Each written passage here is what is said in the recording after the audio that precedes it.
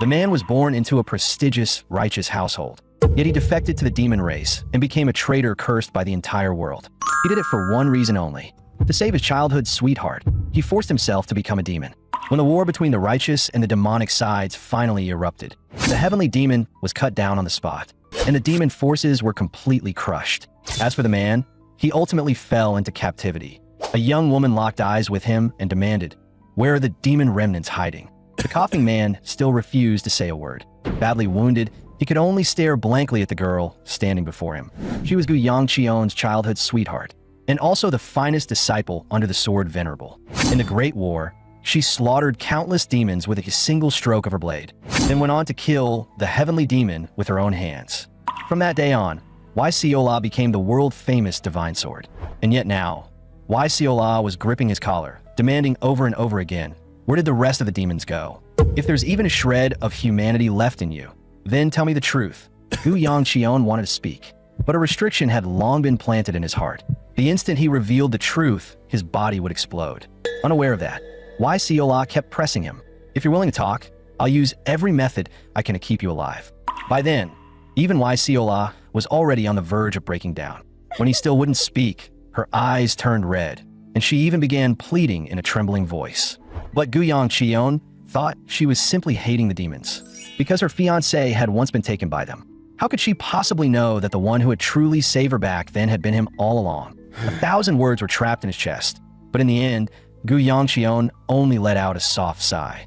"You're still just as foolish as when we were kids." Seeing that he still had that same attitude even now, Yahello directly hurled him away. Trembling all over, she finally said, "If I had known you were this kind of man, I should have killed you the very first time we met." And as Gu Yangchon lay at her feet, the light that had flickered in his eyes all his life slowly went out. If life could remain as it was at first sight, it felt like many people had once said words like that to him. Even the young master of the Tang clan had said the same thing while dying. "I love you. From the first moment I saw you, I had already fallen deeply in love with you." Back then, Gu Yangchion had looked completely baffled. "What kind of nonsense are you talking about, you crazy woman? You almost killed me just now. At a time like this, no matter what you say, I'm not letting you off. Righteous and evil were never meant to stand together.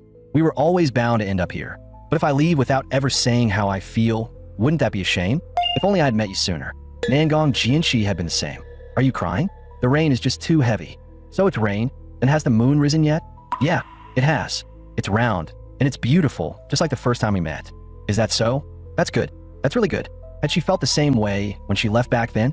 When had everything started turning into what it was now? He was so tired, but none of it mattered anymore. He was a traitor to the human race. No matter the reason, all of this was ultimately his retribution. Just as Yahello turned away in disappointment, an extremely faint sound suddenly came from behind her. She spun around and saw Gu Yangchion using his own blood to painfully write something on the ground. "Sorry, second sister." In the end, he still broke his promise. Living on happily, that was something he simply couldn't do. But the moment the words were written, his heart violently burst apart. This was the curse of the demons. The moment they leaked any information, they would die with their hearts exploding. Yahello lunged over at once, her voice trembling as she asked what had happened to him. But by then, Gu Yangchion could no longer hear anything, whether it had been his own choice or whether he had been wrongly condemned. In agony, so fierce it felt like his soul was being torn apart, he still dragged his finger across the ground and wrote down the final few words. Realizing something was wrong, Yahello rushed forward and began trying to heal him. But she discovered that Gu Yangchion's life force had already been completely severed, and yet his blood-soaked finger still stubbornly kept leaving behind one final message. Realizing what he had been trying to do, Yahello completely broke down in tears. Her tears kept falling onto his face without stopping. That girl really hadn't changed at all. Even now, she was still just like the girl he had first met. But maybe that was fine. "Yahello, you have to live on and find happiness." But in the very next moment, when he dazedly opened his eyes, he found a young Yahello standing there, carefully holding out a potato and asking, "Do you want it?" Gu Yangchion froze on the spot and instinctively looked down at himself. So this was their real first meeting? So this was what it felt like for his heart to beat normally? Still, if he really had been sent back to the first time he met her, then maybe this counted as a punishment meant just for him. He remembered it clearly. In his previous life, the arrogant young master he used to be had slapped away the roasted potato she offered him, then crushed it under his foot right in front of her. Who said you could bring something like this in front of me? Thinking back on it now, Gu Yongcheon could still feel his face heating up in embarrassment. Just as Siola, unable to bear the stares around them, was about to quietly take the potato back, he reached out first and took it instead. Thanks. I'll enjoy it properly. The moment he said that, Gu Yongcheon took a huge bite, and in the next second, he jumped straight into the air from the heat. His mind went blank. Wait, what? Wasn't this supposed to be a dream? Then why did it hurt? Right after that, the servant behind him hurried over as well. Young master, why did you suddenly run over here? Gu Yongcheon stared at the guy and racked his brain trying to remember his name, but he still couldn't recall it. The servant saw his young master hopping around from being burned and flew into a rage at once. How dare you? Before he could finish, Gu Yongcheon cut him off. Give me that thing.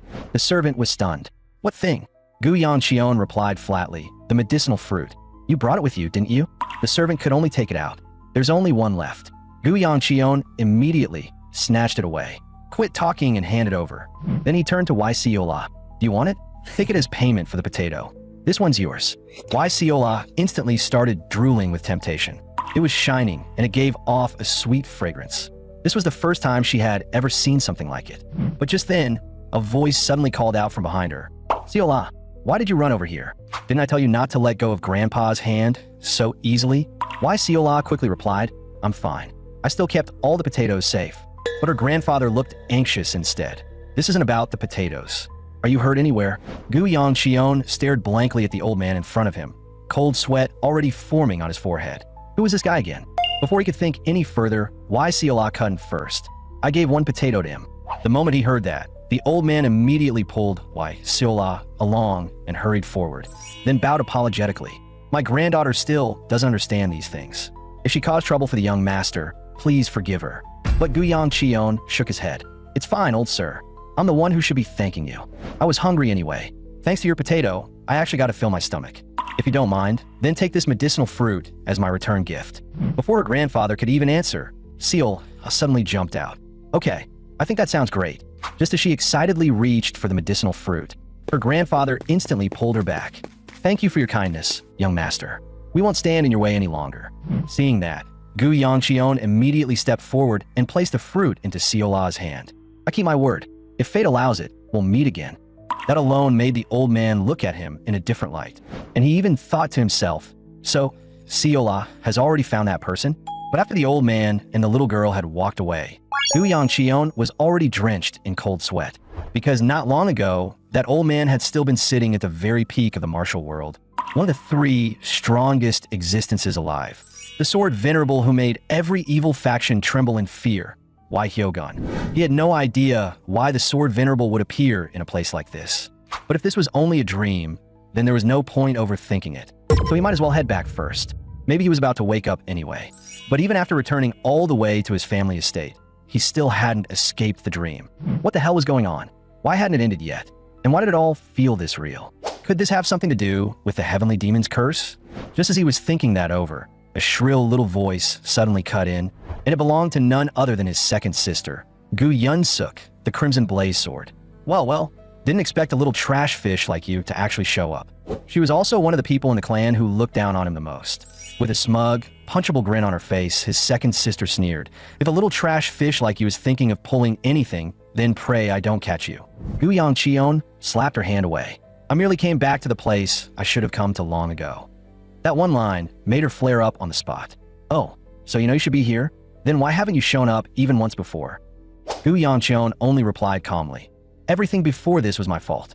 Later, I'll personally apologize to the patriarch. The moment she heard that, his second sister exploded. A worthless little trash fish dares talk to me like that? I'm really pissed now. But Gu Yongcheon quickly raised a hand to stop her. Father is coming. The instant those words left his mouth, a tall, imposing warhorse appeared before everyone.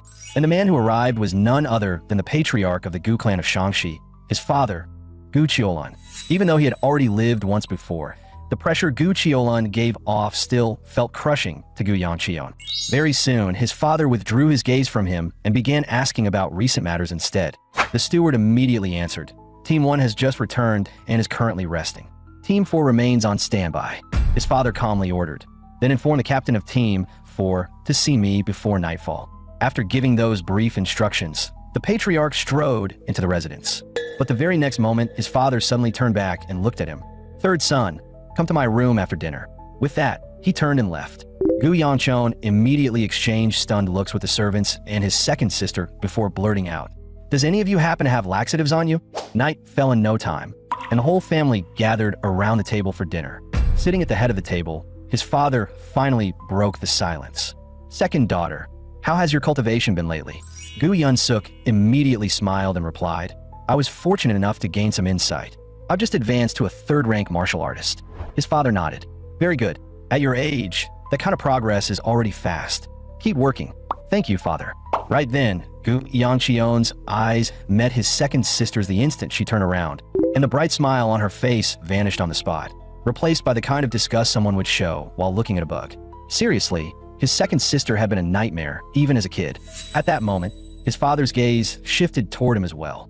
"Third son, I heard you went to the commercial street today." Gu Yangchion nodded. "Yes, I just went out to wander around for a bit." But his father suddenly fell silent, as if he wanted to say something, only to hold it back in the end and rise to leave without saying a word. After he left, one of the maids behind them suddenly leaned in. "Third young master, the master left a message for you. He said you should go see him again tomorrow." Gu Yangchion was instantly baffled. What was that supposed to mean? Once he returned to his room, the very first thought that surfaced in Gu Yangchion's mind was whether he should get rid of the heavenly demon while he still had the chance. It was an absurd thought no matter how he looked at it. Could he really kill a monster who stood among the 3 strongest beings in the world? But after a bitter laugh, he gave up on the idea anyway. The heavenly demon would die beneath Wai Siola's sword sooner or later. All he had to do was survive quietly until everything was over. After that, Gu Yangchion checked the strength of his current body and couldn't help mocking himself under his breath. What a pathetically miserable level of power. Second sister really is impressive. But then again, compared to her, I never truly worked hard in the first place. Still, that doesn't mean I can't change anything. At the very least, just as I thought, there's still things I can alter, like mastering my family's 9 flames firewheel art first. Because at the 4th rank, I'll be able to use fire techniques, and at the 7th, I'll be able to truly command flames. But right now, I'm only at the 1st rank. Looks like I need to break into the 2nd rank as fast as possible. So Gu Yangchion immediately threw himself into cultivation. And before long, sweat was already pouring off him. That's about my limit. If I keep forcing it, I'm probably going to lose control and go into deviation. By the next morning, his whole body was aching, and he couldn't help cursing inwardly. This body is way too trash. Looks like the road ahead is still ridiculously long. But what he never expected was that the moment he pushed open the door, he saw the very person he least wanted to see. And there sat Wai Siola at the entrance, smiling sweetly. "Hey, we meet again." Yet as the reborn Gu Yangchion looked at the girl in front of him, the more wrong it felt. No, this wasn't right. At this point in time, he shouldn't have been meeting her yet. He clearly remembered that in his previous life, the second time he met her had been in the military camp. Back when he still had that spoiled young master attitude and caused a huge mess, only to be thrown by his father into the 5th army stationed under his eldest sister, where he was brutally drilled for half a year as punishment. That was supposed to be the real second meeting between him and Wai Siola. Gu Yangchion let out a sigh. Did I stay up too late last night? Am I actually seeing things now?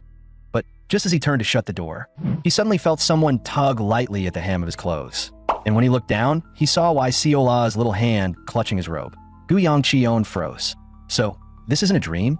Wai Siola looked like she wanted to say something too, and tears were already beginning to gather in her eyes.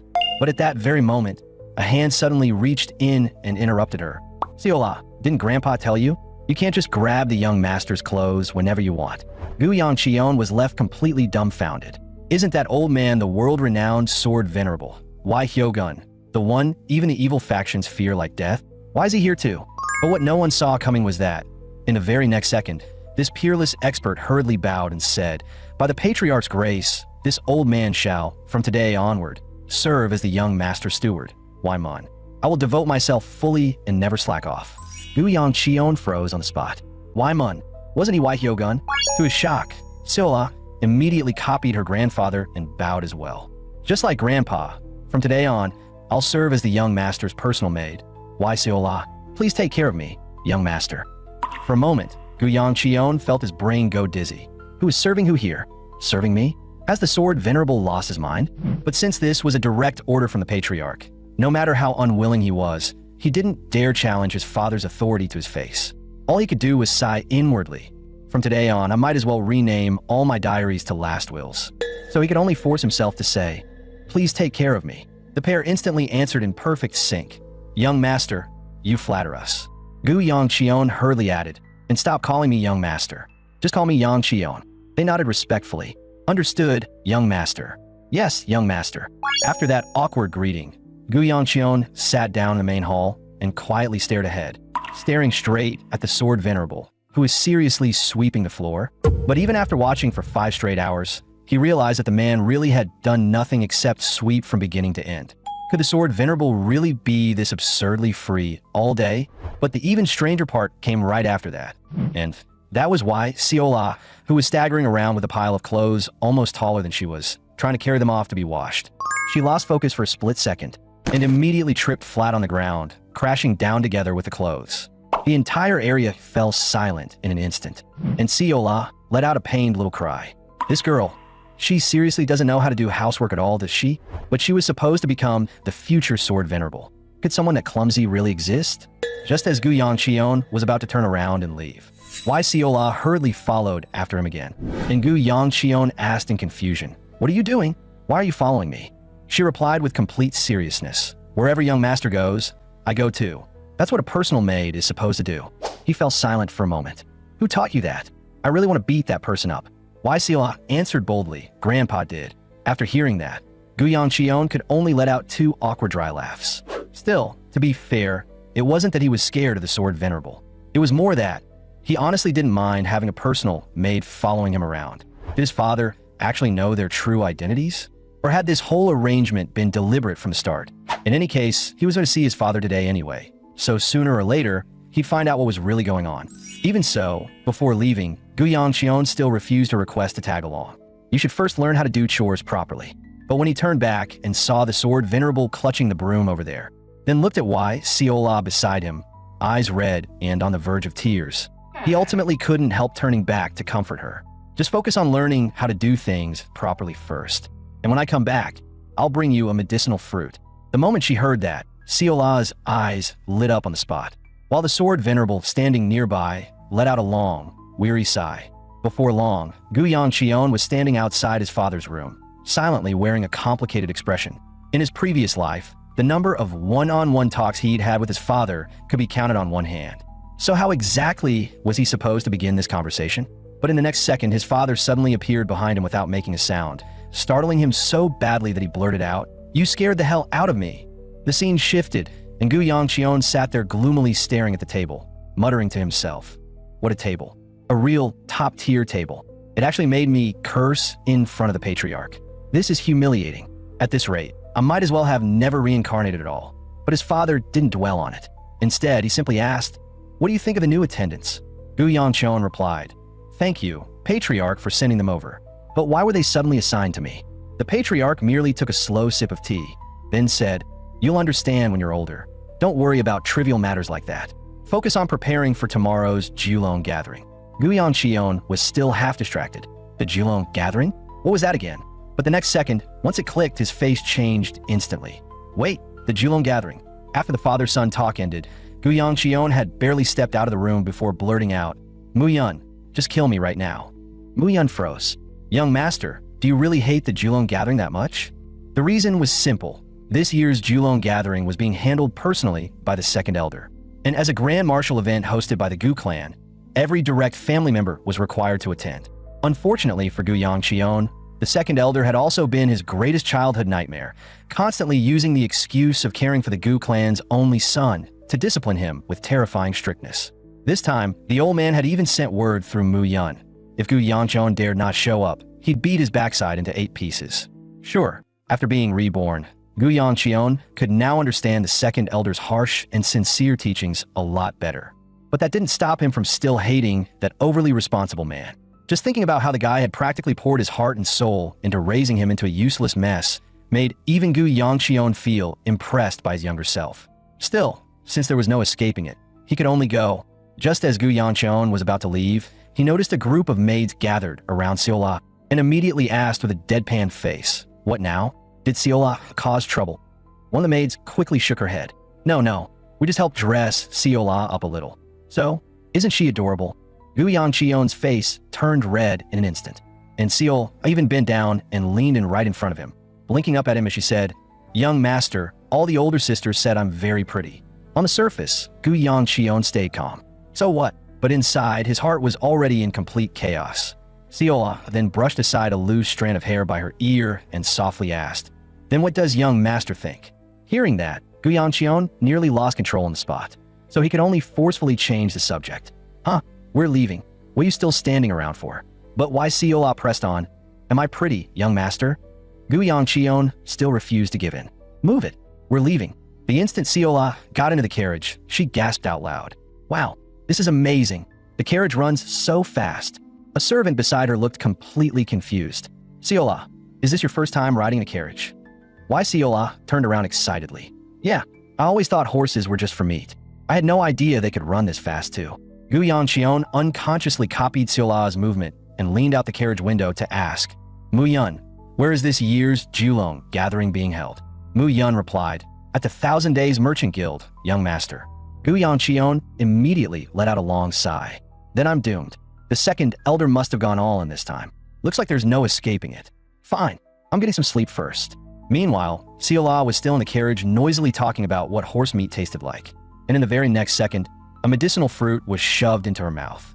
"Quiet. If you say one more word, I'm confiscating your spirit stones."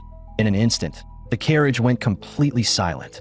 Who knew how much time had passed before Gu Yangchion was gently shaken awake? In his dazed state, he vaguely heard Seola saying something beside him, and he sat up in confusion and asked, "Are we there already?" As expected of a major event that had already been held for 5 straight years, the place was absolutely packed. So Gu Yangchion stepped out of the carriage and stretched his stiff body a little. Just then, a polite voice came from nearby. "You've all come from far away. Thank you for your hard work. I'm a vice manager of the 1,000 Days Merchant Guild. You must be the young master of the Gu clan, correct?" Gu Yangchion answered with equal courtesy. "A pleasure, a pleasure. It's an honor for me as well to meet the vice manager of the 1,000 Days Merchant Guild." The vice manager smiled. "Thanks to the personal arrangements made by the second elder and the second miss, this event has been running exceptionally smoothly. Since you've all had a tiring journey, why don't I first lead you to your accommodations so you can rest?" The moment Gu Yangchion heard that, his scalp went numb. No way. Why is second sister here too? He could only pray he wouldn't run into her. But before that thought had even fully settled, he turned a corner and immediately saw his sister walking into one of the rooms. And in the very next instant, that same bug-looking expression of disgust appeared on her face again. Gu Yangchion could only greet her with a stiff face. "Hello, second sister." She instantly put on her trademark sneer. "My foolish little brother, I'm already in a terrible mood, so you'd better not cause any trouble at this event. Otherwise, father definitely won't let you off." Gu Yangchion hurriedly replied, got it. Second sister doesn't need to worry about me." But she blew up like someone had stepped on her tail. "Who said I was worried about you?" Yet when she noticed the little maid behind him had clearly been frightened, she still reined in her expression a little. A leopard can't change its spots. "Did you really think I don't know you? No matter where you go, you're always looking to cause trouble. I thought you might have changed at least a little. In the end, you've only disappointed me." For a moment, everyone present looked utterly confused. What kind of fit is she throwing now? The vice manager quickly stepped in to smooth things over. The relationship between the young master and the second miss is truly wonderful. Come, everyone, why don't I take you to look around over there first?" And so, the whole group headed together toward the martial arena. Just as they were still marveling at how grand and imposing the arena looked, a menacing white-haired old man suddenly appeared behind them, and one could even see strands of crimson aura slowly rising from his body. "Ichem, not bad. This time, you actually didn't run away." In an instant, cold sweat broke out all over Gu Yangchion as he turned around on instinct, feeling the terrifying inner force rolling off the man in front of him. He couldn't stop himself from tensing up in fear. But to his surprise, the old man merely reached out and gently patted his head. "Well now, what kind of wind blew our young master over here today? Don't you usually bolt the second you see this old man?" Gu Yangchion shot back immediately. "Weren't you the one who ordered me to come? You even said that if I dared not show up, you'd beat me into 8 pieces." The old man immediately put on an exaggerated look of shock. What's that? Someone actually dares to slander this old man." Gu Yangchion was speechless. "Quit acting, old man. That is absolutely something you'd say." Even Seola at the side had her mouth hanging open in amazement. "Wow, it's a bear. Bear meat is really tasty, and horse meat's pretty great too." The second elder slowly turned his head toward her with a sinister look, scaring Seola so badly that she instantly shrank into a tiny little ball. On reflex, Guyang Cheon stepped in front of them both. "Old man, do you even realize how scary you look right now?" The second elder immediately laughed. "Who's this little girl? Why are you protecting her so much? Don't tell me she's your new wife." Guyang Cheon pointed at the clothes on her body with a deadpan face. "Can't you tell? She's obviously my maid." The second elder said with a disappointed look, Fine. Whatever you say. How boring. Get some rest early. You still have to attend the Julong gathering tomorrow." "All right. If you dare sneak off, you already know what'll happen." But before he had even taken a few steps, the second elder suddenly sensed that something was off. "That child, what kind of monster is she?" As the Julong gathering officially began, Guyang Cheon entered the venue together with Seola and the others. While the various sects and factions of Shangxi, the side branches of the Gu clan, and just about every nearby figure with any status all came to join the occasion. After all, every member of the Sword Squadron was mysterious and powerful, the kind of existence no one could ignore. But Seola had been feeling uneasy the whole time, afraid that the second elder might suddenly show up, because the way he had looked at her just felt wrong. Guyang Cheon, meanwhile, immediately showed off his high emotional intelligence. "Muyun, if that old man dares show up, just kill him for me." Muyun was completely dumbfounded. "Young master, have you ever stopped to think about why I'm only your guard? Someone at an elder's level is way beyond me." Guyang Cheon deadpanned. "Then I guess we'll just have to throw Seola out there and protect ourselves." That one joke instantly terrified Wai Seola. "If throwing Seola away can keep all of you safe, then I'm willing." Guyang Cheon quickly explained, "Seola, I was joking." But Wai Seola pointed at a food stall nearby and said cautiously, "Grandpa once said a full ghost looks better than a hungry one. So if you really have to throw me away, can I at least finish the steam buns over there first?" Even Muyun felt that it had gone a bit too far. "She may be a servant, young master, but you really do take especially good care of her." Guyang Cheon could only explain helplessly. "Didn't you see her just now? She's clearly a servant, but she was giving me that look like I was supposed to buy buns for her. She has absolutely no sense of what her role is." But what he was truly thinking was much simpler. The girl in front of him kept overlapping with the Wai Seola from his previous life, and that made him completely unsure how to face her. After hearing that, Muyun couldn't help thinking to himself, so the rumors really can't be trusted. The young master from the stories definitely didn't sound this easygoing. Hearing that, Guyang Cheon finally realized this guard had only arrived recently and didn't actually know him at all. For a moment, he honestly couldn't tell whose luck this was supposed to be. Just then, a burst of arguing from nearby caught both their attention, where a servant was anxiously telling a girl not to run around here. But her young mistress clearly had no intention of listening. In the moment Guyang Cheon heard the noisy voice, it sounded strangely familiar, followed immediately by the servant saying, "What if you run into young Master Gu?" Guyang Cheon's heart instantly skipped a beat. "Wait, this young Master Gu. They can't possibly mean me, right?" He hurriedly tried to calm himself down. The voice just sounded familiar, that's all. It doesn't necessarily mean it's that person. But right at that moment, the girl just happened to turn her head as well. And the instant their eyes met, both the young girl and Guyang Cheon froze where they stood. Sensing the atmosphere turned strange, Muyun immediately noticed something was off and lowered his voice to ask, "Young master, who is that?" But Guyang Cheon was only staring fixedly at the ring on the girl's hand. And engraved on it was a single character, Peng. That was the emblem of the Peng clan of Hebei. And the girl in front of him was none other than his former fiancée. Back then, the Peng clan of Hebei, one of the 4 great families, had arranged a marriage alliance with the Gu clan. And under normal circumstances, he should have been the future head of the Gu family. In the eyes of the Peng clan, that engagement had been nothing short of a perfect match made in heaven. But the problem was that the young Guyang Cheon had been far too talented at causing trouble, and that became the key reason the engagement eventually fell apart. Back in the present, the girl looked at Guyang Cheon in shock. "Why are you here?" Guyang Cheon found it just as strange. "Then why are you here?" The girl immediately bristled. "I came because I had business here too. Shangxi doesn't belong to your family, does it? So what? I'm not allowed to come to Shangxi?" Guyang Cheon didn't seem to care. "If that's how you want to put it, then I've got nothing else to say." "Fine, do whatever you want. I'm leaving." The girl instantly got annoyed. "How are you still this rude? If we're going by age, I'm actually older than you, you know?" Guyang Cheon didn't get mad. He only tossed out a lazy reply. "All right, sis. Happy now? Then I'm leaving. Seola, once you bought the buns, come over right away." But before leaving, he still turned back and added one last line.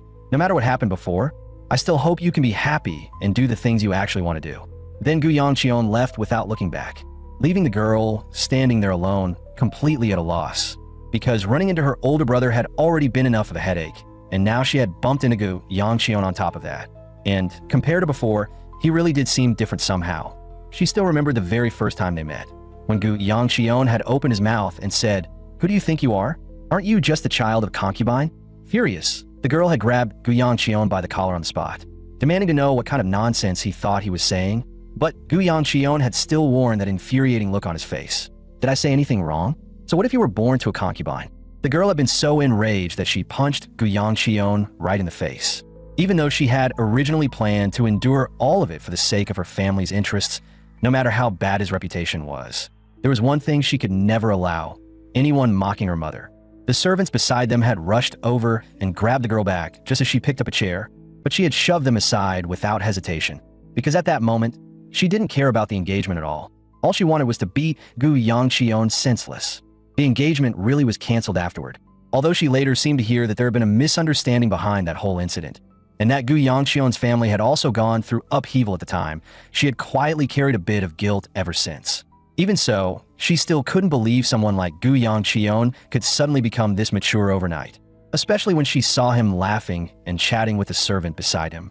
A strange bitterness welled up in her chest, and she couldn't shake the feeling that she might have missed something important. Right then, a sudden burst of shouting startled Gu Yangqion, and he saw a young man nearby, causing a scene. "I'm out of time. If this keeps dragging on and I get caught, what then? Are you going to take responsibility for that?" The staff member's face darkened instantly. "Get caught? If that's what you're saying, then there's even less chance we can let you in." The young man immediately exploded. "I'm joining the Julong gathering. I'm joining no matter what." Gu Yangqion knew perfectly well that while the Julong gathering wasn't some absurdly strict event, people with unknown identities absolutely weren't allowed to participate. Mu Yun quietly asked whether he should step in, but Gu Yangqion calmly explained, "The Gu clan martial artists standing nearby will deal with this themselves." Sure enough, one of the Gu clan martial artists had just placed a hand on the young man's shoulder and warned him to stop. When the next second, the guy pulled off a clean shoulder throw and slammed that martial artist straight to the ground. Then the young man lifted his head and stared at the registration guard. "If I can prove myself with strength, then can I join the Julong gathering?" But the guard still refused coldly. "No, you need an identity token." Mu Yun looked toward Gu Yangqion again and asked in a low voice whether he wanted to step in. But Gu Yangqion turned around and started walking away, because he had absolutely no desire to get dragged into some weird mess like that. At that point, the argument between the staff and the martial artist was getting more and more intense, and the young man directly demanded, "I already proved who I am with my strength, so why can't I enter?" The martial artist refused to back down and shouted, "You need an identity token. We have our rules too. Without a clear identity, you are not entering." The young man immediately roared back, "So you're looking down on the young lord of the Peng clan?" In an instant, Gu Yangqion whipped his head around, and the girl who had once been engaged to him looked over at the same time. "Brother?" It turned out that the young man had just publicly declared himself as the young master of the Peng clan, and Gu Yangqion had originally wanted to use that chance to slip away without getting involved in anything connected to the Peng heir. But in the next second, a large hand came down and pressed against his head, as the second elder slowly walked up to the registration area with a smile. Since he has already proven his strength, let him participate. The young man immediately bowed respectfully. "Greetings, Elder Flame Fong Fist. I am the young lord of the Peng clan. It is an honor to meet you." The second elder looked him over with obvious interest. "Oh, so you know this old man?" Still, that aside, why would the young lord of the Peng clan insist on joining another family's sword squadron? The young man answered without the slightest hesitation. "Because the people in the Peng clan are boring." Hearing that, the second elder burst into loud laughter. "Interesting, very interesting. At such a young age, and already this capable, the Peng clan really did raise a soaring dragon. If only our family's little fool had even half your talent." Wai Siola curiously asked what a little fool tasted like, while Gu Yangqion replied expressionlessly, "Kids don't need to know that much." But the guy really was a dragon among men, because before long, he would become the Saber Emperor, Peng Eugene. Meanwhile, Wai Siola and Mu Yun were still seriously discussing what exactly a little fool even was, when his former fiancée, Peng Ahe, suddenly threw a punch, and the stunned Peng Eugene immediately yelped. "Let me explain." Peng Ahe held back her anger and coldly said, "Fine, then explain." But Peng Eugene thought for a long time and still couldn't come up with a single decent excuse. And in the end, All he could do was force out an awkward grin and say, "Just don't hit my face." Yet while he was taking the full force of his younger sister's merciless fury, he still couldn't help crying for help. "Elder, save me. Elder Flame Fong Fist, save me." Only then did Peng turn and bow apologetically to the second elder. "Our family's embarrassment has caused trouble for everyone. If there are any losses because of this, the Peng clan will take full responsibility. We'll take our leave now so we don't cause even more trouble." But Peng Eugene still somehow managed to say something even dumber. "No, I'm not leaving." Sure enough, the instant those words came out, Peng glared at him furiously. "Do you still want to get hit?" Peng Eugene asked with a straight face. "Do I look like I'm joking? The Peng clan is way too boring. Before I become the head of the family, I should enjoy myself as much as I can. I may not want to become the family head, but other than you and me, the rest of them are just beasts hiding behind the clan's name. So in the end, I'll be the one taking over as head anyway." At that point, the second elder stepped forward. "Still, if you want to join the Julong gathering, there might be some conflict between the Peng clan and the Gu clan. How about this? We exchange 10 moves. If a result is decided within those 10 moves, what do you say?" Peng Eugene seriously asked. "That's enough?" The second elder grinned. "Do I look like I'm lying?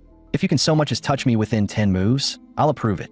Before his words had even finished, Peng Eugene's figure flashed into a streak of light and appeared behind the second elder in an instant, while smoothly pulling the sword from a servant at his side, then slashing straight down at the elder's back. But the second elder simply threw a backhanded punch and smashed it straight into Peng Eugene's left cheek, sending Peng Eugene flying across the area and knocking him unconscious on the spot. The second elder happily clapped his hands. "Ho ho, looks like I won. Still, the kid will probably need a few months to recover."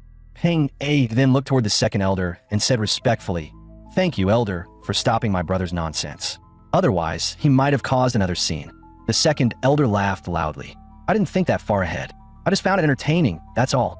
Gu Yangqion fell completely silent. How did a person like this even become an elder? But Siola's eyes were shining. To her, Bear Grandpa looked unbelievably cool. The moment the second elder heard why Siola praising him for being handsome, he immediately puffed up with pride and pulled a present from his robe, saying, "Little Yangqion, this old man prepared a gift for you too." The scene then shifted to the martial arena, where the major match everyone had been waiting for was finally about to begin. And it was none other than the clash between the Gu clan's future twin stars, the Crimson Blaze Sword, Gu Yunsuk, versus the third young master, Gu Yangqion. Yes, the gift the second elder had prepared was a full-on fight between Gu Yangqion and his second sister. Gu Yangqion could tell at a glance that this old man was mostly doing it for fun, so his original plan had been to forfeit halfway through. But the second elder seemed to read him like a book and casually pointed toward Peng Eugene, who was still lying on the ground. "If you dare forfeit, you already know what happens next." Gu Yangqion immediately looked speechless. "Do you really want that badly to watch me get beaten senseless and lose in the most pathetic way possible?" But for once, the second elder looked at him seriously and said, "Are you truly planning not to win, or do you simply not want to fight your sister?" As the match was about to begin, his second sister noticed that Gu Yangqion hadn't even picked up a sword, and she frowned as she warned him. But Gu Yangqion simply replied, "No need. My fists suit me better." Hearing that, his second sister let out a cold laugh. "Honestly, it makes no difference what you use. An opportunity like this is just too good. A legal chance to beat up my own little brother in front of this many people? That doesn't come often." In the next second, she flashed forward and closed the distance instantly, raising her wooden sword and slashing straight at him. Yet Gu Yangqion merely bent at the waist and barely slipped past the blow. What made his heart sink was the killing intent behind her attack. It was far too real. He could only keep dodging on pure instinct, relying on the combat reflexes left behind from his previous life. He had originally been thinking about how to lose the match naturally, but now every single move from his sister was vicious enough to kill. He honestly wasn't sure he could even afford to take one hit from her. The instant his thoughts drifted, his sister had already closed in again, one hand snapping out to grab his clothes, while the other swung the wooden sword down without the slightest mercy, forcing Gu Yangqion to react on the spot. And like a cicada slipping out of its shell, he yanked himself free of his outer robe and retreated in one clean motion. And in the exact instant he broke away, the sharp streak of sword light sliced that robe clean in half. At the sight of it, cold sweat started beating on Gu Yangqion's forehead. "Sis, don't you think your killing intent is a little too heavy here? Mind dialing it back? That's supposed to be a wooden sword for a match, and it still cuts straight through my clothes. Just how much force are you using?" Through clenched teeth, his sister said unwillingly, I'm a girl.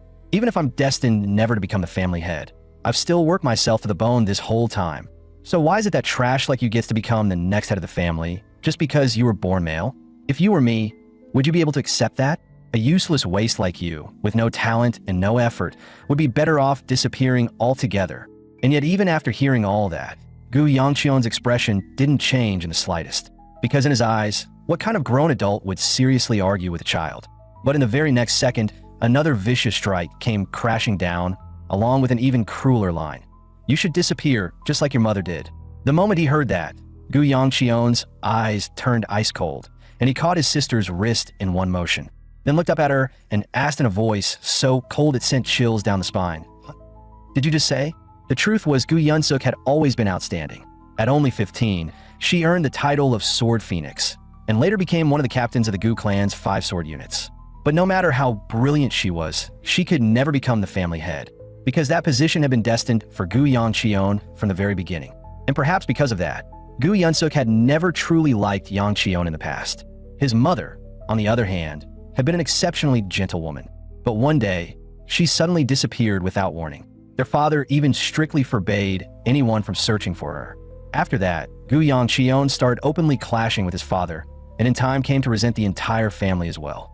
And because of that, he only grew more reckless and uncontrollable.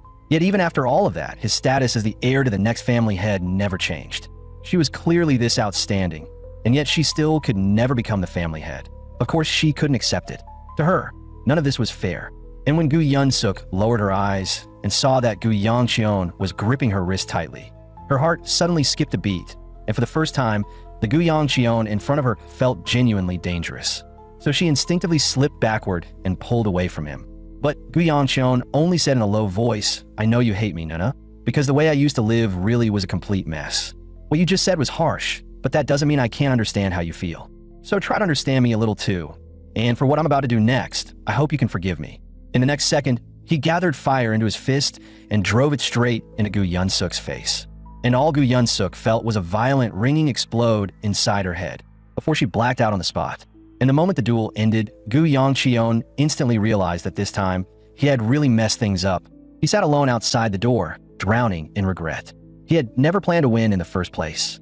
And leaving that aside, the fact that he only had 2-star strength right now, yet still knocked his highly skilled second sister unconscious with a single punch, was the kind of thing he had no way of explaining. Just then, his guard Mu Yun arrived together with Wai Siola, and after making sure he was fine, Mu Yun finally said, "The whole arena was in chaos just now." Fortunately, the second elder stepped in fast and calmed everything down. Gu Yangcheon wasn't surprised at all. After all, when a useless good-for-nothing who was famous for being trash suddenly beat this year's rising star in public, anyone would have blown up over it. At that moment, Wai Siola suddenly noticed the ugly wounds covering his hand, and Gu Yangcheon immediately understood something himself as well. He was still nowhere close to having perfect control over his internal energy. Seeing that, she quickly pulled out bandages and hurried over, trying to wrap his hand for him. But no matter how she wound them around, she only ended up making an even bigger mess. And then she said in a pitiful little voice that she really didn't know how to do these things, so she hoped the young master wouldn't get hurt again in the future. The second she finished speaking, Peng Eugene suddenly appeared and said with a teasing grin, "Funny enough, I don't like seeing young Master Gu injured either." After the brief introductions and greetings were out of the way, Peng A-hee, who had been hiding behind the servants the whole time, looked especially awkward and even quietly begged her older brother to leave already. But Peng Eugene immediately caught on. "Don't tell me you're embarrassed because you broke off the engagement with young Master Gu? If that's the case, why not use this chance to patch things up?" Hearing that only made Gu Yangcheon's headache worse, so he forcibly changed the subject. "Young Master Peng, did you come to find me for something specific?" Peng Eugene didn't beat around the bush and directly explained why he had come. He wanted to befriend Gu Yangcheon, because no matter how he looked at it, he had never expected the Gu clan to be hiding another powerhouse like Gu Yangcheon in addition to the Sword Phoenix. That answer actually left Gu Yangcheon puzzled. "Young Master Peng, are you close with my sister?" Peng Eugene answered without the slightest hesitation. "Of course I'm close with her. Though, I've got no idea how your sister sees me." Just as they were about to part ways, Peng, he suddenly turned back and stopped in place. And seeing that, Gu Yangcheon asked whether she still had something she wanted to say. And all she could do was stammer her way into bringing up the day their engagement was broken off. "That day, when I hit you with the chair, I really went too far, so I wanted..." But before she could finish, Gu Yangqion apologized first in a low voice. "I'm sorry. I was the one who was in the wrong that day. What I did was absurd, so getting hit was only fair. You really don't need to keep blaming yourself over it." Hearing that, Peng Ahe finally showed a relieved smile. "Gu Yangqion, I'll be waiting for the next time we meet." Before leaving, she even reminded him to keep the thing her brother had given him safe, which only made Gu Yangqion even more confused. What exactly was this token supposed to do? The scene shifted again, and on the way back to the Gu clan, no matter how hard Gu Yangqion tried to remember, he couldn't recall ever fighting his sister in his previous life. In fact, even a number of times he had beaten anyone at all could be counted on one hand. And all of this seemed to have started drifting away from his previous life the moment Siola entered his world. At the same time, he had no idea what kind of changes that tiny bit of kindness he had shown her would bring in the future. Thinking of that, Gu Yangqion let out a quiet sigh. No matter what, as long as he didn't repeat the tragedy of his previous life, that would already be enough. But right then, he suddenly sensed that something was wrong. He immediately ordered Mu Yun to check the Demon Immortal Talisman. Yet when Mu Yun looked at the talisman and saw that it wasn't reacting at all, he instantly told Gu Yangqion not to worry, because if a demon mirror gate appeared, the talisman would definitely light up as a warning. But the moment those words left his mouth, the Demon Immortal Talisman suddenly began to flash. Mu Yun's expression changed, and he hurriedly ordered the entire convoy to halt, then warned everyone in a low, sharp voice, "A demon mirror gate has appeared. All of you, prepare for battle immediately. The young master's safety comes first." But in the very next second, Gu Yangqion suddenly appeared beside Mu Yun, even casually loosening up his body like he was getting ready for a warm-up. Mu Yun quickly warned him that the situation was extremely dangerous. Yet Gu Yangqion paid no attention to the lecture at all and looked straight toward the open ground in the distance instead. There, the air ahead of them was suddenly torn open by a crack glowing with eerie green light. And as that crack kept widening, several vicious-looking wolf demons lunged straight at them in the next instant. Seeing that, Gu Yangqion immediately shifted into a fighting stance. A green demon mirror gate wasn't considered especially dangerous. It was troublesome, but still within a level he could handle. As soon as he said that, he blew apart one of the demon wolves with a single punch. Then he immediately dug the magic stone out of its body by force, because that was the shared fatal weakness of all demonic beasts. To a demonic beast, the magic stone was basically the same as a heart. The moment you tore it out, the creature would die on the spot. But Gu Yangqion had still overestimated his current stamina a little. Digging out the magic stone itself wasn't the hard part. The real problem was that constantly circulating the Nine Flames fire wheel art was simply too exhausting for his current body. Yet the demon wolves didn't give him even a second to catch his breath, baring their fangs as they threw themselves at him again and again. At the critical moment, Mu Yun arrived in time and stepped directly in front of him. And with a single sword strike, he slaughtered every wolf demon charging at them. That only made Gu Yangqion even more curious about this so-called personal guard. Who exactly was this guy's real identity? Why did he possess such overwhelming strength? Mu Yun immediately asked with concern whether he had been injured, but Gu Yangqion told him not to worry and thanked him instead for stepping in when he did. Hearing that, Mu Yun finally let out a small breath of relief. But right at that moment, a strange purple aura suddenly began to flare from Gu Yangqion's right hand. And before he could even figure out what was happening, the next instant, a pain so violent it felt like it would tear him apart forced him to his knees on the spot. That sudden change caught everyone around him off guard. Why the hell was that damned feeling showing up at a time like this? But Gu Yangqion quickly realized what it was. This was the heavenly demon's cultivation method acting up. The demon's spring absorption art was stirring inside him again. And just like that, his mind was violently dragged back to his previous life, to the moment when a one-armed man glared at him and roared, "Why did you slaughter my entire sect? What did we ever do wrong?" Yet the only thing that answered that man was Gu Yangqion's cold, merciless face. Plum Blossom Absolute Sword. Are those really your last words? The moment those words fell, a severed head rolled to the man's feet, and the man recognized it in an instant. It was his sect leader's head.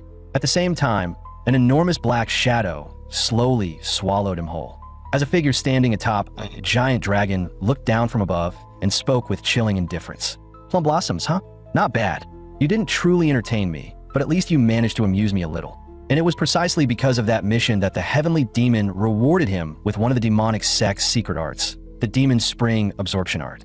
By the time Gu Yangqion snapped back to the present, he discovered that the Nine Flames Firewheel art was actually devouring the demonic energy inside his body. But in his previous life, nothing like this had ever happened. As the stabbing pain gradually faded, he finally saw the worried looks on Yahello's and Muyun's faces. He immediately forced himself back to his feet, brushing it off with, "I probably got hurt somewhere else during that fight with my second sister." After all, the ability to absorb demonic energy was the kind of thing that absolutely could not be made public. But in the very next second, Yahello suddenly rushed over, grabbed his face, and tearfully complained, "If you were hurt this badly, why didn't you tell Yahello sooner?" Gu Yongcheon was just about ready to lose his mind from the way she was tormenting him. The maid nearby, sensing that something was wrong, hurriedly pulled Yahello away, while Muyun still looked deeply concerned. "Young master, how about we stop by a nearby clinic first?" But Gu Yongcheon immediately turned down the suggestion, insisting that all he needed was a good sleep and he'd be fine. Yet just as he was preparing to move again, he suddenly noticed that the demonic energy inside his body had completely vanished. And even the magic stone he had dug out earlier looked as though it had been drained dry, its glow gone dull and lifeless. Could it really have been devoured by the Nine Flames firewheel art? No matter what the truth was, one thing was certain. He had to grow stronger as quickly as possible. The next day, Gu Yongcheon took Muyun and Yahello with him and wandered through the marketplace. But the instant Yahello spotted a stall selling medicinal fruits, her eyes lit up on the spot, and she began shooting him obvious hints. Yet, Gu Yongcheon acted like he didn't see any of it and flat out ignored her. So Yahello immediately rushed over, wrapped herself around his leg, and whined, "If you're not buying medicinal fruits, then why did you even bring Yahello out here?" Gu Yongcheon mercilessly exposed her scheme on the spot. "Wasn't it you who heard we were going to the market, used your grandfather's words as an excuse, and forced your way into coming along?" Watching this, Muyun looked just as puzzled. "Young master, what exactly are we here in the market for? And after what happened last time, your body still hasn't fully recovered. If it's not something especially urgent, it'd be better for us to head back soon." Only then did Gu Yongcheon explain, "There is something I need to do this time, and when the moment comes, you're definitely going to be useful too." As he spoke, the moment they passed into a quieter side street, Gu Yongcheon suddenly stopped walking. He then immediately told Yahello to head back to the Gu clan first, casually promising that when he returned that night, he would bring her 10 medicinal fruits and buns. And only after finally managing to send Yahello away did Gu Yongcheon lead Muyun toward their real destination, which was a drum tower that looked both gloomy and half-rotten with age. And the moment he pushed the door open, several thick-built men with vicious faces turned their eyes toward him all at once. Where the hell did this brat come from? You lost or what? But the moment they noticed Muyun was carrying a weapon, the whole group instantly became alert again. And at that moment, a middle-aged man carrying an oil lamp stepped out from the crowd and said with a chilling smile, "Kid, this isn't the kind of place you wander into for fun. So tell me, what exactly are you here for?" Gu Yongcheon didn't bother going in circles and stated his purpose outright. "Simple, I'm here to do business with you." The man immediately let out a mocking laugh. "Brat, do you speak without using your brain? Want me to cut your tongue out first and help you wake up a little?" The second Muyun heard that, he was ready to draw his blade, but Gu Yongcheon raised a hand and stopped him.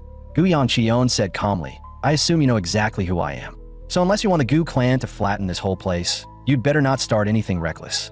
Before that happens, go call your branch chief out to see me." Looking at this little brat whose tone was absurdly arrogant, the lamp-carrying man gave a signal with his eyes, and a group of burly men slowly began closing in around them. Then, the instant the order was given, they all rushed forward at once with weapons raised, while Gu Yongcheon remained standing right where he was without moving an inch. And in the very next second, Muyun drew his sword, dropping every last one of the attackers with a single move. And the sight of that immediately threw the lamp man into confusion, because while he had already guessed that the Gu clan brat's guard wouldn't be weak, he still didn't dare make the decision to bring Gu Yongcheon before the branch chief on his own. Just as he was stuck in that awkward spot, another person suddenly stepped out from the room behind him and quietly relayed the branch chief's instructions.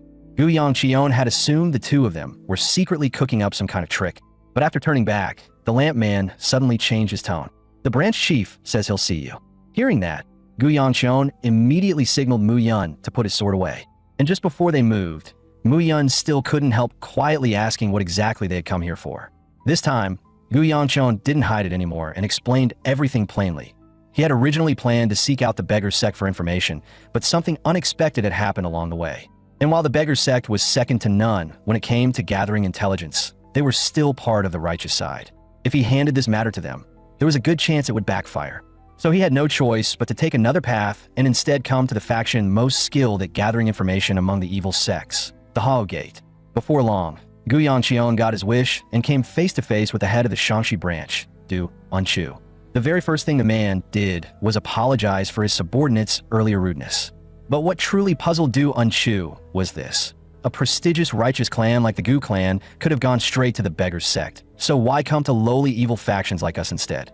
Gu Yangqion didn't waste time dressing it up, because this is a commission the beggar's sect can't handle. So I'll ask you directly, can you take it or not? Du Unchu responded with a mild smile. As long as young Master Gu can afford the price, the Hao Gate has never had a reason to refuse a commission. Hearing that, Gu Yangqion directly pulled out a portrait and said he was looking for a boy around 10 years old. And after Du Unchu studied the portrait carefully for a while, he suddenly changed his tone. Young Master Gu, my apologies, but this commission may be difficult for us to accept. Even with you as the client, locating a child under these circumstances is not an easy matter for us either. Hearing that, Gu Yangqion merely said in a calm voice, the whereabouts of your sect master are the payment for this commission. The instant those words landed, the subordinates behind Du Unchu all drew their blades at once. And in the very next second, they charged forward with murderous looks on their faces. But at the critical moment, Mu Yun stepped in and blocked every single attack with one sword strike. While Du Unchu's expression darkened on the spot as he glared at Gu Yangqion and demanded, how exactly do you know about the sect master? Gu Yangqion remained completely composed. I didn't come here to play a question and answer game with you. If I'm here to negotiate a commission, then knowing the other side's secrets beforehand is basic preparation, isn't it? After hearing that, Du Unchu pressed further, clearly trying to confirm whether the intelligence he held was real. But Gu Yangqion only shrugged and smiled lazily. If the Hao Gate won't take the job, then I'll just go try my luck with the beggar's sect. And while I'm at it, I can tell them what I know about the Hao Gate's sect master too. Backed into a corner, Du Unchu had no room left to refuse and could only grit his teeth and accept the commission, promising that he would definitely deliver a result within roughly 3 months. And Gu Yangqion, in turn, promised that once the commission was complete, he would also tell them everything he knew, and before leaving, to make sure the other side would stop hesitating and focus on the job. Gu Yangqion directly dropped a clue, the Rujiak mountain range. The moment those words were spoken, Du Unchu's expression changed instantly. And at that point, the lamp-carrying man beside him couldn't help asking in a low voice, Branch Chief, can that kid's words really be trusted?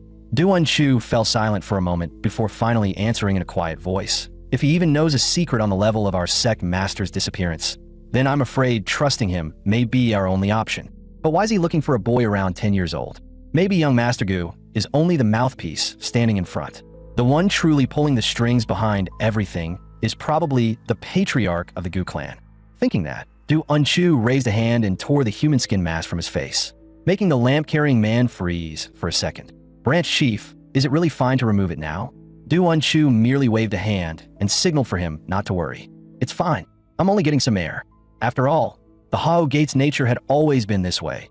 They did not follow the sect master, nor did they worship one. That was why he had always hidden himself behind that disguise, to stay out of reach of those who might stab him in the back at any time. And only after leaving the Hao Gate did Gu Yangqion finally let out a quiet breath of relief. Luckily, these pieces of information hadn't changed much from his previous life, because according to what he remembered, the Hao Gate's sect master had been captured and taken into the Black Knight Palace 5 years ago, which was also why the Hao Gate had gone to war with the Black Knight Palace in the first place. And in the end, it was only because the Martial Alliance seized the chance to launch an attack that the battle at the Black Knight Palace was finally broken apart. Yet the Hao Gate's sect master still died in that chaos. And from that point on, the Hao Gate gradually began to decline. So even though he now knew the Hao Gate's sect master had been captured, he still had no clue where the Black Knight Palace was actually located. Even so, Gu Yangqion still had to find that man, the one who won the Heavenly Demon's trust at a shockingly young age and rose straight to the top of the demonic sect. The strategist known as the brain of the demonic sect, Heaven Feng, Jiggle Hayok, and then kill him with his own hands. Because that man was not only viciously cunning, he was also one of the most crucial figures behind the demonic sect's expansion. Even the divine sword, Siola, had suffered under his schemes more than once. Right then, Mu Yun suddenly couldn't help complaining. The Hao Gate's intelligence network is way too slow. I don't know who it is you're trying to find, young master, but doesn't 3 whole months sound a bit too long? By the time they find him, it'll probably already be summer. Hearing that, another matter suddenly flashed through Gu Yangqion's mind.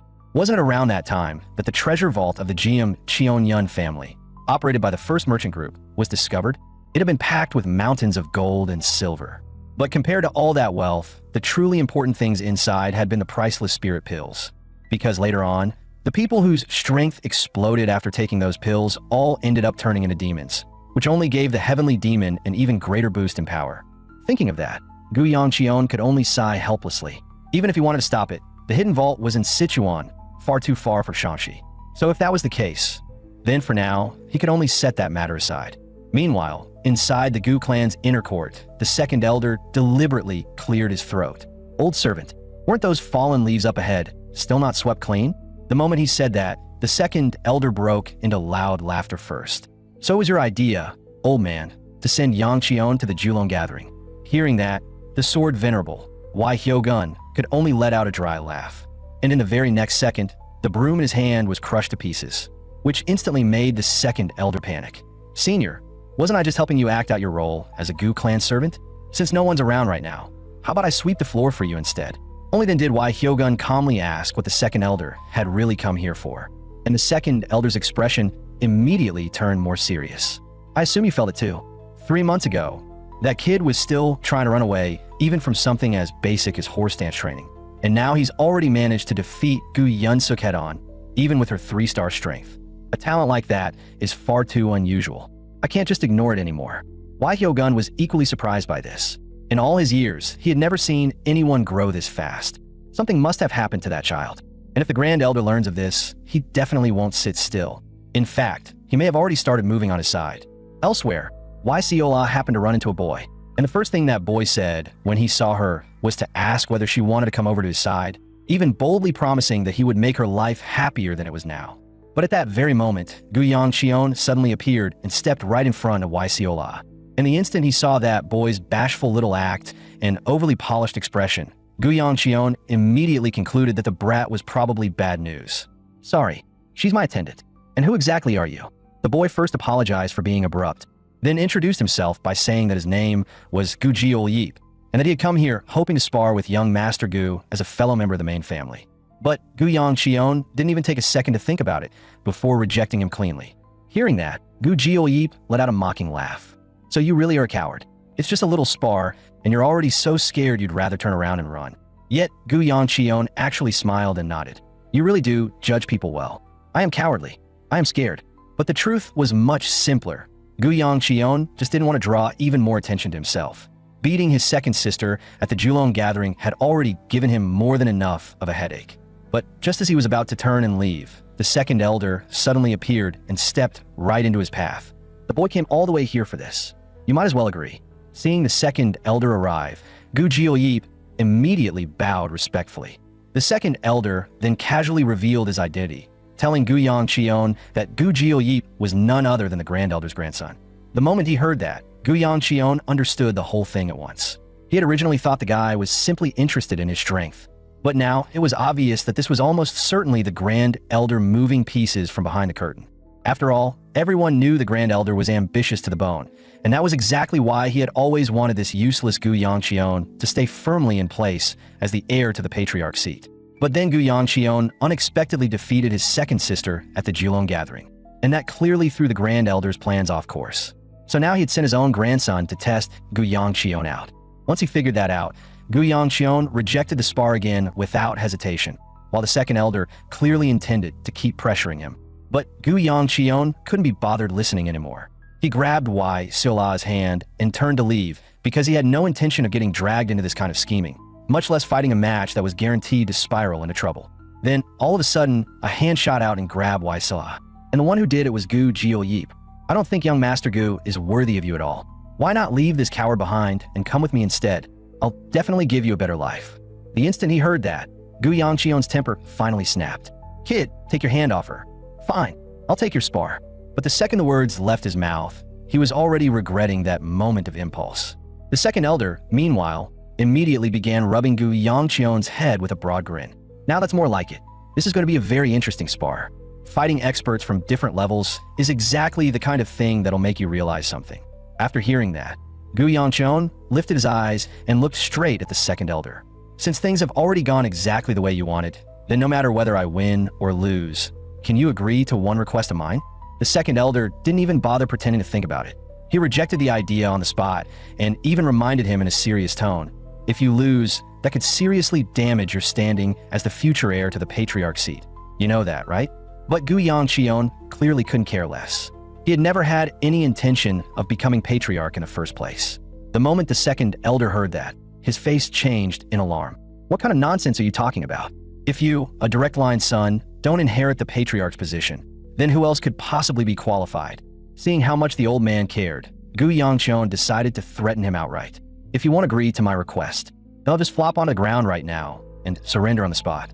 Backed into a corner, the second elder had no choice but to grit his teeth and agree. But he also added a condition of his own. Gu Yongqion had to win this spar.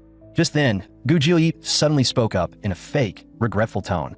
Now that I think about it, what I'm doing really does feel a little unfair to young Master Gu. Hearing that, Gu Yongqion immediately frowned in confusion.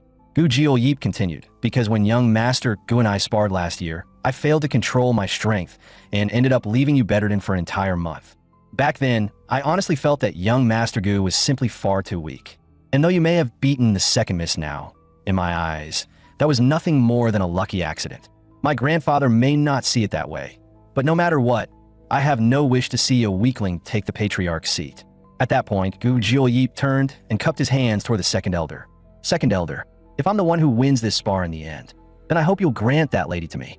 In the name of so-called fairness, the second elder actually agreed to that request on the spot, and that sent Gu Yongqion's irritation straight through the roof. This old man really does say yes to absolutely anything, doesn't he?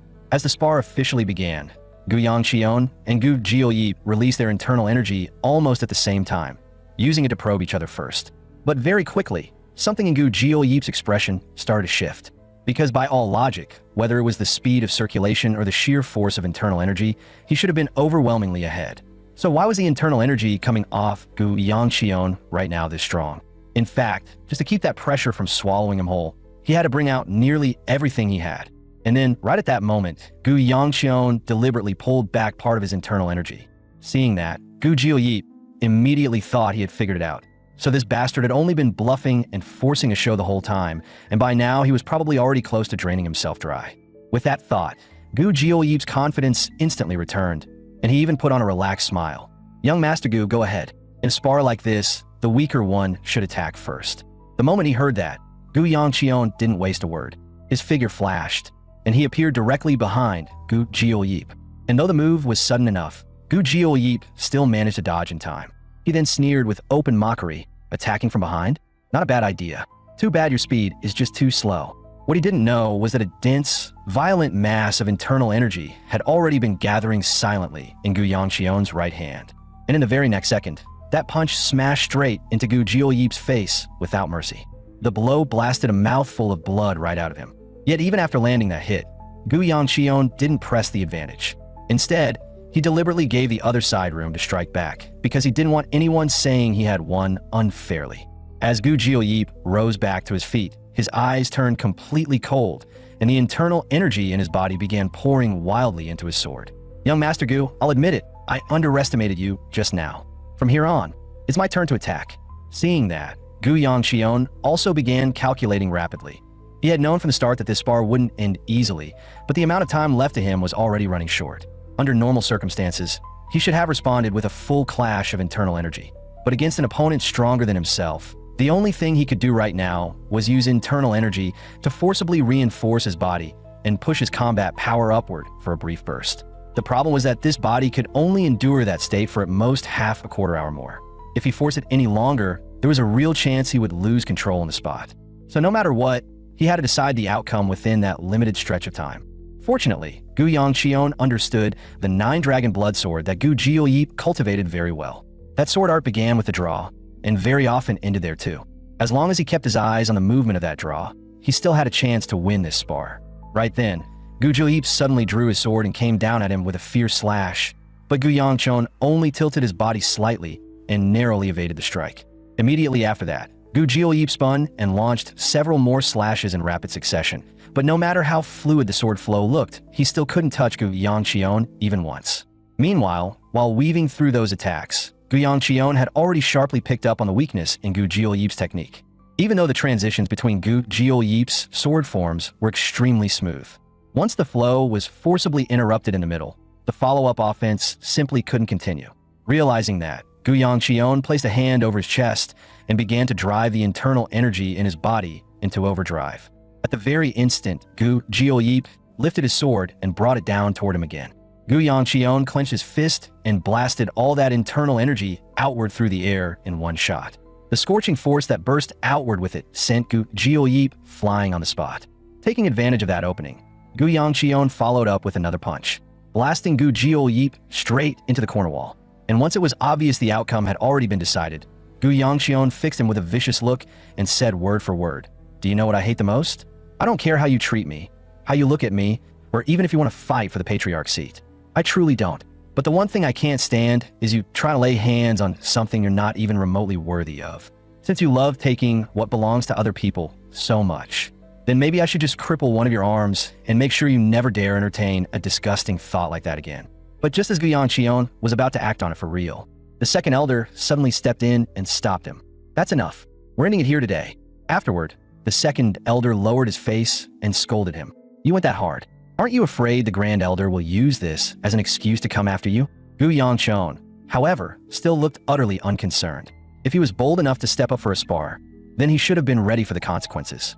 Besides, didn't he end up getting up and walking back on his own just fine? Anyway, I never planned to become patriarch in the first place. The moment those words came out, the second elder raised a finger straight at his face and barked.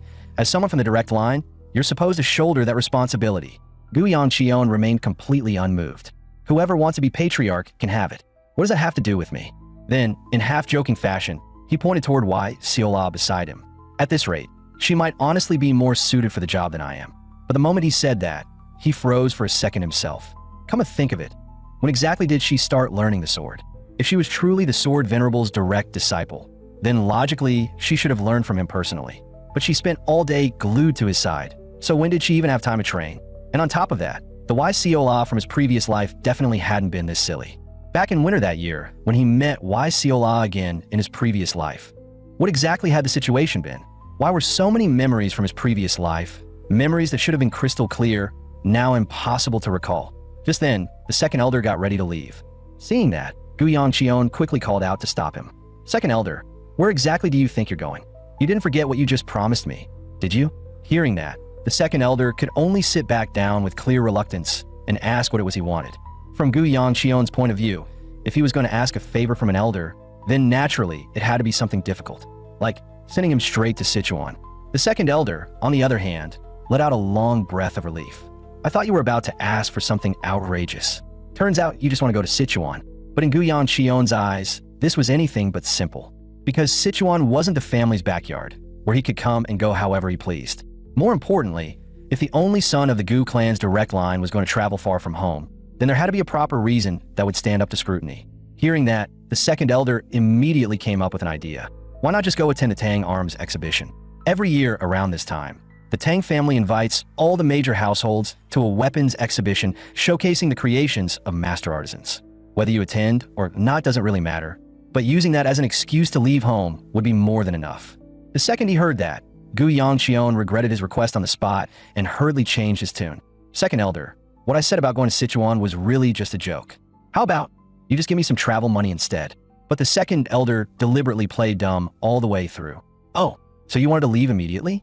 For this old man to have failed to notice Yongqion's true thoughts, how frightening it is to grow old. Realizing this was going south fast, Gu Yongqion immediately switched strategies again. "If that won't work, then at least give me a spirit pill."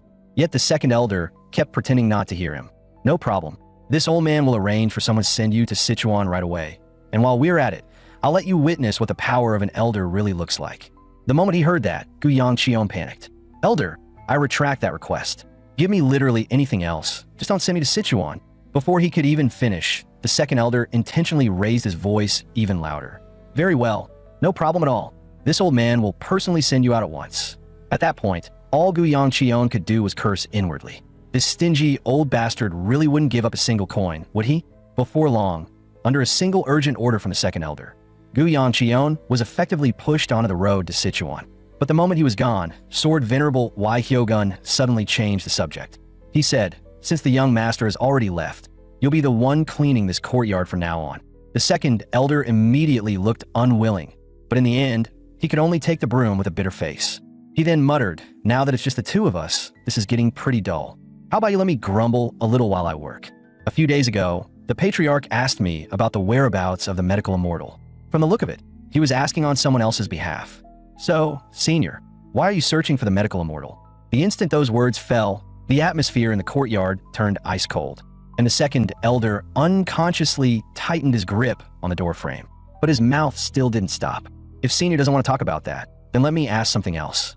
Your granddaughter, her name is Yahello, right? And she isn't human, is she?" The only response he got was Hyogun's voice, cold enough to cut through bone. "Second elder, you've crossed the line. Watch your words more carefully from now on." But the second elder still refused to back down. Every living thing carries a distinct aura of its own. Humans are no exception. But when I first saw that child at the Julong gathering, I could barely sense anything about her that felt human at all. If senior is waiting for the medical immortal to heal that child, then I'd advise you to wake up already. You know better than anyone that this isn't some illness. But before he could finish, Hyogun had already shifted into a striking stance and cut him off coldly. "Second elder, that's enough. That child is human." The second elder's lips moved slightly, but in the end, he swallowed the rest of his words. He then said, "If senior insists on protecting that child, then I won't ask anymore in the future. My opinion was never important to begin with." Yet inside Hyogun's heart, bitterness was quietly spreading. Even if she wasn't human, so what? As long as Siola remained by his side, he would protect her with his life if he had to. What he didn't know was that, inside that very room, Siola had already disappeared without anyone noticing. The scene shifted again, and night had already fallen deep, while the travel-worn group finally stopped to prepare dinner. And Gu Yangqion, taking advantage of the pause, began cultivating by himself again, just as usual. But before long, his strength gave out and he collapsed to the ground. 10 full days had already passed since they set out, and although he had been training desperately every single day, the improvement in his internal energy was still pitifully small. And while the Demon Spring Absorption Art really was a fast method for increasing internal energy, it was still, in the end, the Heavenly Demon's Cultivation Art. It was better not to touch it lightly. After all, he had finally been given a second chance, and there was no way he could let himself walk back down that cursed road again. Just then, however, a sharp cry suddenly rang out from the distance. Gu Yangqion immediately got up and hurried over to ask Mu Yun what had happened, only to see the maids standing there staring at the carriage in complete shock. And when he stepped forward and yanked the curtain open, he discovered that Siola had somehow appeared there without anyone noticing when she came. As it turned out, right when Gu Yangqion was preparing to leave for Sichuan, Siola had already gone to her grandfather and asked if she could come along too. Hyogun, however, rejected her request without even thinking twice. Siola was instantly full of confusion. Then why was it okay when we went to the Julong gathering last time? Hyogun could only explain patiently. That was because even if you caused trouble back then, there were still people who could keep an eye on you for me. But this trip to Sichuan is different. There's no one to watch you there. After hearing that, Siola seemed to accept it, so she obediently stayed inside the carriage and started helping Gu Yangqion straighten his clothes. But right then, a strange sound suddenly came from inside the carriage. Hearing it, Siola quickly turned around to look, only for a hand to suddenly appear out of nowhere in the next second, shoving her straight into the supply chest. Before she could even react, that same pair of hands appeared again in a bizarre way, waving around beside her head. And before long, Siola's consciousness began to blur, until she fell asleep inside the supply box, which was how things ended up the way they were now. After hearing her explanation, Gu Yangqion, Mu Yun, and even the maid beside them all fell silent. Siola, seeing how unconvinced they looked, thought maybe they just hadn't heard her clearly. So she repeated the whole story again word for word. But even then, her explanation was still hard for anyone to believe. After resting for a bit, Siola ended up, somehow, continuing on the road to Sichuan together with them. At first, Gu Yangqion had intended to send a guard to escort her back, but they were already far too far from Shangxi, and the group didn't have enough spare food to support an extra round trip. So in the end, he had no choice but to keep her by his side for now. Right then, however, Gu Yangqion suddenly sensed that something was wrong. He immediately ordered Mu Yun to halt the carriage and prepare for combat, because he could clearly feel 4 demonic beasts closing in nearby. No, 3, 2, 1. And in the instant he lost focus, that last remaining demonic beast had already lunged toward the carriage. Gu Yangqion immediately began circulating his internal energy. Just as he was about to finish it off himself, a figure suddenly appeared behind it. A streak of sword light flashed by, and the beast was split clean in two on the spot. Afterward, Mu-Yun was the first to thank the woman for stepping in, and Wai-Siola even waved at her with a smile. But the moment the woman turned her head to look at them, Gu Yanchion's expression changed instantly. Because in his memories from the previous life, she was the cold-blooded and ruthlessly decisive demon sword queen, Namgung Bae. And yet, every single time she finished carrying out a mission for the heavenly demon, she always needed Gu Yangxion to lead the way for her before she could make it back to the demonic sect. Because this woman was a complete disaster when it came to directions. Back in the present, Namgung Bae took the initiative and asked, "Are you all headed to Sichuan? If you don't mind, could you take me along?" Gu Yangxion rejected her without even a second thought, even lying on the spot that they weren't going to Sichuan at all, because the last thing he wanted was to get tangled up with this crazy woman again. Gu Yangxion then added, "More importantly, we have no way of confirming that you really are from the Namgung clan, so there's even less reason for us to casually let you into the convoy." Hearing that, Namgung Bae seemed to understand all at once. In the very next second, streaks of lightning began crackling around her body, while the force of that power surged straight toward the sky. Seeing that made even Gu Yangxion's expression change in shock.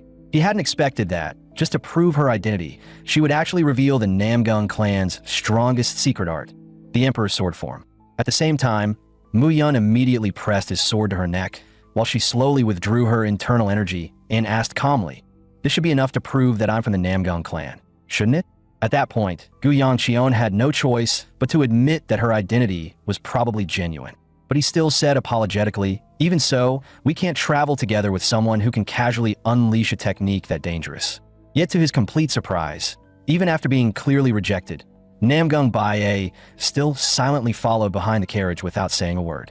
And just as Gu Yangxion was about to remind Wai-Siola again not to get too close to her, Wai-Siola had already run over to Namgung Bae and started rambling nonstop about all the different ways to cook frogs. That made Gu Yangxion's temples twitch before he grabbed Wai-Siola by the collar in the next instant and demanded, "What exactly are you doing? Did you already forget everything I just told you?" But when he saw the helpless and almost pitiful look in Namgung Bae's eyes, all he could do in the end was let out a tired sigh. "I know you're a young lady of the Namgung clan. I just genuinely don't understand why someone is protected, as you would be wandering around a place like this all alone." Namgung Bae awkwardly turned her head away and said in a small voice, "I really did set out together with everyone else, but on the way here I accidentally got lost." Then she lifted her head again and asked, "So, you really aren't heading to Sichuan?" Gu Yangxion immediately shook his head. "We're not." Hearing that, Wai-Siola froze for a moment. She then turned toward Gu Yangxion with a stunned expression. "Young master, we really aren't going to Sichuan?" With the lie exposed on the spot, Gu Yangxion could only give in helplessly. "Fine. Since you're clearly going to keep following us no matter where we go, then come along. But let me make one thing clear. You're only allowed to quietly follow behind the carriage. No extra trouble." Namgung Bae immediately nodded at that, then suddenly asked for his name.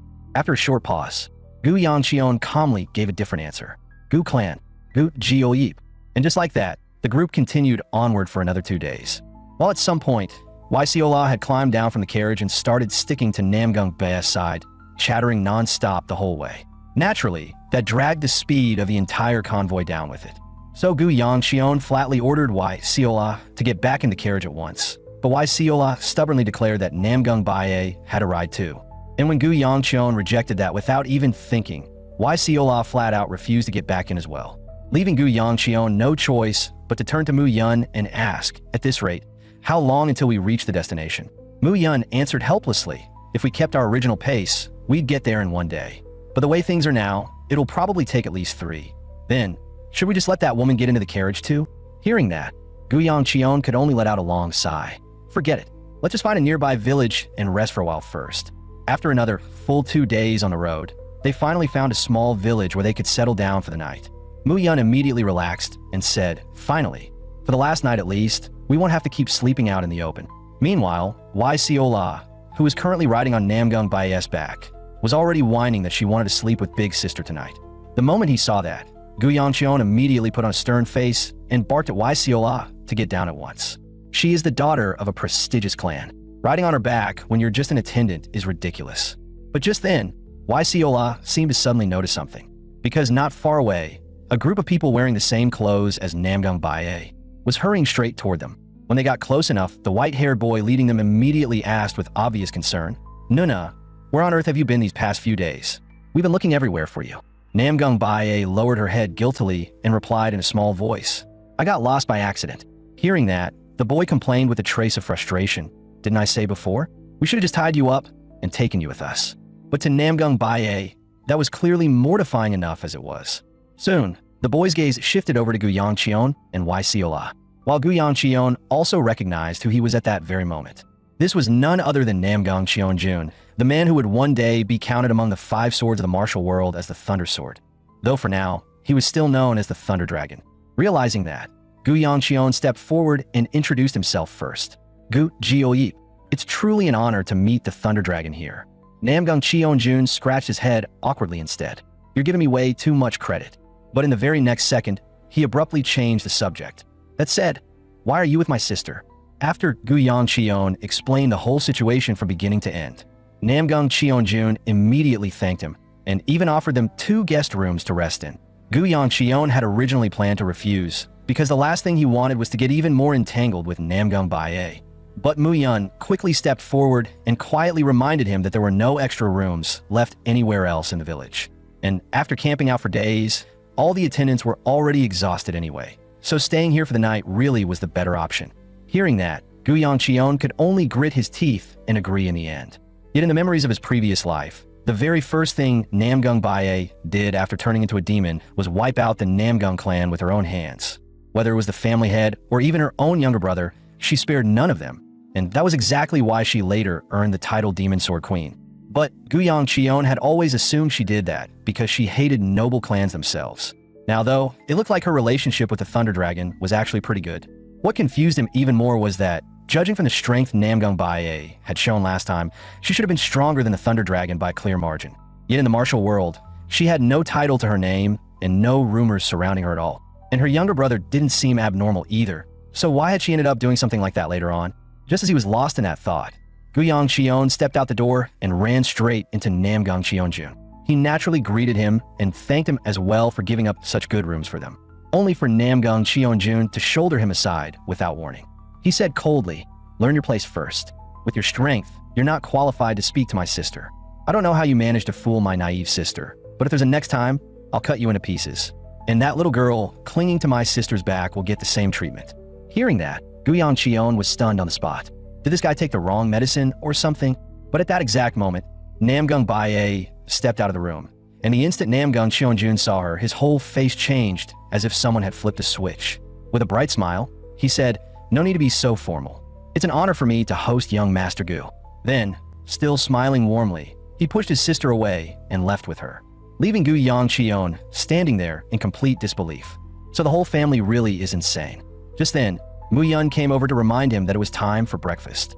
On the way to the dining hall, Guyang Qion had only one thought in mind: eat fast, leave fast, and get as far away from the Namgung family of lunatics as possible. But the moment he pushed open the door, he saw Wai Siola glued to Namgung Baye again. Seeing that, Guyang Qion could only lower his voice and remind Namgung Baye, "Are you sure you're sitting in the right place? Your brother's glare is just about sharp enough to kill people on the spot." Namgung Baye turned around in confusion at that. But Namgung Qion-jun had already switched back into that harmless, innocent-looking smile in an instant. While Guyang Qion still had no idea why the guy insisted on acting like that. At least he'd be separating from them soon enough. So after breakfast, Guyang Qion formally said his goodbyes to Namgung Baye. Although she looked like she wanted to say something, in the end she swallowed it back down. Right then, a sharp, nasty stench suddenly drifted over, making her cover her nose on instinct. And the one who had arrived was none other than Namgung Qion-jun. "Nuna, why weren't you sitting with us?" But in Namgung Baye's eyes, Namgung Qion-jun's whole body now seemed to be giving off an overwhelmingly disgusting stench. While he calmly reminded her that next time, she should sit where she belonged, Namgung Baye could only apologize softly, and then quickly came up with an excuse to leave. But in the very next moment, she silently followed behind Guyang Qion and the others again. The sight of that instantly darkened Namgung Qion-jun's expression. What a bunch of annoyances. Looks like I'll need to teach them a lesson. After more than 10 additional days of travel, they finally reached Sichuan, and at last arrived at the righteous powerhouse that had stood there for centuries, the Tang clan of Sichuan. Compared to the other great families, the Tang clan might have been a little weaker in overall scale. But when it came to forging and poisoncraft, they were unquestionably number one in the Central Plains. But Gu Yongqion was in no mood to admire any of that, because the Tang Arms exhibition would only last for 3 days, which meant he had only 3 days to locate the hidden vault. Yet the only clue he had in hand was that the vault was somewhere around the Tang clan, in a place this huge. Where was he even supposed to start looking? If he truly couldn't find it in the end, then leaking the information to the beggar's sect might be the only option left. Just then, a sudden cry snapped him out of his thoughts. He saw why Siola staring at the scenery in front of her with sparkling eyes. This place is so beautiful. Young master, look. Under the moonlight, those fireflies look like they're dancing.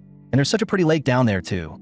The moment she said that, she grabbed Gu Yongqion by the hand and dragged him excitedly downhill, only for the two of them to discover once they reached the bottom that the so-called lake was really just a small pond, which made Gu Yongqion smack her twice on the head right away. But in the next second, Wai Siola acted as though nothing had happened, plucked 2 little flowers, and waved them at him with a grin. Siola saw that young master seemed worried the whole time, so I just wanted to cheer you up a little. Why don't you tell me what's wrong? Maybe Siola can actually help. Hearing that, Gu Yongqion decided not to beat around the bush and asked directly, if someone hid a treasure in a place this big, how do you think you'd find it? Wai Siola puffed up her cheeks in annoyance. If it's a perfectly good treasure, why would anyone want to hide it in the first place? Just then, a voice suddenly rang out from behind them. Who are you people? This isn't a place outsiders are free to wander into. The one speaking was none other than Tang Soyol, the poison consort who would one day drive back thousands of demonized foes by herself, and also the woman Gu Yongqion had killed in his previous life. He still remembered how, back then, he had walked step by step toward the poison consort when she was blind and completely at the mercy of others. He asked her coldly, is this really the end? How laughable. You thought the clansmen close to you had already escaped, but what exactly can you still change by staying here alone? And at that moment, the poison consort recognized that familiar voice as well, only to answer faintly, probably nothing at all. If that's the case, then why are you still doing this? But instead of answering, she turned the question back on him and asked why he had come here in the first place. Gu Yongqion seized her by the throat without hesitation. Why else? I came here to cut off your final breath. Hearing that, she only smiled with strange relief. I was the one who wronged you. It was only after I lost my eyes that I finally saw certain things. Maybe I should have learned to let go much earlier. If there's still time, then I hope. But before she could finish, Gu Yongqion had already snapped her neck cleanly. Back in the present, Tang Soyol was pointing straight at Gu Yongqion. She demanded angrily, why aren't you answering my question? If you keep this up, then I'll have no choice but to... Before she could finish, a hand suddenly landed on her shoulder. The one who appeared was Namgung Baye. She leaned in and whispered something into Tang Soyol's ear. Tang Soyol's expression changed on the spot. I am Tang Soyol of the Tang clan. I was rude just now to this guest from the Gu clan, who was invited by our family. Please forgive the offense. But then her gaze turned cold again. That said, young Master Gu, why are you here at such a late hour? Without the Tang clan's permission, outsiders are not supposed to enter this place freely. Hearing that, Gu Yongqion immediately offered an apology in turn. He then grabbed Wai Siola and left without another word. After he had gone some distance, Tang Soyol finally couldn't hold back her complaint. That young master from the Gu clan is seriously rude. Does being handsome really give him the right to do whatever he wants? People who rely on their faces are the worst. Hearing that, Namgung Baye actually paused to think about Gu Yongqion's appearance, then asked with honest confusion, so, are you saying young Master Gu is very good looking? Tang Soyol's face instantly flushed red, and she hurriedly waved her hands. No, that's not what I meant at all. What I mean is, even if someone isn't good looking, they should at least have a kind heart. Early the next morning, just as Gu Yongqion was getting ready to head out and continue his training, Namgung Baye arrived with her younger brother. The moment he saw the two of them, Gu Yongqion's face filled with weary frustration. What rotten luck. So he could only ask, and what is it this time? Namgung Cheonjun responded with an unusually warm smile. The Tang clan has invited everyone to dine together. Nono was hoping young Master Gu would come too. Hearing that, Gu Yongqion politely declined the invitation at once. But in the very next second, Namgung Cheonjun grabbed him by the wrist, smiling on the surface while coldness filled his eyes. Come with us. That instantly irritated Gu Yongqion. He had already said he wasn't going, and this bastard still planned to drag him there by force? With that thought, a surge of fierce internal energy burst straight out of his body. Namgung Cheonjun's expression changed, and he immediately let go. The atmosphere around them tightened in an instant. In order not to disrupt his own plans, Gu Yongqion immediately smoothed things over again. Actually, I'm hungry too. Fine, let's go eat together.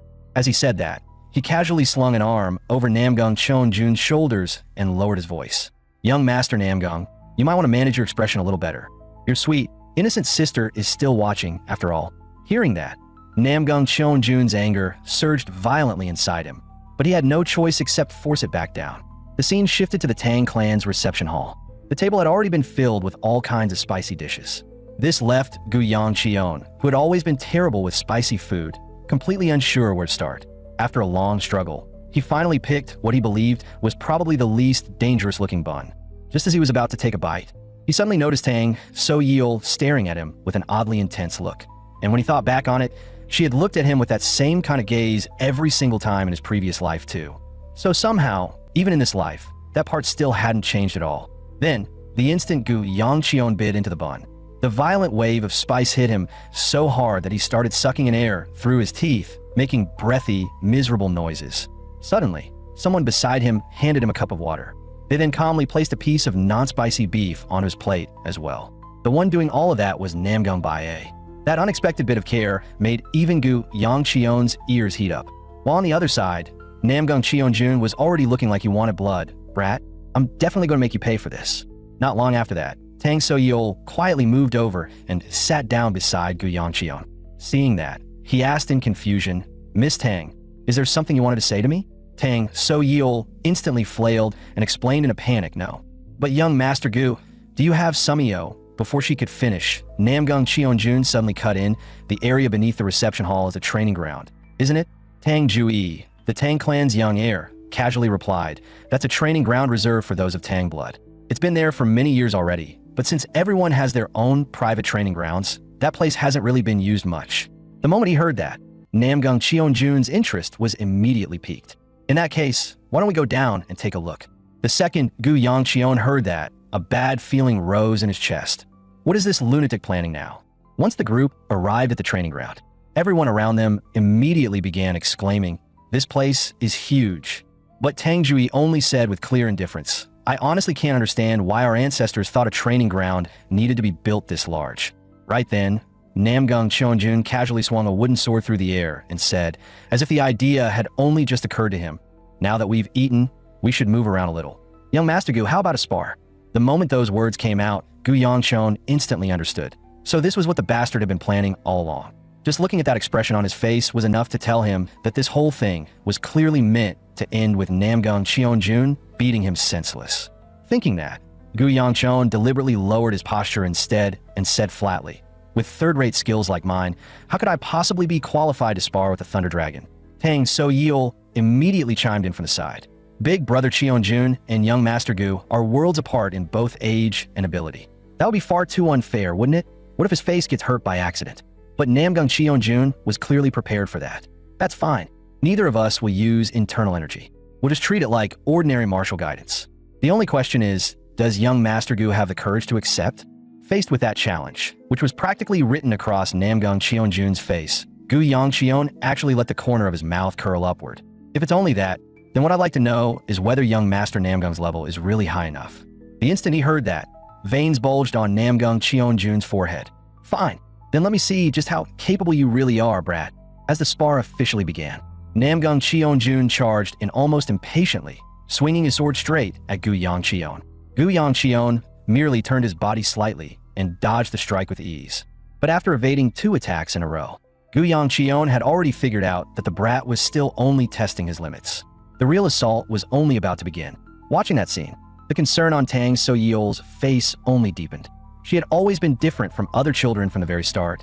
While most children her age were still running after cats and dogs, she had already grown used to staying close to predators like tigers and wolves. Because compared to small, harmless animals, what she liked were powerful apex predators. And it was precisely because of that strange preference that she had always found it hard to feel she truly belonged anywhere. Until the day she met that boy. With just a single look, she was completely drawn in by the way he stood out from everyone else. Her heart began pounding wildly inside her chest. Every time she stole another glance at him, it felt as if he were glowing all on his own, to the point where even the way he drank water seemed unbearably handsome. She couldn't stop herself from wanting to get even closer to him. So was this what people called falling in love? Just then, a thunderous crash suddenly snapped Tang So-yeol out of her thoughts. She stared at the scene in front of her in utter disbelief, because the sword in Namgung Cheonjun's hand had actually shattered. Namgung Cheonjun himself lowered his eyes to the broken blade in complete shock, unable for the life of him to understand why it had snapped apart like that. He had clearly held back on the first two exchanges, but every strike after that had absolutely been full force. In that brief instant of distraction, Gu Yangqion suddenly drove a punch straight at him. The blow came together with a cold warning. Even if you're a genius, letting your mind wander during a spar is stupid. If this were a real fight to the death, you'd already be dead 3 times. Those words jolted Namgung Cheonjun awake on the spot. He immediately flashed aside, barely avoiding the hidden time. Then Gu Yangqion spoke again, with open mockery in his tone. Why don't you pick another weapon? Since you insisted this was supposed to be martial guidance, you should at least teach me something worthwhile. Hearing that, Namgung Cheonjun exploded with rage. After choosing another sword, he outright began circulating internal energy. In the next instant, he slashed down with a force like crashing thunder. Gu Yangqion reacted quickly enough to narrowly evade what would have been a lethal strike. At that moment, Gu Yangqion was completely enraged by this shameless disregard for the rules. Namgung Cheonjun, on the other side, kept pushing his internal energy higher, even going so far as to unleash his strongest art, only for that technique to be casually crushed apart by Gu Yangqion in the very next second. Gu Yangqion's eyes darkened as he said coldly, "Kid, I put up with you for long enough." The moment those words fell, he drove a vicious kick straight into Namgung Cheonjun's groin. The sight of it made everyone present widen their eyes at once, and that soul-rending burst of agony forced a brutally high-pitched scream out of Namgung Cheonjun on the spot. Then Gu Yangqion even added with a wicked grin, "That thing didn't actually break, did it?" Even so, Namgung Cheonjun still refused to back down, gritting out, "Can someone like you still call himself a martial artist? I'll make sure every major house hears about what happened today. You'll never be able to hold your head up again for the rest of your life." But Gu Yangqion shot back immediately, "And what about you? How many innocent people have you killed? At least a dozen, right?" As he said that, he grabbed Namgung Cheonjun by the arm. Seeing where this was headed, Tang Jui rushed forward to stop him. "Young Master Gu, you've already won. Let in here." But Gu Yangqion answered coldly, "Didn't you see what happened? He broke the rules of the spar first, then started hurling abuse at me. You really think that was some careless little mistake made in the heat of the moment? He's a lot older than I am." Tang Jui could only warn him in a low voice, but he is still a member of the Namgung clan. If you go too far, you know perfectly well what kind of trouble that could bring afterward. Gu Yangqion didn't let that slide for a second. "It's precisely because he's from a Namgung clan that I've held myself back this whole time. If our positions were reversed today, and I were the one doing this, would you still be standing here, trying to stop it?" That single question left Tang Jui completely speechless. Then, in the very next moment, a sharp crack rang out, and Namgung Cheonjun's arm was forcibly broken by Gu Yangqion on the spot. But after taking only a few steps away, Gu Yangqion suddenly realized that he had probably gotten himself into trouble yet again. If the second elder found out he had crippled the Namgung clan's young master halfway, what kind of reaction would that old man have? Then again, the old bastard might actually clap and say well done, considering the brat had it coming. Just then, a hand suddenly caught the edge of his clothes from behind. When Gu Yangqion turned around, he found Namgung Baye looking at him with complete sincerity. "Tell me your real name." Gu Yangqion immediately shook her hand off and frowned. "Didn't I already tell you? My name is Gu Jiuyip." But Namgung Baye calmly pointed out that he was lying. That instantly sent all kinds of messy thoughts running through Gu Yangqion's head. Why do you want to know that? Are you trying to avenge your brother? But when he looked at her expressionless face again, he quickly dismissed that guess himself. Then, all of a sudden, Namgung Baye stepped closer, gently held his hand, and repeated in a quiet voice, "Tell me your real name." Seeing how stubborn she was being, Gu Yangqion could only sigh in helpless frustration. He then laid down a condition. "If I tell you, you stop following me." The moment she heard that, Namgung Baye hurriedly nodded. Gu Yangqion gave a dry cough and finally told her, "Gu Yangqion." A faint blush rose to Namgung Baye's face as she softly repeated his name. What she still didn't know was that this very name would one day become tangled with her fate in ways she could never cut apart.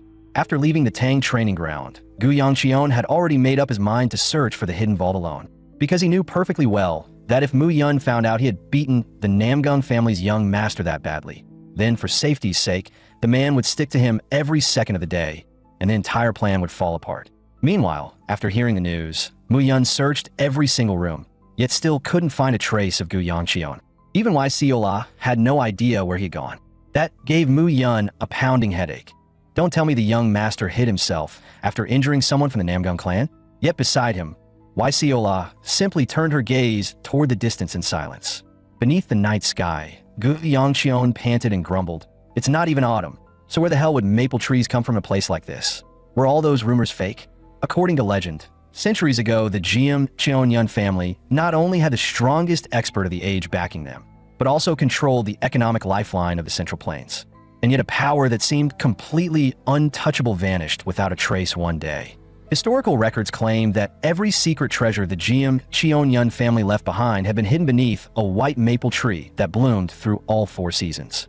Just then, Gu Yangqion's stomach let out a loud growl.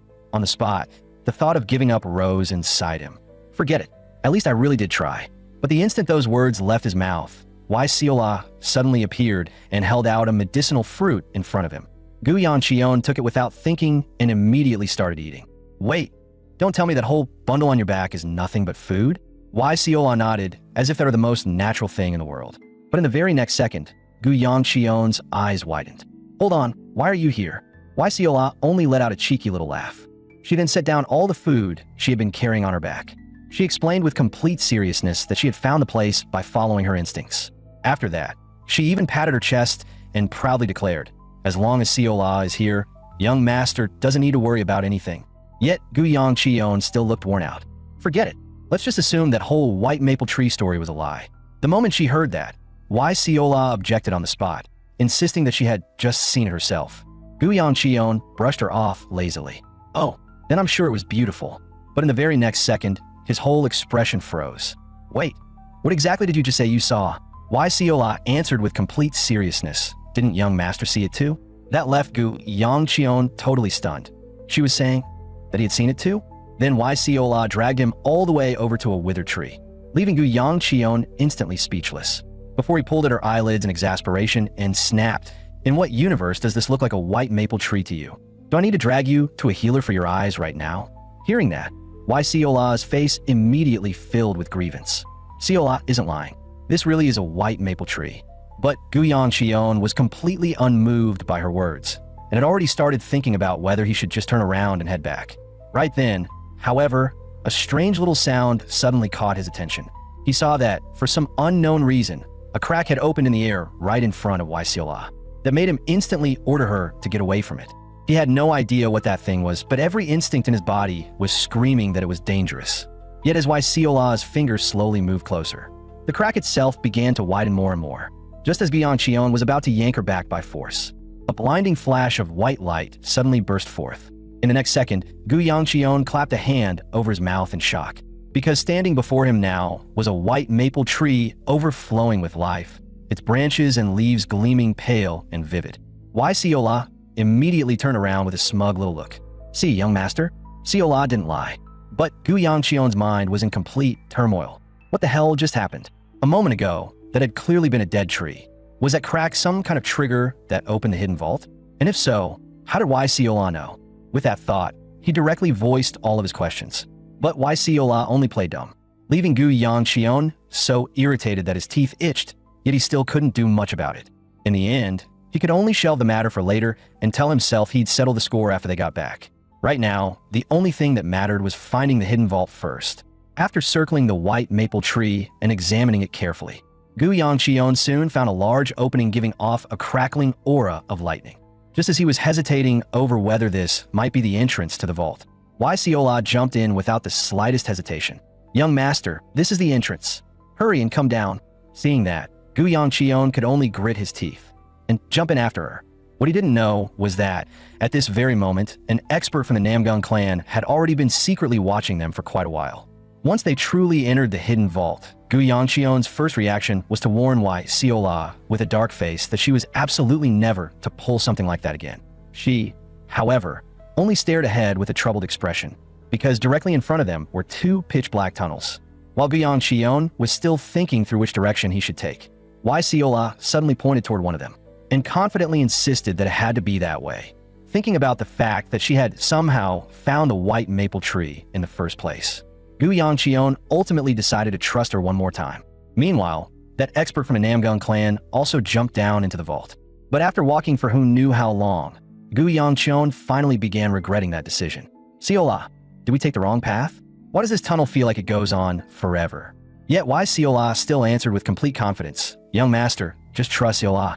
After walking a while longer, Wai Siola suddenly came to a stop. She pointed toward a room ahead that was black as pitch. "Young master, we're here." Seeing that, Gu Yangqion reached out and knocked her twice on the head.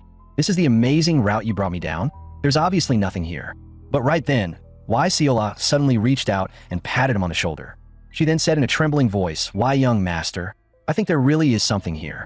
The moment those words fell, a white creature began gliding silently around them, leaving Gu Yangqion staring in shock. He had never imagined that a massive demonic serpent was guarding this place. What stunned him even more was the fact that a demonic beast could exist in a place like this at all, because this was clearly a sealed chamber. So where exactly had it come from? And judging from that aura, it was at least green rank. The only reassuring thing was that the creature didn't seem to be fully awake yet. So just as Gu Yangqion was about to sneak away with Wai Siola, the serpent abruptly opened its eyes. At once, Gu Yangqion pulled Wai Siola behind him, cursing inwardly, "Damn it, why did I have to wake up now of all times?" Something on this level was far beyond what he could handle right now. After being given a chance to live a peaceful life again, there was no way he was going to throw that away here. With that thought, Gu Yangqion raised his fist and began gathering internal energy, only for the serpent to suddenly speak first. "Child, put your power away. I have no intention of harming you." That made Gu Yangqion's eyes widen at once. "Why can you speak?" The serpent only burst into laughter. "I'm merely curious why a child not born of the Yun bloodline managed to find this place." After that, Gu Yangqion briefly explained how they had gotten here. After listening, the serpent seemed to remember something. It then pressed him again about his true reason for coming. That immediately put Gu Yangqion on guard. If this serpent learned they had come for the hidden vault, there was no chance it would let them leave easily. So he lied and claimed they had only wandered in by accident. But the serpent exposed him without mercy. "You came for the hidden vault, didn't you? Unfortunately for you, what you're looking for is already gone. Still, before anything else, I want to ask you one final question. Child, what do you believe fate is?" Gu Yangqion could only stare at it in disbelief. What kind of stupid question is that? The serpent froze for a second. It then burst into roaring laughter. Seeing that, Gu Yangqion's expression only grew grimmer. "Don't tell me this thing has actually gone mad." But then the serpent suddenly turned serious again. "The moment I saw that the one who entered here was not of the Yun bloodline, I knew they had probably long since gone to heaven. If everything I guarded has already vanished, then what is there left for me to cling to? There is nothing here that I still need to protect." At that point, Gu Yangqion had actually thought it was about to let them leave. But in the next second, a strange golden sphere dropped right in front of him. At the same time, the serpent spoke in a way that made even less sense. This thing was bound to fall into someone's hands eventually. I may as well give it to the one fated to receive it. After all, someone carrying those things in his heart may find it easier to accept than anyone else. But before Gu Yangqion could make sense of those words, the golden sphere began flashing over and over. His face changed instantly. That thing clearly doesn't carry the aura of a magic stone. Then why is the demon spring absorption art reacting again? And this feeling, it's completely different from absorbing magic stones. As the golden light grew stronger and stronger, the pain in his body also intensified. Right then, Wai Siola suddenly raised a hand, pressed it against his back, and began channeling internal energy into him. Before Gu Yangqion could fully grasp what was happening, his vision went dark and he collapsed unconscious. The serpent then spoke again, slowly asking, "Now, then, are you satisfied?" And Wai Siola, now radiating astonishingly dense internal energy, suddenly lifted her eyes and answered in a fierce voice, "You dare ask whether I'm satisfied?" The serpent warned her to withdraw her internal energy. Power on that level wasn't something that could be brushed aside just because he had fainted, and Wai Siola clearly understood that too. That only made the serpent more curious. If you already know all that, then why do you still insist on changing so many things? Is this truly your choice? Wai Siola answered with a question of her own. Then why did you give something as important as that gem to him? The serpent's voice immediately sank lower. He was nothing more than an accidental variable. Waiting for someone who would never return was too lonely, so I let it all go long ago. As it spoke, its massive body began to break apart little by little. It finally turned into countless fragments and scattered throughout the chamber. Seeing that, Wai Siola only let out a quiet sigh. Fate really is fickle. Then she lowered her eyes toward the unconscious Gu Yangqion and murmured, "You really are just as dense as ever. You're clearly terrified of losing this second life. And yet, whenever danger appears, you still throw yourself in front of me without hesitation. At that very moment, a voice suddenly echoed deep inside Yahello's mind. "Can you return to me now?" But Yahello calmly replied, "Let me borrow it a little longer. It's still dangerous right now." Sure enough, it wasn't long before the man who had been tailing them finally caught up. Yahello looked at him coldly and warned, "You should leave right now. Otherwise, this place will become your grave." The man responded with a contemptuous sneer. "I really didn't expect the young master to lose to some brat who gets winded just from climbing a mountain. Hand that guy over, and I'll spare your life." Hearing that, Yahello fired back. Was this the old man of the Namgung clan's idea? Or that trash's own? The moment those words left her mouth, the man pressed his sword to her neck and barked, "How dare you disrespect the patriarch of the Namgung clan? You really don't know your place." Yahello merely raised a finger to her lips, signaling that he was being too loud. In the next instant, a streak of golden light flashed. Before the man even understood what had happened, he realized his arm had already been severed. The agony that hit him a heartbeat later instantly ripped a scream from his throat. Yahello's eyes turned razor sharp. "Quiet down. He's sleeping peacefully. Don't wake him up." After Yahello cut off the arm of the Namgung clan expert, Machiol quickly confessed the whole chain of events without holding anything back. It turned out that after Namgung Cheonjun had his arm broken by Guyang Cheon, he still couldn't accept defeat. He even stubbornly believed that Guyang Cheon must have relied on some kind of sinister art. So he summoned his trusted subordinate, Machiol. He secretly set a revenge plan against Guyang Cheon into motion. But the thing that truly gave him a headache was this. The Gu clan's guard, Mu Yun, was far too powerful to read, leaving them with no opening to act. Guyang Cheon eventually slipped away from Mu Yun to search for the hidden vault alone. It was only then that Namgung Cheonjun finally gave Machiol the order to eliminate him. Now, Machiol was on the ground begging desperately for mercy. But the only answer he received was an icy streak of sword light.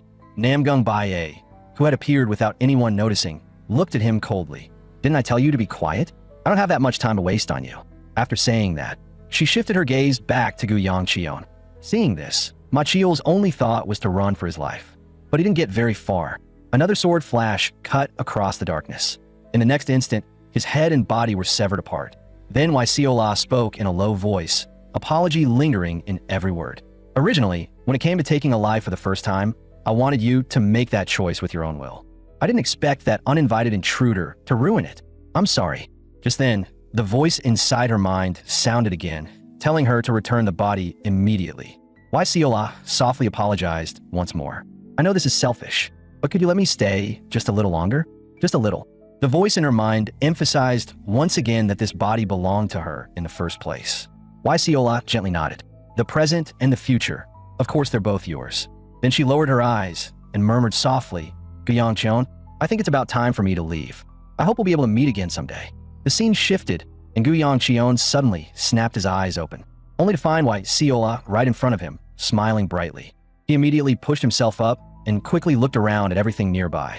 He vaguely remembered that it seemed to have been Seola who opened that white seal, and that inside the hidden vault there had been a great white demonic serpent, which had even given him a golden bead, a bead that he had ultimately absorbed into his own body.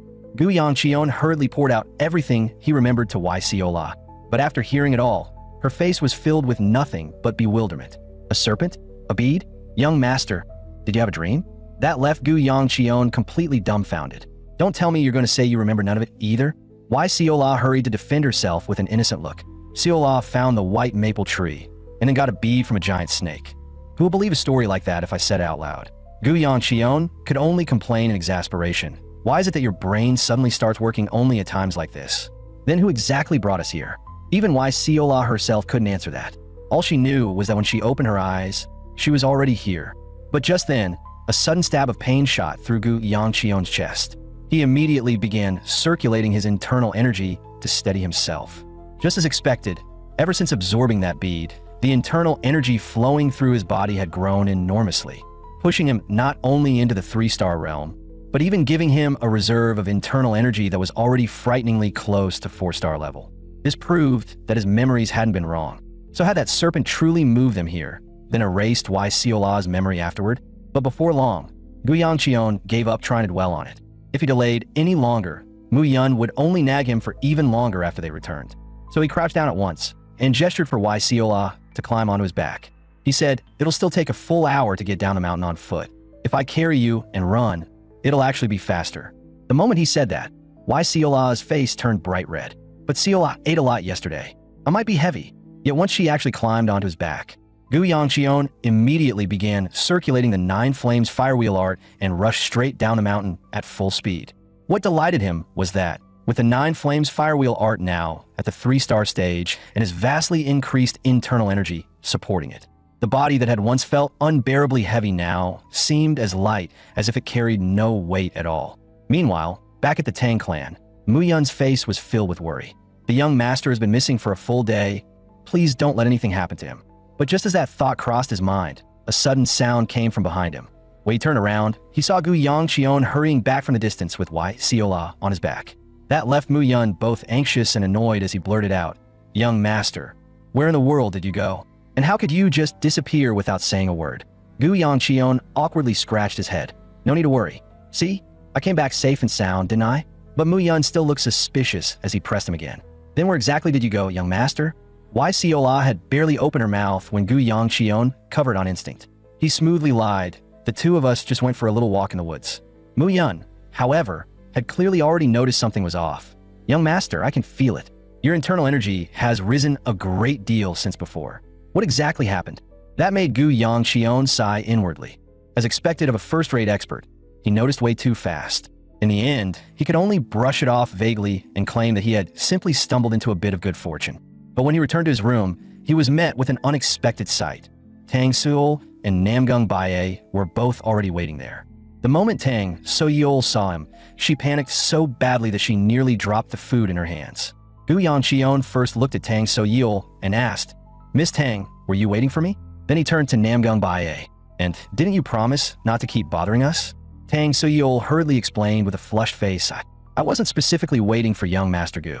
Namgung Bae, on the other hand, calmly stated that she had not been causing any trouble. That only made Gu Yongcheon more impatient. "Then what exactly are the 2 of you here for?" To his surprise, the 2 of them answered in perfect unison, "Just to say hello." But right after that, Namgung Bae suddenly raised a hand and seriously pointed out, "Young Master Gu, your internal energy has improved a lot. In that case, would you spar with me?"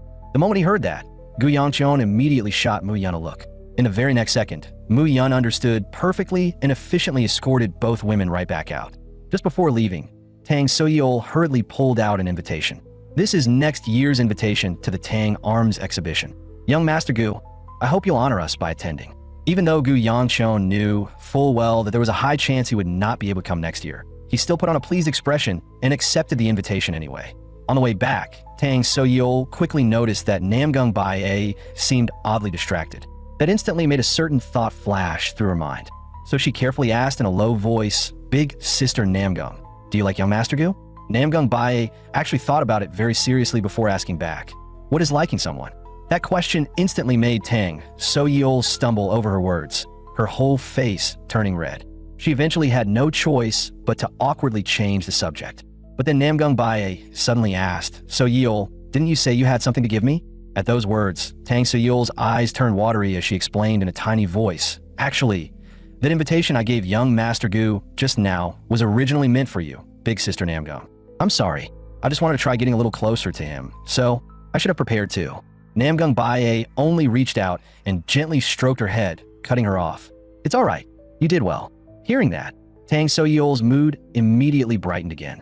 "See, in the end, Big Sister Bae is still the one who treats me best. As an apology, let me treat you to the finest poison I have. Come on." What Tang Seol didn't know was that, in Namgung Bae's eyes, an aura that Namgung Bae instinctively hated was already wrapped tightly around Tang Seol's entire body. The scene shifted again, this time to the Namgung estate. The patriarch of the Namgung clan was furiously berating Namgung Cheonjun. "I sent you there to look after your sister properly. And what did you do instead? You lost to some unknown upstart, and even managed to lose one of your personal guard for no reason at all." Hearing that, even Namgung Cheonjun himself looked baffled. But why? Why hasn't Ma Cheol returned yet? Did he actually fail? But Ma Cheol is already a top-tier expert. How could that be possible? If that's the case, then why hasn't he come back yet? Right then, the patriarch of the Namgung clan suddenly released a terrifying surge of internal energy. "Do you know what disappoints me the most about you? It's not that you broke the rules during spar. It's not even that your strength fell short and you were humiliated in public. What truly disappoints me is that after making such a mess, you still couldn't even wrap it up properly. But this time, I won't punish you further. Go into closed-door training at Cheonggyeom Hall for a while. Namgung Cheonjun's face was full of resentment, but in the end, he could only accept the punishment through clenched teeth. He still muttered the words "Gu Clan" under his breath, unwilling to let it go. That made the Namgung patriarch, who had been about to leave, stop in his tracks again. Bury this matter in your stomach and never speak of it. Namgung Cheonjun whipped his head around and demanded in confusion, "Father, what is that supposed to mean?" But the Namgung patriarch merely cast him a single glance. That alone was enough to make Namgung Cheonjun lower his head in fear. The patriarch said in a heavy tone, "When the day comes that you sit in the patriarch's seat, you'll understand. Until then, do not entertain any improper thoughts toward the Gu clan again. Who knows? One day, they may even become family to you." Namgung Cheonjun nodded almost on instinct at first, but then he abruptly realized what had been said. "What? Father, did you just say they might become family?" The scene shifted, and on the other side, after hearing the news, Gu Yongcheon looked just as stunned. "Second Elder, what did you just say?" The second elder repeated himself as if it were the most natural thing in the world. "Your betrothal has officially been set in motion." Gu Yongcheon found that impossible to believe. After all, he had only just broken off the engagement with the Peng clan. For a useless wreck with a reputation like his, how could there already be another family willing to tie themselves to him? The second elder only chuckled. "Yes, well, whose fault was it that you caused such a huge scene and wrecked a perfectly good marriage arrangement in the first place? Don't tell me you plan to grow old alone. I personally went out of my way to arrange this match for you. So just accept it quietly." Even after hearing that, Gu Yongcheon still felt the old man had to be messing with him and didn't take the matter seriously at all.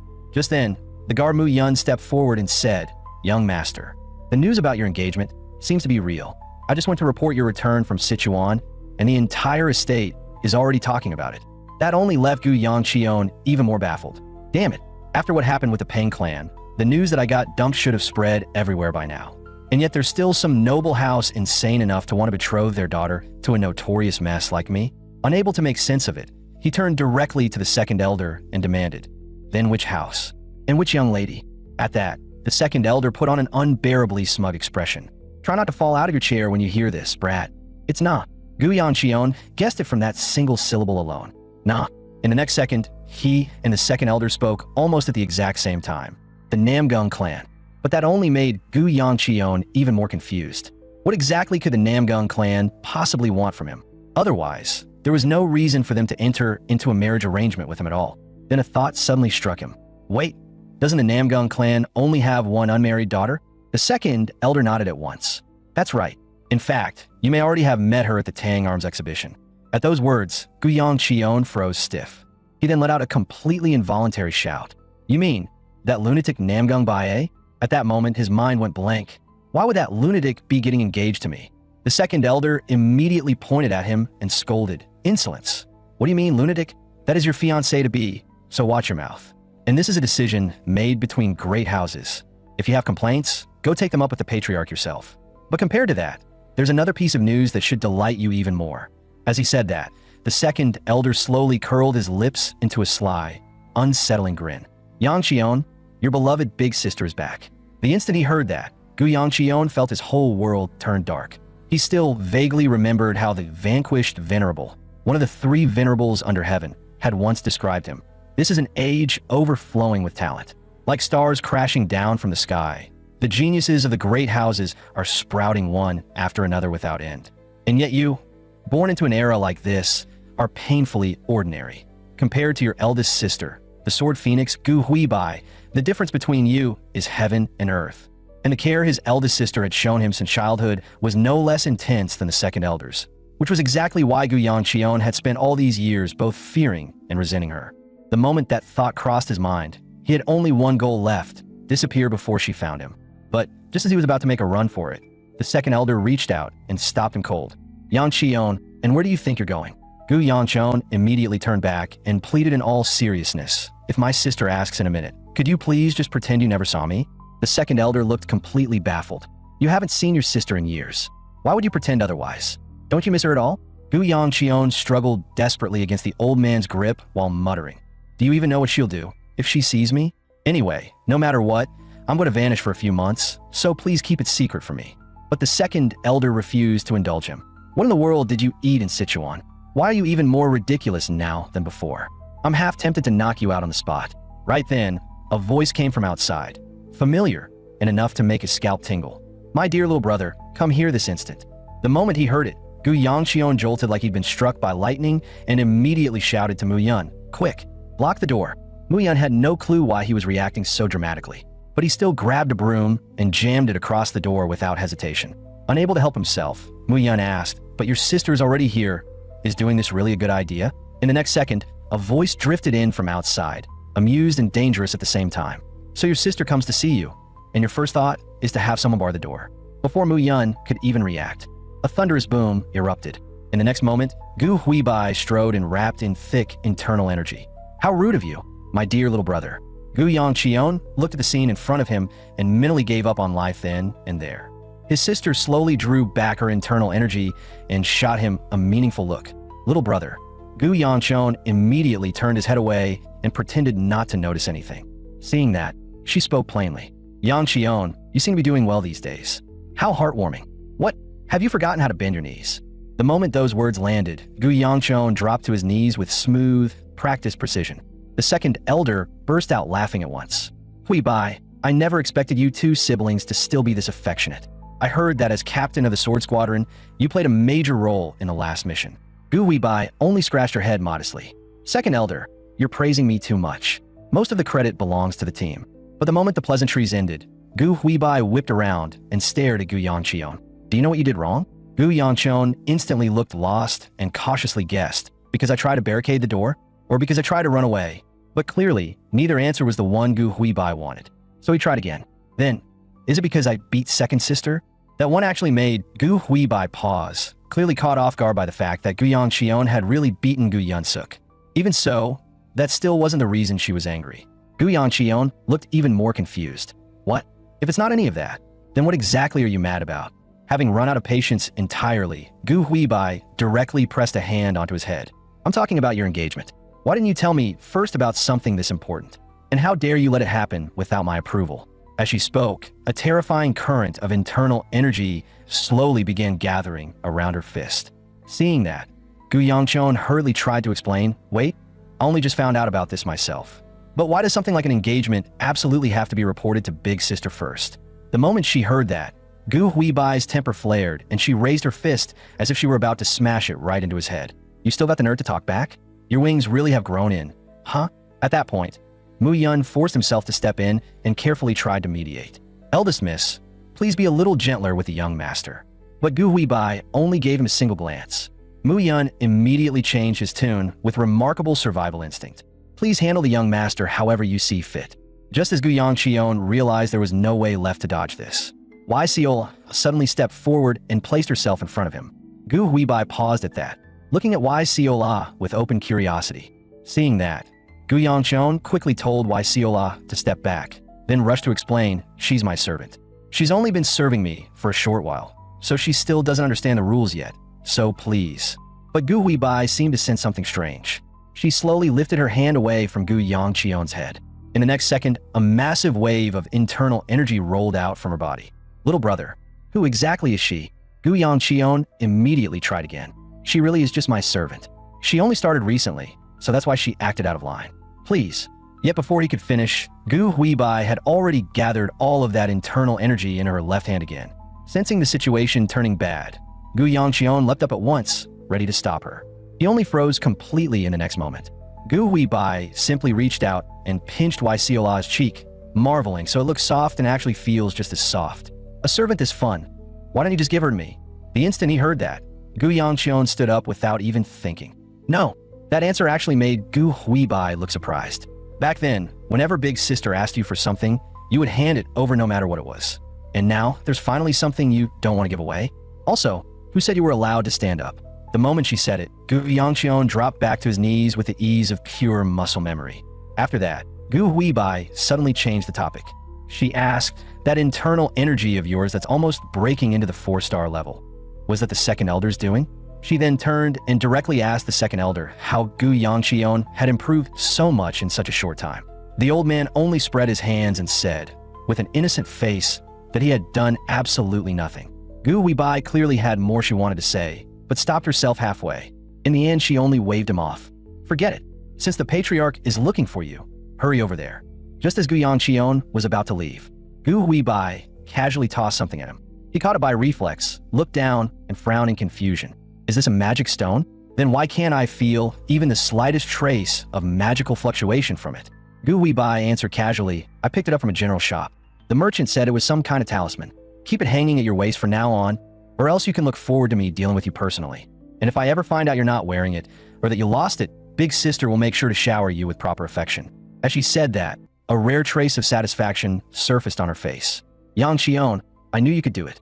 That also made Gu Yangqion suddenly remember that in his previous life, his eldest sister had said almost the exact same thing to him before she died. Every time she saw him, she practically ended up giving him a brutal lesson. Yet Gu Yangqion knew better than anyone that, in the entire family, the one who had always been the most sincerely on his side was her. After Gu Yangqion left, Gu Huibai turned back to the second elder and asked again, You really didn't interfere? The second elder immediately waved both hands in denial. I already told you it wasn't me. But that only made Gu Huibai even more unable to understand it.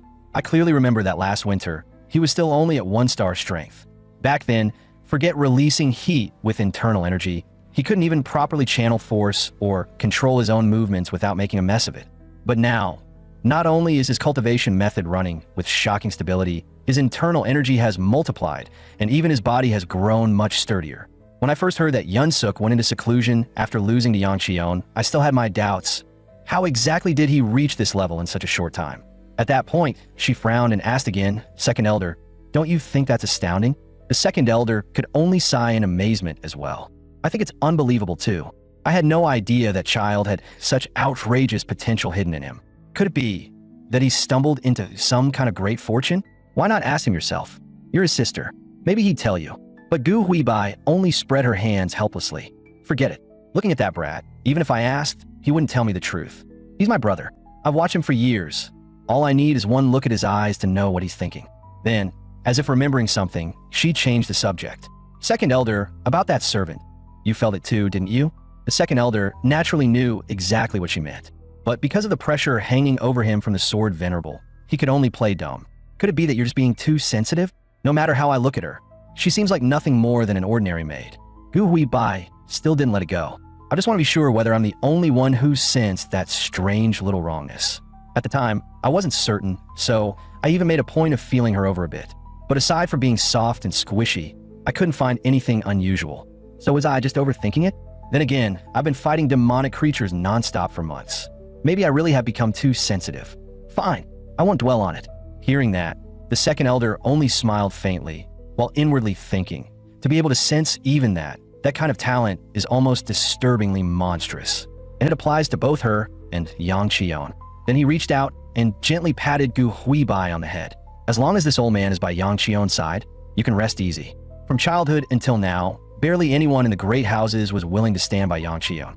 You were the only one who kept protecting him and looking after him alone.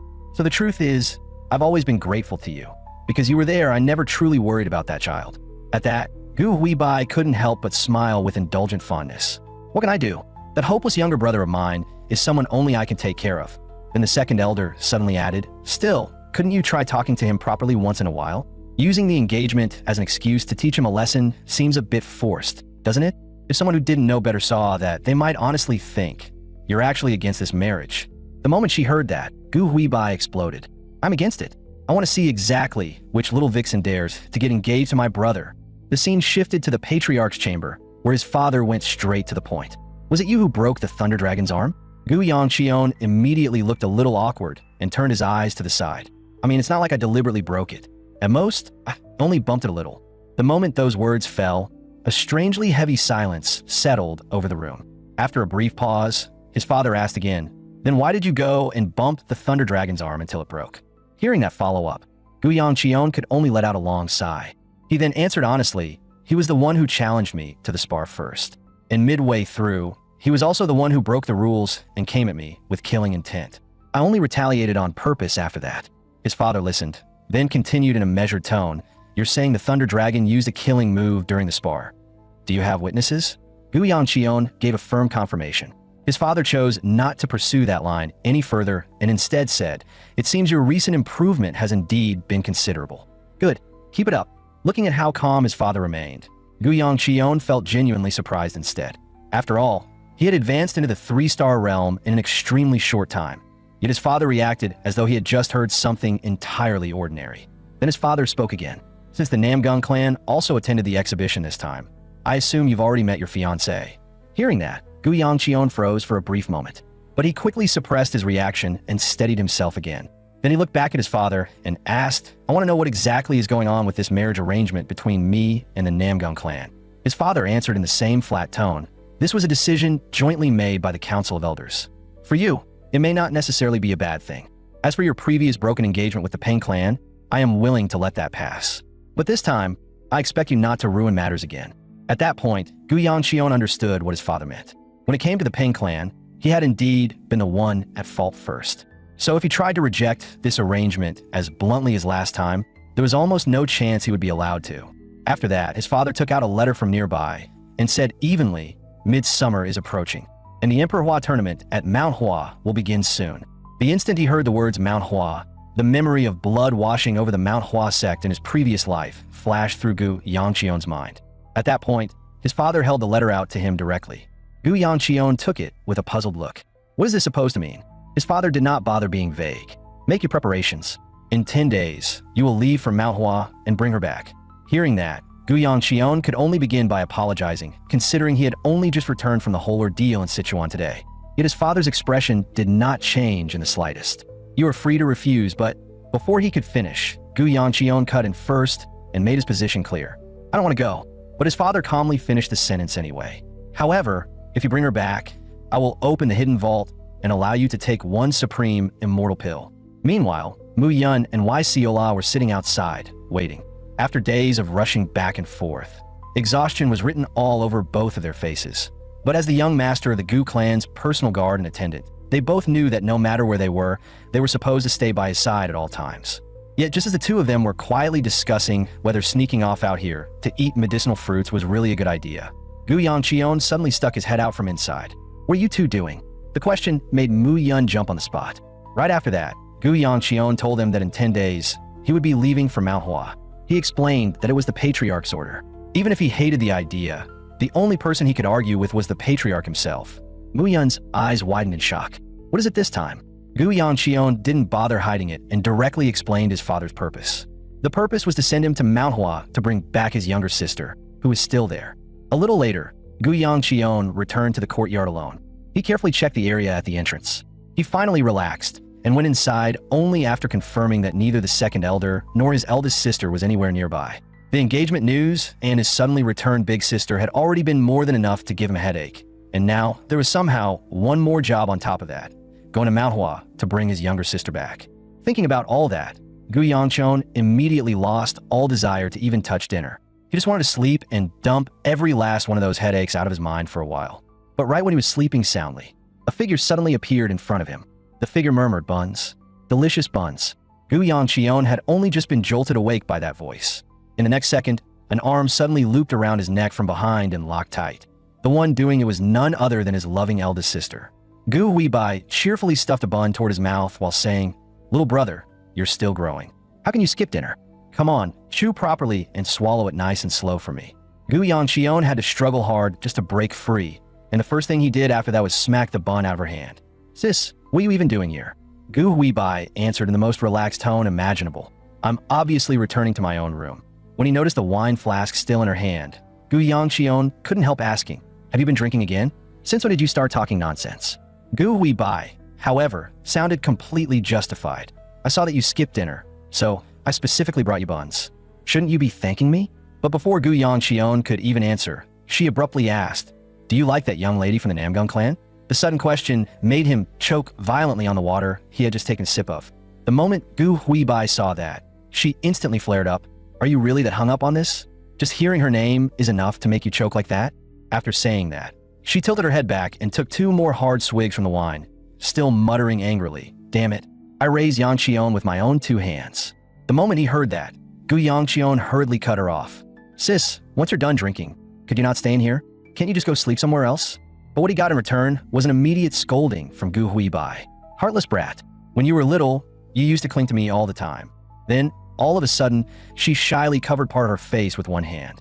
How about, big sister sleeps with you tonight? The instant he heard that, Gu Yangqion got up without hesitation and prepared to bolt. Just then, Gu Huibai suddenly called out to him in a softer voice. Gu Yangqion turned back to look at her. Only then did she finally say what she really meant. Yangqion, how about a spar with your big sister? Hearing that, Gu Yangqion froze for a second.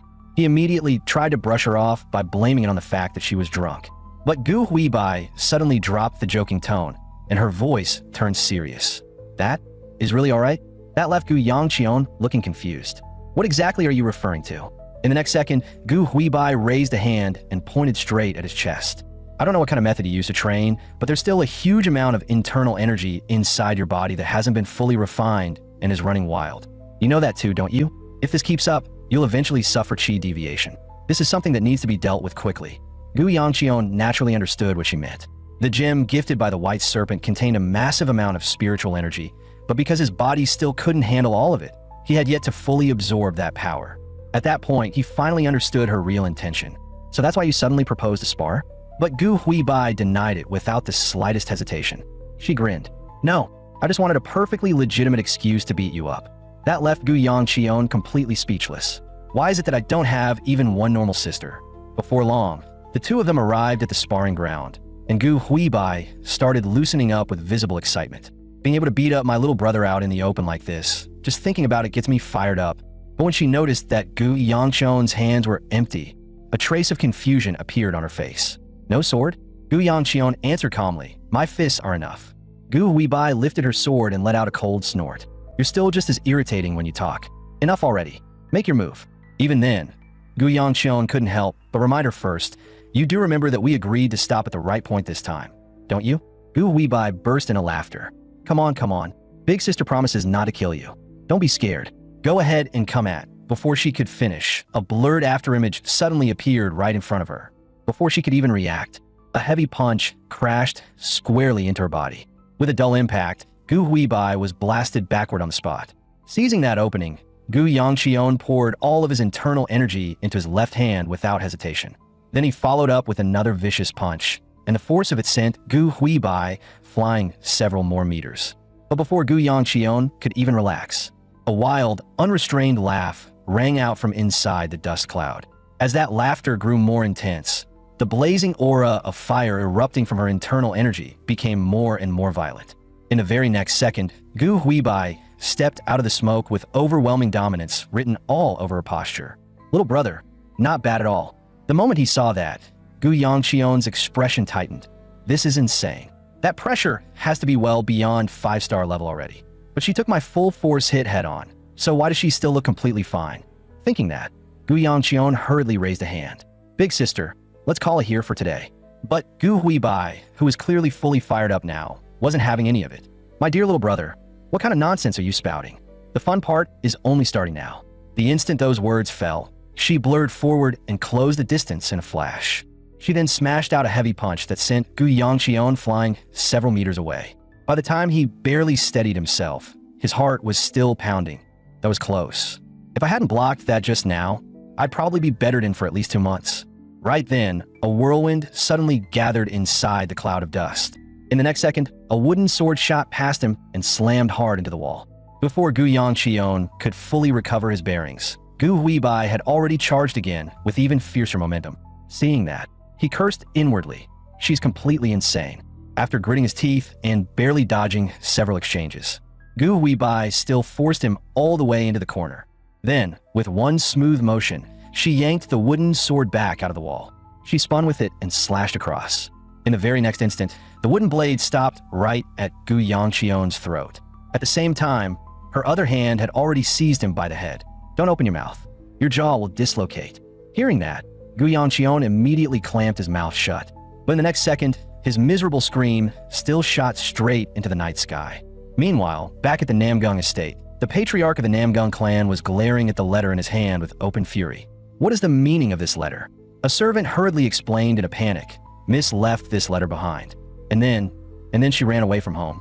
The Namgung patriarch instantly crumpled the letter into a tight ball. Bring her back. Immediately, not long before that, an old farmer had been crouching in his field pulling up radishes. But after yanking out several rotten ones in a row, he couldn't help grumbling under his breath, "What a damned season. When is this cursed weather ever going to end?" The moment he said that, a figure suddenly shot over his head. When he got a clear look at who it was, the old farmer's face actually turned red. Hey, a fairy. That person was none other than Namgung Baye. She paused in midair and asked, "Which way is Shangxi?" The old farmer hurriedly pointed in one direction. But in the very next second, Namgung Baye flew off without hesitation in the exact opposite direction. At the same time, she left behind a silver ingot on the ground as thanks. Staring at the silver ingot in his hands, the old farmer was both stunned and delighted. A silver ingot? This is enough for my whole family to eat and live on for months. Heavens, fairy, thank you so much. To think you'd bless me with something this generous. But then a puzzled look crossed his face. Shangxi is clearly to the east. So why did that fairy fly west instead? That way leads to Manhwa. The scene shifted again, and the second elder was speaking to the sword venerable about the miracle doctor's whereabouts. I heard that old miracle doctor has gone to Manhwa. What do you intend to do? The sword venerable clearly understood the situation as well. That old miracle doctor had always been impossible to pin down. So why had he gone to Manhwa of all places this time? At that point, the second elder continued, "Although I don't know exactly why you insist on finding that miracle doctor, this piece of information may not be completely reliable in the first place. Since you've already disguised yourself as a servant and hidden your identity, there's no need for you to rush out personally. Let Yangshon go over first, confirm the situation, and then make your move." After hearing that, the sword venerable simply gave a faint nod, silently accepting the suggestion. But unexpectedly, the very next day, the sword venerable suddenly changed his tune. "Young master, please rest assured. I will carry out everything the second elder instructed with full dedication." The moment he heard that, Gu Yangchon was dumbfounded. The mighty sword venerable had actually become a coachman. Even the second elder looked speechless. He hadn't expected the sword venerable to be this shamelessly inconsistent either. Originally, neither the sword venerable nor Wai Siola had been on the list of people heading to Manhwa. But right before departure, the regular coachman suddenly fell ill, so the sword venerable naturally ended up taking over the job instead. On the surface, the reason sounded perfectly reasonable, but Gu Yangqion didn't even need to think hard to know there was definitely something fishy going on underneath it. It looked like this trip to Manhwa really was anything but simple. At that moment, the second elder glanced at him and asked, "It's only a trip to Manhwa. Why are you making a face like you're marching into a battlefield? Instead of worrying about that, you do better to worry about yourself. Keep your temper in check when you get there. Don't go causing another mess and injuring somebody again." Gu Yangqion naturally understood exactly what the old man meant. He could only grit his teeth and promise that he would do his best to restrain himself this time. At that point, the second elder suddenly slipped a hand into the collar of his robe. From inside, he pulled out a small pouch. In the next second, a faint but refreshing fragrance drifted into the air.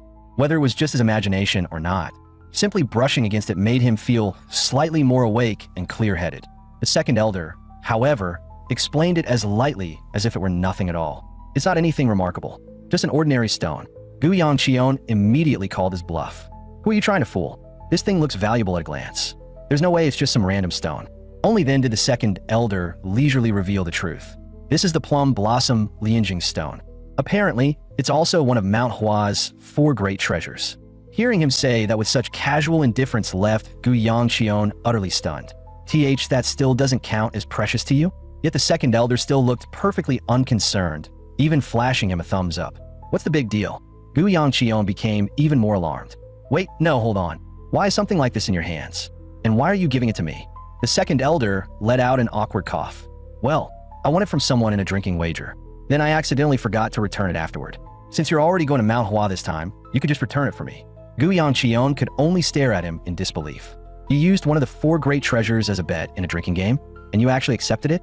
And besides, shouldn't something like this be delivered by a much safer method?" At that, the second elder merely shifted his gaze to one side. "There's no safer way than entrusting it to you."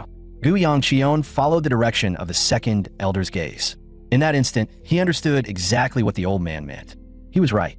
If outsiders learned the sword venerable's true identity, the journey would only become more troublesome. When it came down to it, carrying it himself really was the safest option. At the moment of departure, after failing to catch even a glimpse of his eldest sister, Gu Yangqion couldn't help showing a trace of disappointment. "Where did big sister go? I'm already leaving." The second elder only waved a hand with a smile. "Relax. I'll make sure Huibai knows you set out safely. Who knows? She's probably hiding in some corner right now, secretly wiping her tears because you're leaving. After the carriage had rolled farther into the distance, the second elder suddenly turned his head toward one side. He said all that, and you still won't come out to say goodbye to him? At that very moment, Gu Huibai was curled up in a corner, quietly sobbing to herself. How could I possibly let Yang Qion see me crying like this? The second elder truly couldn't understand it. He's not a 3-year-old child anymore. Do you really need to worry this much? The instant he finished speaking, Gu Huibai flared up at once. His body is that frail. How can I not worry at all? Yang Qion, you absolutely have to come back safe. Elsewhere, throughout the journey, Gu Yangqion kept asking Mu Yun the same thing every few moments. How much longer they still had to travel. The sword venerable could only force a strained smile. You've already asked that more than 30 times. If you insist on an answer, then it's still the same. We still have several more days to go. Hearing that, Gu Yangqion immediately slumped. And I've already heard that answer more than 30 times too. Looks like I really am getting annoying. At the side, the sword venerable, Wai Hyogun, actually burst out laughing. Young master, is there some part of your body that feels unwell? That instantly made Gu Yangqion tense up, and he hurriedly waved his hands.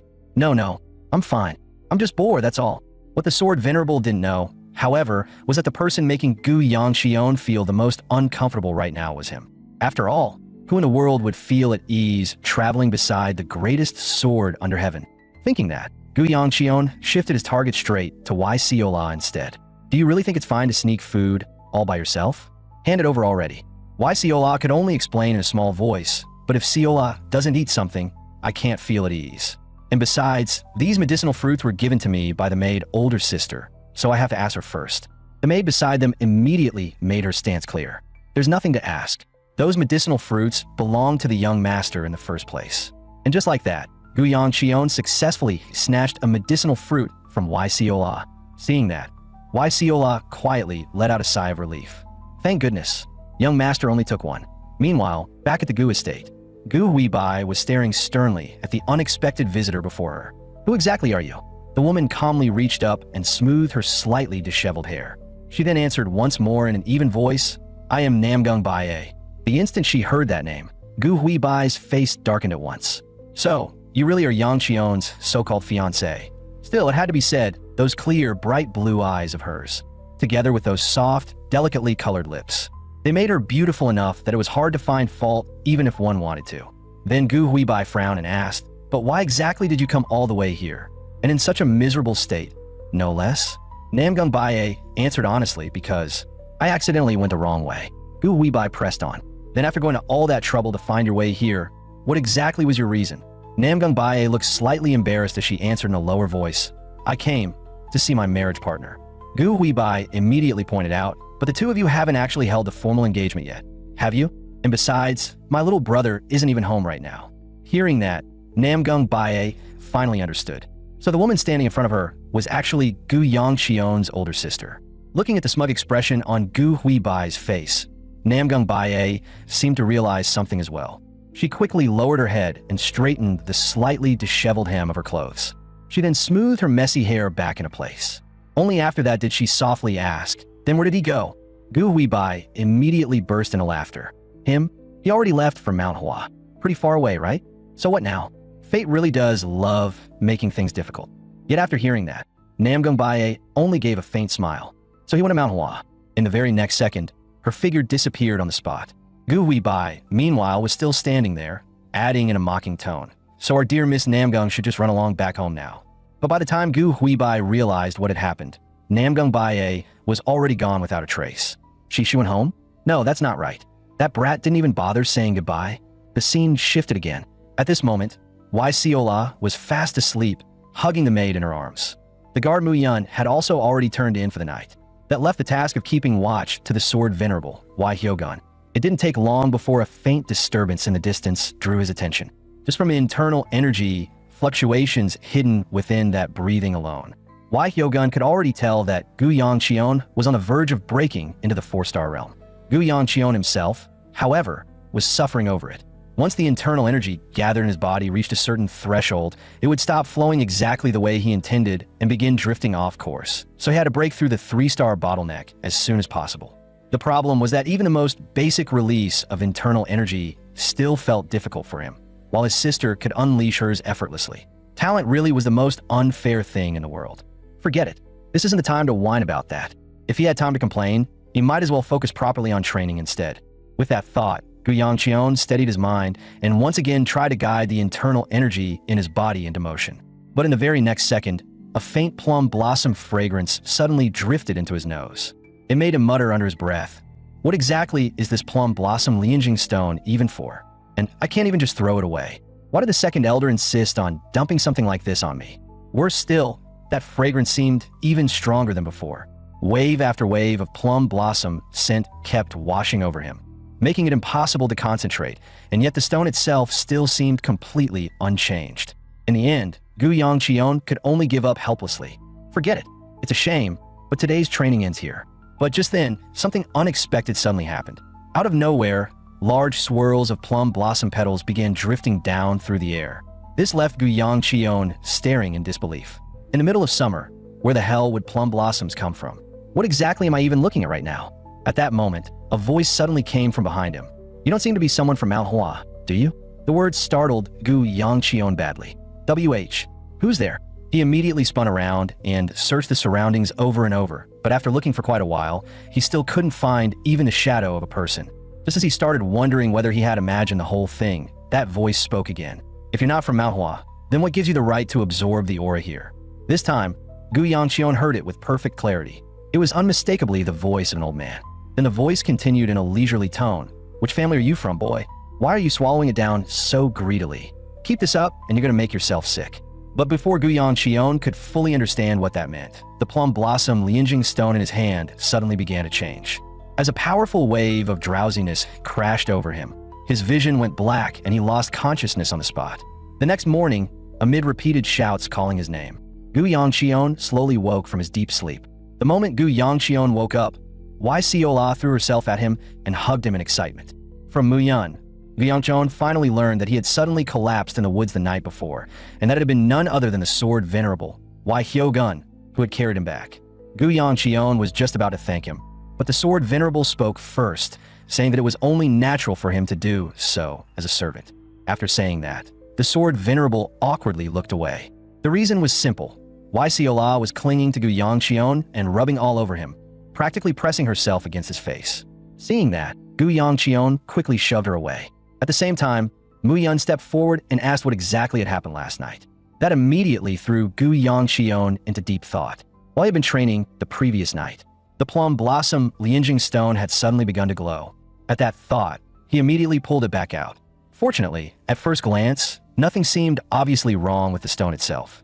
But after examining it more closely, he discovered that the light of the plum blossom lianjing stone had dimmed greatly, and even the fragrance it had once emitted had vanished completely.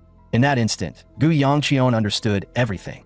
The demon spring absorption art must have drained the spiritual energy out of the stone, and once that energy was fully consumed, he had collapsed on the spot. He had long suspected that, as one of Manhwa's 4 great treasures, the stone had to contain some hidden mystery, but he had never imagined that he would end up absorbing it directly. As that realization settled in, another thought struck him. He immediately pressed a hand against his chest. He sensed the internal energy within his body now flowing with a depth and density far beyond before.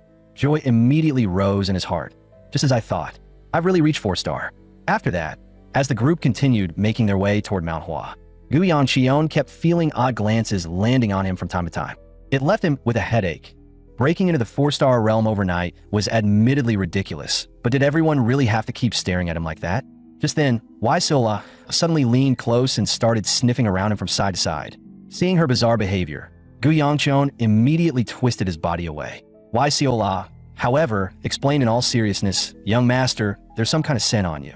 Gu Yangqion instinctively raised a hand and sniffed himself. "Don't men all smell like this?" Yahello immediately shook her head. "Not that smell. It's a really nice floral scent." Hearing that, Gu Yangqion hurriedly pointed toward a corner of the carriage. "They must be coming from over there, right?" But Yahello only puffed out her cheeks and shook her head again. "Nope, that scent is obviously coming from young master himself." That threw Gu Yangqion back into thought. If even she could smell it, then his internal energy and cultivation method really must have advanced to another level. After all, back when he was only at 3-star, the most he could manage was forcing out a little heat. But now, maybe he could already release red internal energy as easily as his sister could. Unfortunately, until he actually tried, all of that was still only speculation. And on top of that, the second elder had specifically warned him not to cause trouble along the way. So for now, all he could do was silently pray that somebody would kindly come asking for a beating.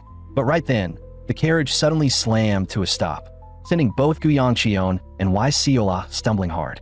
As he got back up and was about to ask Mu Yun what had happened, he saw that Mu Yun already had one hand resting on his sword, fully prepared for combat. Seeing that, Gu Yangqion followed Mu Yun's line of sight. He found a man in Manhwa robes standing there with hands cupped in greeting. "My apologies. I am Ling Feng, a third-generation disciple of Manhwa. There are a few things I wish to ask, so I came to trouble you all without proper notice." The instant Gu Yangqion heard that name, cold sweat broke out on his forehead. Ling Feng was Manhwa's youngest peerless genius. His talent in the sword was considered almost limitless, and at a very young age, he had already carved out a name for himself in the martial world as the Plum Blossom Sword Dragon. And yet a man like that had ultimately died by Gu Yangqion's hand.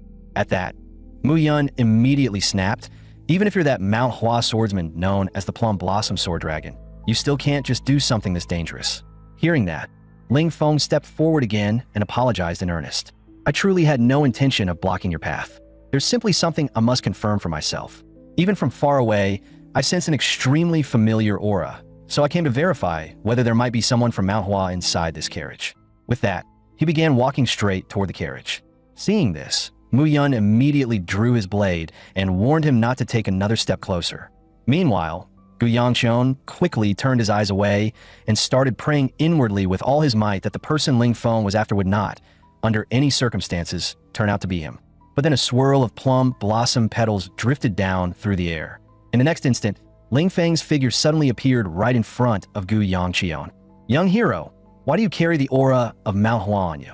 At once, Gu Yangqion's face turned deathly pale. If the people of Manhwa found out that he had drained all the spiritual energy out of the Plum Blossom Lianjing Stone, forget go to Manhwa, he would probably have to hide in some dark corner for the rest of his life. Yet just as he had no idea how to respond, the old man's voice from the night before echoed again. "Well, now you've really done it." Gu Yangqion followed the voice and saw a tiny old man, no bigger than a palm, floating in front of him in Manhwa robes. But the little old man looked delighted instead. "You can actually see this old man?" Gu Yangqion rubbed his eyes in utter disbelief. But when he looked again, the result was exactly the same. At that moment, the little old man suddenly put on an air of elder authority and said sternly, "You young brat, why aren't you bowing when you meet a senior?" That sent Gu Yangqion into deep thought. But very quickly, he arrived at what he believed to be a perfectly reasonable conclusion. He had definitely been training too hard lately, and now he was so mentally fried that he had started seeing things. The little old man instantly blew up in protest. "This is not a hallucination." Hearing that, Gu Yangqion only sighed even more helplessly. "Great. First hallucinations, and now I'm hearing things too." Watching Gu Yangqion go through this bizarre chain of reactions, Ling Feng's expression gradually turned strange as well. "Young master, are you feeling unwell somewhere?" Gu Yangqion pointed straight at the bug-sized old man in front of him and shot back. "You're all telling me you seriously can't see this tiny old geezer floating here? And you can't hear him either, even when he's shouting this loudly?" At that, Ling Feng's face immediately turned solemn. "Young master, you're not making fun of me, are you?" Then Gu Yangqion turned toward Mu Yun as well. "You can't see him either?" Mu Yun froze for a moment. He then awkwardly tried to bluff his way through it. "I can see him, sure. Red-haired old man, right?" At that point, Gu Yangqion began seriously questioning his entire life. What the hell is going on here? Did I run into a ghost? And when exactly did this thing start haunting me? The little old man looked utterly speechless. "Did you already forget? You were the one who swallowed that thing on your own." The moment he heard that, a thought flashed through Gu Yangqion's mind. Could it be because I absorbed the Plum Blossom Lianjing Stone last night? The little old man immediately nodded. "Exactly. You, an outsider, actually sucked the spiritual energy out of Manhwa's treasure until it was bone dry." But in the next second, he started cursing in a rage. If this old man hadn't seen you absorbing way too much and stepped in to help, you might have already gone into chi deviation. And after all that, you repay me by calling me a bug or a ghost. What an unbelievably rude brat you are. Hearing that, Gu Yangqion could only slowly start accepting reality. "Fine then. Senior, who exactly are you? Since I've never heard of your name before, I'm guessing you're probably not all that famous, right?" That made the little old man let out a long sigh. "Looks like I really am old. Back in my day, One look from me would have been enough to scare you so badly you'd soak your diapers. Then he cleared his throat. Listen carefully. I'm only going to say this once. This old man is the 8th sect master of Manhwa, Shin Sheol, the sword immortal of Manhwa. Several hundred years before the heavenly demon ever appeared, the martial world had already been through a war that shook the entire land. It was a catastrophe later known as the Blood Demon War. Back then, 5 peerless masters joined forces to bring that disaster to an end. Because of that, no matter how the ages changed, their names remained carved into the history of the Central Plains martial world. As a son of a martial clan, Gu Yangqion had no way he wouldn't know the title Sword Immortal. If you asked any Manhwa swordsman who they revered the most, aside from the current sect master, the very first name they would bring up would be the Sword Immortal of Manhwa. Gu Yangqion stared at the palm-sized old man in front of him in utter shock. So the legendary Sword Immortal is this bug-sized old geezer? In the very next second, Shin Sheol's furious roar exploded straight inside his mind. You still dare call me a bug? I can hear every last thing going on in that head of yours. Now that you know who I am, shouldn't you be showing a little respect? Meanwhile, Ling Feng and Mu Yun were both staring at Gu Yangqion as if he had lost his mind. Gu Yangqion ignored those looks and shot the question straight at Shin Sheol. The plum blossom Lianjing stone has existed for centuries. Have you been inside that stone this whole time? Shin Sheol immediately denied it. Of course not. I only woke up the first time you got your hands on the plum blossom Lianjing stone. As for why I was inside it in the first place, even I don't know. Then his tone shifted abruptly. What I want to know is this. Why can a brat who isn't even a disciple of Manhwa absorb the aura of the plum blossom Lianjing stone? The moment that question came out, Gu Yangqion was completely speechless. Whether the being in front of him was truly Shin Sheol, the Sword Immortal, or just some wandering remnant soul using that name. Either possibility was terrible news for him. After all, an outsider draining the spiritual energy from one of Manhwa's sacred treasures was already a huge problem. The even bigger problem was that he had no reasonable way to explain it. It wasn't as if he could just tell everyone he was carrying demonic cultivation from the demonic sect. Seeing Gu Yangqion stay silent for so long, Shin Sheol could only let out a helpless sigh and give up pressing the issue. Fine, everyone has things they can't say. A kid your age, even more so. Hearing that, Gu Yangqion immediately thanked him for being understanding. But right then, Shin Sheol suddenly warned him, more importantly, something even more troublesome seems to be coming. You'd better start thinking about how you're going to deal with it. Before Gu Yangqion could even understand what he meant, several figures had already flashed across the sky. In the next instant, they landed directly in front of the carriage, cutting off the road. Seeing that, Ling Feng quickly spoke up to calm everyone. There's no need to panic. They're all people from Manhwa. But the moment those words left his mouth, Mu Yun kicked him straight to the ground. Then Mu Yun pressed his sword directly to Ling Feng's throat. Young master, be careful. No matter how I look at this, these people didn't come here to greet us. They came for us. At that point, Ling Feng suddenly spoke up. I don't know why the men from Manhwa are this angry either, but I can promise you this. If I go talk to them myself, things should calm down. Only then did Mu Yun finally realize what was going on. Wait, those are all people from Manhwa? Ling Feng immediately nodded. He then added, the plum blossom pattern on their robes is the mark of a Manhwa swordsman. After saying that, Ling Feng turned to Gu Yangqion. Young Master Gu, can you trust me just this once? Since he had already put it that way, Gu Yangqion could only tell Mu Yun to let him go. Ling Feng then signaled that there was no need to worry. He strode straight toward the group of Manhwa martial artists. After what looked, at least on the surface, like a fairly peaceful exchange, the senior brother leading them suddenly rewarded him with a solid punch to the face. Only after that did he lead the younger disciples forward and offer an apologetic salute. Our group acted on its own and seems to have caused all of you unnecessary trouble. Please accept our apologies.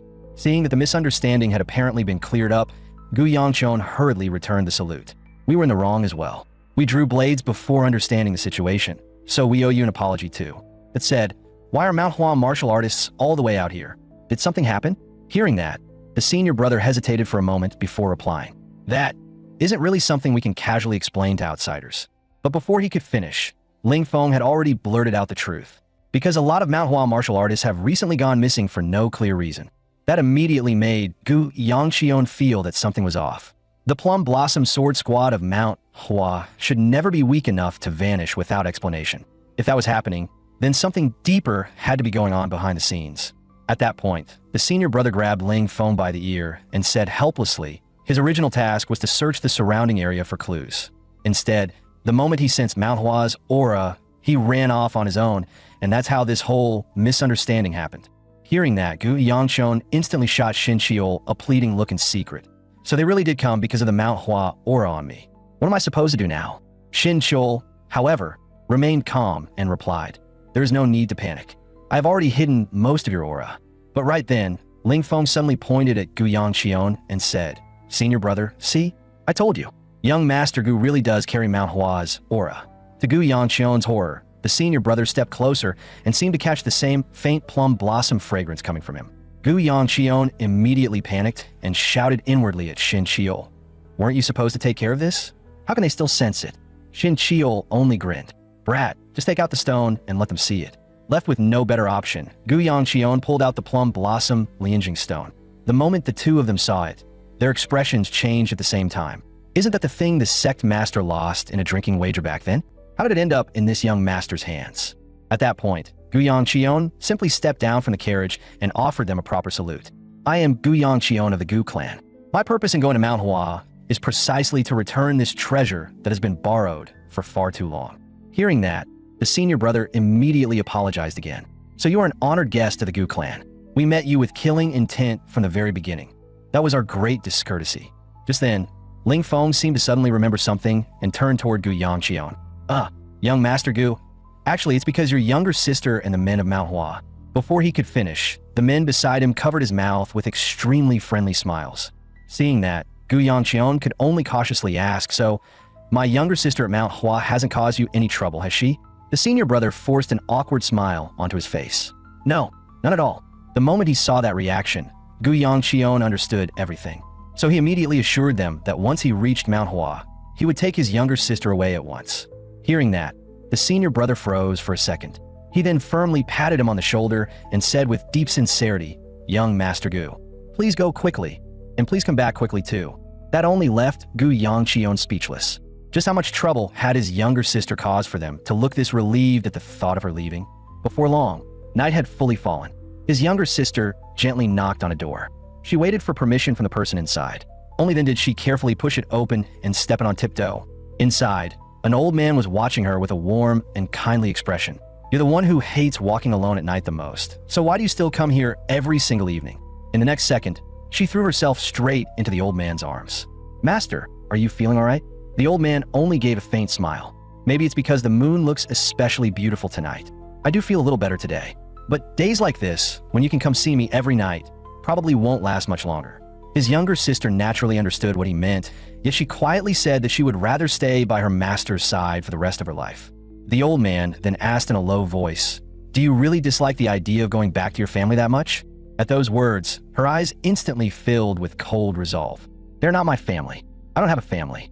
Even her master fell silent after hearing that. A moment later, he finally sighed softly. "But in the end, I'm only an old man dying of illness. One day, you will still return to your family." She immediately cut him off. "Master, please don't say things like that. Besides, when you were still healthy, weren't you the one everyone called the Plum Blossom Immortal?" But the old man only looked out the window with weary eyes. "Even I don't know how much longer I can keep going." Meanwhile, elsewhere, Namgungbae had only just finished dealing with a group of demonic creatures. But just then, a faint scent drifted through the air around her, one that felt deeply familiar. She slowly closed her eyes. She then carefully breathed in again, tracing the source of that smell. There was no mistake. It was Gu Yangqion's scent. The instant she realized that, Namgungbae moved without hesitation and shot straight toward the direction ahead. Elsewhere, after clearing up the misunderstanding with the Manhwa disciples, Gu Yangqion and his group continued on the road together with them toward Manhwa. Once night fell, the Manhwa swordsmen quickly split into two groups, one to set up camp and the other to keep watch around the area. Meanwhile, Gu Yangqion was having a surprisingly deep conversation with the little old man. "So what exactly am I supposed to do before you finally get out of my body?" After hearing that, Elder Shin let out a long sigh. "If this old man knew the answer to that, do you think I'd still be stuck to you? I would have run off to find the nearby children of Manhwa ages ago. And didn't I already tell you? Stop calling me things like old man. I am the 8th sect master of Manhwa, Shin Chiol, the sword immortal of Manhwa." At those words, the suspicion in Gu Yangqion's eyes almost spilled over. But out loud, he still gave a perfunctory answer and said he was willing to believe that Shin Chiol really was the sword immortal. Elder Shin clearly saw through his worries at a glance and let out a cold snort. "Relax. I have no interest whatsoever in your lousy body." Then, all of a sudden, he changed the subject. But what exactly is that thing stuffed inside you? That immediately made Gu Yangqion frown in confusion. You mean, there's something else inside my body? Elder Shin stared at him with a strange look. Don't tell me you really have no idea what's inside you. Fine. Before I tell you anything, answer one question for this old man first. What happened to the blood demon in the end? The moment he heard that question, Gu Yangqion fell in a deep thought. The man who had once stood against the blood demon, brought light back to the central plains, and raised Manhwa to an even greater height, was now turning around and asking him about the blood demon's fate? At that point, realization struck him almost instantly. You're not actually the sword immortal of Manhwa, are you? Because if you were, there's no way you wouldn't know how the blood demon war ended. Yet Elder Shin still insisted on his identity. For some reason, I simply cannot remember the final battle where the blood demon was destroyed. Hearing that, Gu Yangqion slowly let out a breath. So Elder Shin wasn't just talking nonsense. He had really lost a crucial stretch of memory. Could that be a side effect of attaching himself to Gu Yangqion's body? With that thought in mind, he immediately pressed further. Then what exactly is that thing you said is inside my body? Seeing how serious Gu Yangqion looked, Elder Shin suddenly started acting childish. What difference would it make if I told someone who doesn't even fully trust me? Besides, what I just told you is only the result. As for what that thing actually is, to be honest, even I don't know. But for where I stand, there's clearly something unbelievably violent stuffed inside your body. And the strangest part is that you seem completely unaware of it. That only made Gu Yangqion even more confused. At first he had assumed Elder Shin was talking about the Nine Flames Firewheel art, but now it sounded far more like some savage beast imprisoned inside him. At that point, Elder Shin casually added, "You don't need to worry too much. I've already pressed it down for now and put it to sleep. But if I release the restraint, that thing will start tearing around like a crazed, demonic beast. So what do you say? Want to try it?" Before Gu Yangqion could even answer, Elder Shin casually opened his palm. In the very next second, a ripping wave of agony tore through Gu Yangqion's entire body. The pain was so violent that he almost collapsed on the spot. Even breathing became nearly impossible, leaving him frozen in place. It felt as though some ferocious and razor-sharp current of internal energy was rampaging wildly through his body. Gu Yangqion's body slipped completely out of his control. His mind was even about to collapse under the strain. Elder Shin casually pressed down with a single motion and instantly forced that violent thing back into restraint. Do you understand now? Gu Yangqion bent over at once, gasping for breath in huge, ragged gulps. Only after a moment did he manage to force the words out through clenched teeth. What the hell was that just now? Why is something like that inside my body? As for that question, Elder Shin clearly had no answer himself. All he could do was say helplessly that, for tonight at least, this was as far as they could go. After saying that, he lifted a hand and pointed upward. But before Gu Yangqion could even react, a figure carrying a faint plum blossom scent suddenly shot across his field of vision. The dust slowly settled. A familiar figure was already standing before him. What exactly do you think you're doing? Ling Feng stood with his back to Gu Yangqion and spoke in a calm voice. There's an old saying that's always been passed down in Manhwa. If you want to truly get close to someone, then the first thing you do is fight them properly. Hearing that, Gu Yangqion froze on the spot. What kind of ridiculous saying is that supposed to be?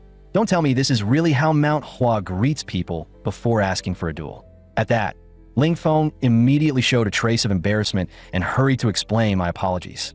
I've just never met a rising talent around my age before, so I got a little too excited and lost my sense of proportion. Hearing that, Gu Yangqion looked completely baffled. What exactly do you mean by that? There should be plenty of disciples your age in Manhwa, shouldn't there? At those words, Ling Feng suddenly seemed at a loss for how to respond. But Gu Yangqion understood the truth perfectly well in his own heart. As the plum blossom sword dragon, Ling Feng was basically an insurmountable mountain to other martial artists of the same generation who lacked real talent. A guy like that, just by standing among ordinary peers, would only make their inferiority even worse. Naturally, nobody would be eager to spar with him. But Gu Yangqion saw it differently. The fact that Ling Feng had personally asked him for a match was already a form of recognition. Thinking that, Gu Yangqion nodded and agreed, though he made one thing clear first. This would be a one-time deal. The moment he heard that, Ling Feng lit up with obvious excitement. He immediately thanked Gu Yangqion with complete sincerity. But just as he was about to make his move, a lightning-charged force suddenly exploded around him. As the pressure rapidly intensified, Ling Feng was kicked straight into the water in the very next instant. Seeing that, Gu Yangqion froze in complete confusion. But when he turned around, he discovered that Namgung Baye had actually chased him all the way here. The moment Namgung Bae finally laid eyes on Gu Yangqion, her eyes filled with tears of sheer relief and joy. "I finally found you, Gu Yangqion." At the very instant Gu Yangqion saw Namgung Bae again, fragments of his past life came surging back without warning. Back then, rain had been pouring from the sky, and he had only stood there in silence, staring at the gravely wounded Namgung Bae while countless emotions churned inside him. It was then that Namgung Bae softly asked, "Are you crying?" He denied it almost instinctively. "Don't be ridiculous. That's obviously just rainwater." Hearing that answer, a faint look of disappointment crossed Namgung Bae's face. "I see, what a shame." After that, Gu Yangqion couldn't help asking her, "You clearly had the chance to run. So why did you stay behind and fight with me?" At those words, Namgung Bae fell silent for a few seconds. She then answered quietly, "I don't know. I just wanted to do it." After saying that, Namgung Bae asked him one more thing in a soft voice. "Is the moon still there?" When Gu Yangqion answered yes, she first showed a small smile of peace and relief. She then closed her eyes forever. Just then, a mocking voice suddenly rang out from behind him. "Who would have thought? So even monsters can have feelings for each other. Or what? Are you two flirting right now? Still, you don't need to be too sad. You'll be going down there to meet her soon enough." The instant he heard that, a terrifying surge of demonic power erupted from Gu Yangqion's body. In that moment, only one thought remained in his mind. "Meteor sword, I will never let you die so easily." But right then, Namgung Bae suddenly spoke up, forcefully cutting through that memory. "Gu Yangqion, I finally found you." Gu Yangqion's face filled with shock. "How did you find your way here?" Before Namgung Bae could even answer, one of the Manhwa disciples had already cut in first. "Young Master Gu, do you actually know this woman?" The moment those words were spoken, the surrounding disciples all drew their swords in unison and instantly fell into a guarded formation. Seeing that, Gu Yangqion hurriedly started working through a response in his mind. After all, that lunatic Namgung Bae had really attacked Manhwa disciples just now. That was not the kind of thing that could be smoothed over with a simple "we know each other." But at exactly that moment, Namgung Bae softly said, "I'm his fiancé." The instant she said that, every disciple present froze. Even Elder Shin looked a little surprised. Now that things had reached this point, Gu Yangqion could only grit his teeth and acknowledge it. But the moment he did, the hostility in the eyes of the Manhwa disciples only grew stronger, as if every one of them were silently protesting. "How did a woman this beautiful end up as the fiancé of a guy like you?" After that, Gu Yangqion asked Namgung Bae again why she had insisted on chasing him all the way here. Namgung Bae answered honestly, "I came to see you." That only made Gu Yangqion even more confused. "If you came to see me, then why did you attack them the moment you arrived?" At that point, Elder Shin suddenly cut in and answered for her. "Brat, take a good look at her. That girl clearly hasn't rested at all. She's been rushing here day and night without stopping.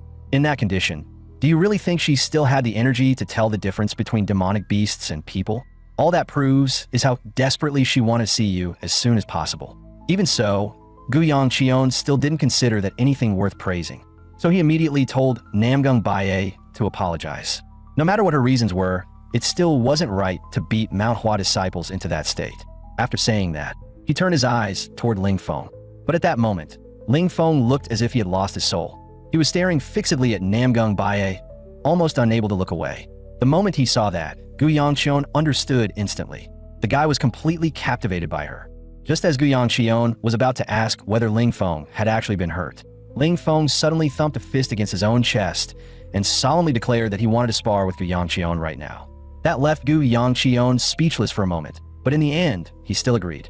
As the spar was about to begin, Ling Feng's gaze kept drifting to the side every so often. The place his eyes kept landing was exactly where Namgung Bae stood. Seeing that, Gu Yangqion's expression darkened at once. Has this guy seriously gone his whole life without seeing a woman? To Elder Shin, though, it looked obvious that Gu Yangqion was just jealous. Hearing that teasing remark, Gu Yangqion denied it immediately. Jealous of what? This fight doesn't benefit me at all. I just can't stand the way he's obviously trying to show off in front of a woman. Elder Shin only fanned the flames further. Then even better, you can use him to test yourself. Don't tell me you aren't even a little curious how much stronger you become after breaking into the 4-star realm. At that moment, one of the Manhwa disciples couldn't help asking the senior brother, "Senior brother, who do you think is going to win?" The senior brother slowly shook his head. "Though I feel a little sorry saying this to young Master Gu, the outcome of this fight is already obvious. Ling Feng is a genuine monster. All of us here have personally experienced his talent. Once he gets serious, I doubt even I could beat him. As he spoke, scattered plum blossoms had already begun to rise quietly along the sword's momentum. Even the sword venerable's face darkened at the sight of it. As more and more plum blossoms gathered toward the edge of the blade, Ling Feng's eyes sharpened in an instant. I'm starting my attack now. The moment Ling Feng made his declaration, Gu Yangqion answered with a violent burst of internal energy of his own. Flame-like power surged upward, scorching the plum blossom petals drifting in the air until they turned a burning orange-red. Everyone present could only stare with their mouths hanging open. Even the sword venerable, Wai Hyogun, could not hide the shock in his eyes. Gu Yangqion gathered that blazing internal energy entirely into his left hand. Even he could not help marveling inwardly. This power really is tyrannical. Ling Feng's expression also shifted into visible astonishment. Seeing that, Gu Yangqion asked, "What's with that look? What, are you scared?" Ling Feng merely smiled and denied it without hesitation. In the next instant, he stomped forward with both feet. He launched himself straight at Gu Yangqion. Yet even as Ling Feng came at him head-on, Gu Yangqion did not move from where he stood. He waited until the sword was about to strike him. Only then did he calmly raise a hand and knock Ling Feng's sword arm aside. Then he followed with a single punch, driving it square into Ling Feng's chest. That overwhelming internal energy exploded outward. Ling Feng was blasted straight off his feet in the next instant. The sight left everyone stunned all over again. Even Wai Hyogun found it hard to believe what he was seeing. Gu Yangqion walked over to where Ling Feng had fallen. Ling Feng admitted defeat on the spot without dragging things out. But just then, Namgung Bai suddenly stepped forward. Gu Yangqion turned at the sound of her voice. He saw her resting a hand on the hilt of her sword. "Fight me once." Hearing that, Gu Yangqion could only stare at her in disbelief. "Didn't you just see me finish a match?" At those words, a complicated look crossed Namgung Bai's face. That immediately made Gu Yangqion start muttering inwardly. What now? Is she upset just because I turned her down? To Elder Shin, though, it looked more like she was simply sulking. And Gu Yangqion himself knew perfectly well that if he let this keep going, things would only get more troublesome. So in the end, he could only promise that he would spar with her next time. The instant she heard that, Namgung Bai reached out and grabbed his hand tightly. Her face flushed as she said, almost shyly, then it settled. Next time for sure. Once that matter passed, Gu Yangqion threw himself back into training once more. Elder Shin watched the increasingly dense aura rising from him. He could not help exclaiming, "A monster like you is the first I've ever seen. To think you're already trying to break into the middle Dantian this soon." Gu Yangqion only waved him off and said there was no need to make such a fuss. He was merely testing the waters for now. At that point, Elder Shin warned him again. For someone your age to attempt to break into the middle Dantian is already a frightening level of talent. But you better stop here. The moment the Dantian truly opens, that thing inside you may awaken. Gu Yangqion frowned at once. The thing inside me actually reacts to my internal energy? Elder Shin nodded without hesitation. The stronger your internal energy becomes, the more active it will grow. Once the flames start erupting from inside your body and wrapping themselves around your arm, that'll mean the thing inside you is probably about to go completely berserk. Hearing Elder Shin say that, a trace of frustration immediately surfaced on Gu Yangqion's face. Damn it, my strength still isn't enough. At that moment, Ling Feng suddenly walked over to him. You clearly won that match, and yet you're still reflecting on your own shortcomings? Gu Yangqion lifted his eyes toward him. What do you want now? But instead of pressing the issue, Ling Feng first offered him a solemn word of thanks. I still have far too much left to learn. I may not know why you fought that way, but I could feel it. You were using this match to guide me. After hearing that, even Elder Shin couldn't help sighing in admiration. This kid lost that badly, yet instead of falling into a hard demon, he's actually sorting out his thoughts properly. That alone is rare enough. Gu Yangqion, however, didn't look impressed at all. Some people run around training with their lives on the line just to survive. But this guy, his motives were never that pure. Elder Shin immediately clicked his tongue. You brat really are narrow-minded in the most impressive way. In the end, Gu Yangqion only replied flatly, I didn't really mean it that way, but if you truly got something out of it, then good for you. Ling Feng answered in all seriousness. I always believed I was already among the greatest geniuses alive. Only after meeting you did I realize there's still another sky beyond the one I knew. Someone like you must have put in effort I can't even begin to imagine. And yet, no matter how sincerely Ling Feng spoke, Gu Yangqion still found it hard to feel any real goodwill toward him. Even so, Ling Feng once again thanked Gu Yangqion in complete earnestness. The moment Gu Yangqion heard that second thank you, his thoughts were dragged straight back into his past life. Back when he had slaughtered his way through Manhwa, Ling Feng had never bowed his head, not even at the very moment of death. Could a single defeat really be enough to change a person that much? Meanwhile, elsewhere, Wai Siola was gesturing excitedly at the sword venerable, Wai Hyogun. Grandpa, did you see that? Young master just did one thing, and that flower petal guy lost in one hit. Just like that. But halfway through saying that, she suddenly changed the subject. Still, compared to that, there's even worse news. The sword venerable looked at her. What worse news? Wai Siola puffed up angrily. Young master is getting engaged. Yet the sword venerable only found that natural. Isn't that a good thing? Wai Siola immediately shouted, no, it isn't. I don't even know what engagement really means. But it doesn't matter, it's still not allowed. If anyone gets to do things together with young master, it should only be Siola. At the very least, Siola should get to approve it first. Seeing her getting more worked up by the second, the sword venerable could only patiently soothe her. Siola, something like a marriage arrangement, isn't decided just because you like it or dislike it. From that point on, though, Wai Siola began acting increasingly strange. Noticing that, even the sword venerable couldn't help asking, what's wrong? Are you not feeling well somewhere? But Wai Siola only pressed her lips together and quietly shook her head. That only made Gu Yangqion more confused. If you're fine, then why do you keep stirring your food around with your chopsticks like that? If you keep messing around like this, you can forget about getting medicinal fruits in the future too. Namgung Baye was just about to reach out and pick up some food. Wai Siola suddenly slapped it right out her chopsticks. The moment he saw that, Wai Hyogun's expression turned dark. Siola, what exactly are you doing? But Wai Siola only looked aggrieved, her eyes already reddening. She then shouted in a trembling voice, Big sister is stupid. The moment the words left her mouth, she turned and ran off without looking back. Seeing that, Gu Yangqion could only turn toward Namgung Baye and ask, did you do something just now? But Namgung Baye only shook her head in complete confusion. The next morning, Gu Yangqion woke up with dark circles hanging under his eyes. At this point, even he couldn't remember how many nights he'd spent camping out in the wild. Lately, it honestly felt like he'd been sleeping outside more than he ever did back at the Gu estate. He was crouched by the river washing his face. Ling Feng suddenly walked over completely shirtless. Young Master Gu, want to train together? Gu Yangqion looked at him in pure disgust. What? Is there some Manhwa rule that says you're not allowed to wear clothes in the morning? Elder Shin, meanwhile, lazily explained from the side. A martial artist's body changes along with the cultivation method he practices and the emotions he carries. Only when the tree grows strong enough can it bloom into more beautiful plum blossoms. That's why physical training is just as necessary. Even so, Gu Yangqion still turned Ling Feng down in the end because he had something even more important on his mind today. Hearing that, Ling Feng curiously asked what it was. Gu Yangqion only looked off into the distance and laughed. Because today, we finally reached Manhwa. Before long, evening fell, and the group finally arrived at the foot of Manhwa. Looking at the familiar scenery before him, Elder Shin's expression turned unexpectedly complicated. I never thought this place would still look exactly the same. Gu Yangqion, on the other hand, clicked his tongue in annoyance. Which genius decided to build Mount Hua all the way at the top of a mountain? Climbing up and down this thing every day sounds miserable. At that moment, the senior brother suddenly stepped forward and suggested, young Master Gu has traveled a long way without rest. How about staying at the foot of the mountain tonight and going up tomorrow? Gu Yangqion looked at him seriously instead. But I'm carrying one of Mount Hua's treasures. Wouldn't it make more sense to head up immediately?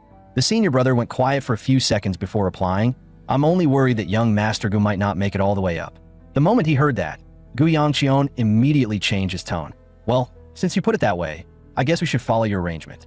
After that, the senior brother instructed Ling Feng to look after everyone, while he himself would head up the mountain first to inform the people above that young Master Gu was on his way. That made Gu Yangqion inwardly puzzled. Why not take Ling Feng up too? If anything, the elders of Mount Hua should want to see him as well. Or was it that this guy's relationship with everyone else wasn't actually all that great? Just as he was thinking that, Wai Siola suddenly came running over with a steaming basket of buns. The moment he saw it, Gu Yangqion's eyes lit up. At last, the source of all life in my miserable existence has arrived.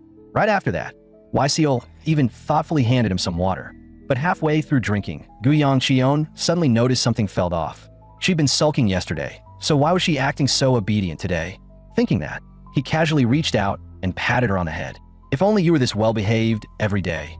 Wai Siola instantly blushed and muttered in a small voice, Siola is good every day. Watching all of this from the side, Namgung Baye seemed to think of something too. In the next moment, she also picked up a bun and held it out toward Gu Yangqion. The instant he saw Wai Siola's expression change, Gu Yongqion found himself stuck in an awkward dilemma. But before he could even decide whether to take it or not, Wai Siola suddenly snatched the bun and stuffed it in her own mouth. At the same time, she shot Namgung Baye a look full of naked hostility. Namgung Baye blinked in surprise for a moment, but in the end, she only smiled softly. Meanwhile, deep inside a hidden cave, one of the subordinates was bowing his head as he reported the latest news to the figure in front of him. "Boss, a message just came down from the palace. The miracle doctor has appeared in Shangxi, but the people below are still investigating his exact location." The moment he heard that, the leader suddenly drew his blade and asked coldly, "I don't remember giving any order to send people after him." The subordinate's voice instantly began to shake. It was the palace master's personal order. The palace master said that if he's captured, he should be locked up in the branch first. Hearing that, the leader pressed further. "And if there are troublesome people in the way, can they be killed directly?" After receiving a firm yes from the subordinate, a chilling smile spread across the leader's face. "Well then, that makes this much more interesting." The next day, after pushing himself so hard he was practically on the verge of dropping dead, Gu Yongqion finally managed to climb all the way to the summit of Manhwa. He was gasping for breath as he cursed, "What kind of idiot built a sect on top of a mountain like this?" Meanwhile, Wai Siola, who had followed him all the way up, still looked perfectly relaxed. "Young master, didn't I already tell you? I could have carried you." Before Gu Yongqion could answer, Namgung Baye suddenly held out her hand toward him. But the very moment Gu Yongqion reached out and placed his hand in hers, Wai Siola's expression instantly turned strange again. Then Namgung Baye slowly lowered her head. Seeing that, Gu Yongqion froze for a second. "What is she doing now? Don't tell me. She wants me to pat her head?" Elder Shin burst out laughing. "You idiot. If you figured it out, then hurry up and do it." But just as Gu Yongqion was about to raise his hand and touch her head, Wai Siola had already stretched her own hand out first. At that, Namgung Baye slowly lifted her head again and calmly said, "Next time." At that very moment, the gates of Mount Hua slowly swung open. Walking at the front was none other than the current sect master of Mount Hua. Elder Shin took one look at him and burst into loud laughter. "So the current sect master of Mount Hua is this guy, huh?" In the moment that sect master saw Gu Yongqion, joy clearly spread across his face as well. "Do you have any idea how long I've been waiting for you? Ever since I lost that treasure in a drinking wager, those elders have mocked me over it nonstop." Gu Yongqion hadn't even had the chance to introduce himself yet. The sect master simply continued, "That fellow Gu, Ryan, already sent me a letter explaining everything. You came here this time for 2 reasons, to return the plum blossom Lianjing stone, and to take your younger sister back. Am I right?" Hearing that, Gu Yongqion quietly let out a sigh of relief and sighed. Good. Since the second elder already explained the situation in advance, this whole trip to Mount Hua should be over quickly. But in the very next moment, the sect master's expression darkened slightly. Still, it seems that fellow left out a few things. For example, the aura inside your body. And also, as he said that, the sect master's eyes suddenly shifted toward Wai Hyogun, the sword venerable. But he quickly swallowed the rest of his words and waved a hand. "Forget it. Forget it. You just climbed all the way up here, so you must be exhausted. We'll talk about the rest once we're inside." Hearing that, Gu Yongqion immediately turned to Elder Shin for help in his mind, asking what he was supposed to do now. But Elder Shin looked far too entertained. "You don't actually think you can absorb one of Mount Hua's treasures and walk away like nothing happened, do you? Still, don't panic too much. It's not like he can just kill you on the spot." After entering Mount Hua, the sect master wasted no time and called Gu Yongqion in for a private talk. "You've only just arrived, and I'm already dragging you here before you can rest. That's a bit rude of me. But you should understand that there's no way I can simply ignore the fact that the plum blossom Lianjing stone was absorbed." Gu Yongqion immediately said he understood, then proceeded to explain everything in full detail, everything except Elder Shin's existence. After hearing it all, the sect master looked completely incredulous. "So what you're telling me is that you were merely carrying Mount Hua's treasure, and then it somehow got absorbed by you on its own?" Elder Shin, however, wasn't surprised by the sect master's suspicion at all. "After all, no one would hear I finished cultivating, went to sleep, and woke up to find that I'd absorbed your sacred treasure, and simply accept that right away. Especially not when Gu Yongqion was also carrying 2 completely opposite kinds of aura inside him at the same time. That only made the story harder to swallow." A moment later, the sect master slowly rose to his feet. "Fine. Since you also came up the mountain to bring your younger sister home, come with me." But Gu Yongqion was just about to get up. The sect master shoved him right back down into his seat. "You don't actually think absorbing one of Mount Hua's treasures means this can all be treated like nothing happened, do you?" Hearing that, Gu Yongqion remained strangely calm. He then turned to the sect master and said, "The expression on your face right now looks exactly the same as when a second elder is about to mess with me." The sect master immediately bristled. "How could I possibly be like that, man? That's way too much." Meanwhile, elsewhere on Manhwa, the miracle doctor was examining an elderly woman. It's all ruined. Not just the acupoints. Even the flow of energy has been twisted out of shape. "How exactly have you been enduring the pain of a body rotting to this extent?" The elderly woman coughed softly. She then answered in a weak voice, "Actually, it hasn't been that painful." But the miracle doctor immediately exposed the lie. "Don't lie to me. Are you only pretending to be strong because your disciple is standing here watching?" And the disciple he was referring to is none other than Gu Yongqion's younger sister, Gu Yonghua. At that point, the miracle doctor continued, "How long has this condition lasted? And what caused it in the first place?" The elderly woman answered slowly, "For years." But the moment the cause came up, it was as though something caught in her throat, and she couldn't force the words out at all. In the next second, she coughed up a mouthful of blood in obvious agony. Seeing that, Gu Yonghua hurried over and gently patted her on the back. The miracle doctor's expression darkened at once. This is a restriction, yet that only made him even more puzzled. If it really is a restriction, I should have noticed at the moment I took her pulse. Looking at the trouble on the miracle doctor's face, the elderly woman quietly asked how long she had left to live. The moment she heard that, tears immediately welled up in Gu Yonghua's eyes. After a long silence, the miracle doctor finally gave his answer. "At the soonest, 2 months. If things go a little better, she may be able to hold on until winter." Hearing that result, the elderly woman only smiled faintly. But the miracle doctor's eyes had already grown far more complicated.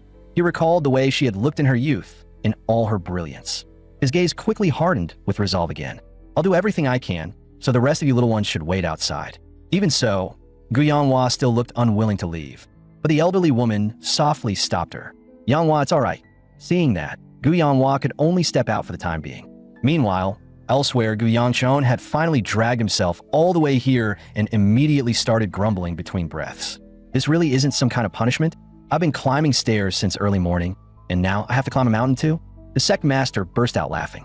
"Can you feel the spirit of Manhwa now? Without hardship, where'd any gain come from?" That only made Gu Yongqion complain even more. "Elder Shin, it would have been great if you just moved this place somewhere else while you were still alive." Just then, the doors in front of them slowly opened. A moment later, Gu Yonghua came out, still wiping tears from her eyes. But the instant she saw the boy standing there, she jumped in fright and accidentally bumped straight into the miracle doctor's attendant behind her. Rubbing her head, Gu Yonghua frowned and asked, "Why are you here?" But Gu Yongqion was far more focused on the person standing behind her. Right then, Gu Yonghua shifted half a step aside and complained to the attendant, "You should watch where you're going." But the instant Gu Yongqion got a clear look at that person's face, a violent surge of internal energy exploded from his body in the very next second. Seeing that, Gu Yonghua froze in shock. "Brother, what are you doing?" Back in his previous life, Gu Yongqion had once made that exact same move. It had been when he returned to the demonic sect after wiping out the Tang clan. The man waiting for him at the entrance had already been standing there for quite some time. He was the strategist of the demonic sect. "It seems you're in a rather foul mood. What? Are you really this worked up just because one woman died? But this was all the heavenly demon's will. Looking at you now, are you dissatisfied with the sect leader's arrangement?" Hearing that, Gu Yongqion immediately gathered his internal energy and prepared to strike. But the moment he remembered that the man enjoyed the heavenly demon's special favor, he forcibly held himself back in the end, withdrew his power, and turned to leave. Yet just as he was about to walk away, that man's voice rang out behind him once more. "The celestial venerable is dead now. The vanquished venerable has likely died today as well. The sword venerable has been reduced to one arm, so the heavenly demon has naturally lost interest in him. So tell me, who do you think will inherit everything that remains?" At that memory, Gu Yongqion suddenly lunged forward and clamped his hand around the attendant's throat. At the same time, several completely different forces inside his body began colliding violently. His reason gradually fell apart. A large hand suddenly covered his eyes in the next instant. The one who had appeared was none other than the sect master of Manhwa. "Young hero Gu, just go to sleep for a while."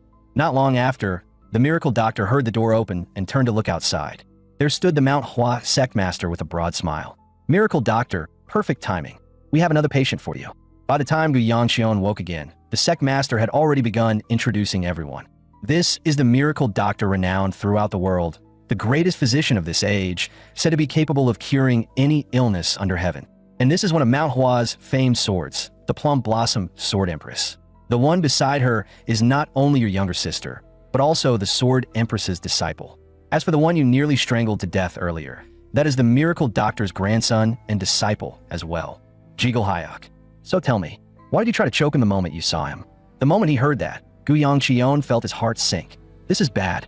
To be honest, ever since he saw this guy, the memories in his head had started turning blurry. But in a situation like this, even if he told the truth, nobody would believe him anyway. On top of that, this was the first time he had learned that Jigal was actually the Miracle Doctor's grandson. The man he had originally hired Hao Gate to find had now appeared right in front of him ahead of schedule. Not a single thing was going according to plan anymore. Worse still, Elder Shin had gone silent again at some point, and Gu Yongqion had no idea when. Gu Yongqion was struggling to come up with an answer. The Manhwa sect master suddenly spoke. Does it feel like your memories are getting blurry?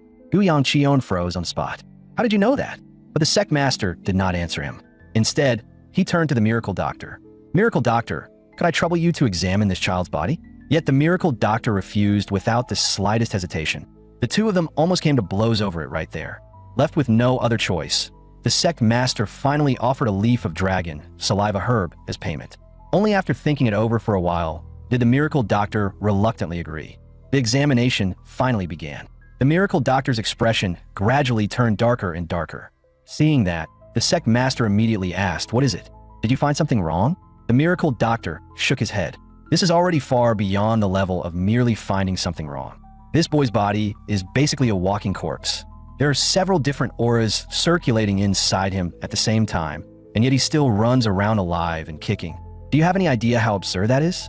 Gu Yongqion understood exactly what he meant. Over the years, he really had absorbed all kinds of strange things, but even he had never imagined that once piled together, they would become this dangerous. Could all of this really be because of that thing Elder Shin mentioned before? Just as that thought crossed his mind, Elder Shin suddenly reappeared and flatly denied it. When you were jumping around like an idiot earlier, that thing suddenly reacted. That's why my connection to you was cut off for a while. But that thing didn't harm you at all. On the contrary, it actually helped stabilize your body.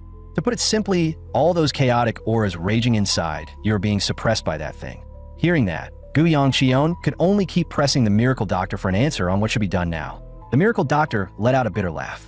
What else can we do? All we can try is pull those auras out and pray you don't explode and die in the middle of it. To put it even more plainly, with a body like yours, it wouldn't be strange at all if you suddenly dropped dead while eating or even in your sleep. Even the sect master had not expected the situation to be this severe. Gu Yongqion, however, still acted as if none of it mattered. But I'm still alive right now, aren't I? After saying that, he turned his gaze toward Gu Yonghua. Enough. Get your things ready and come home with me.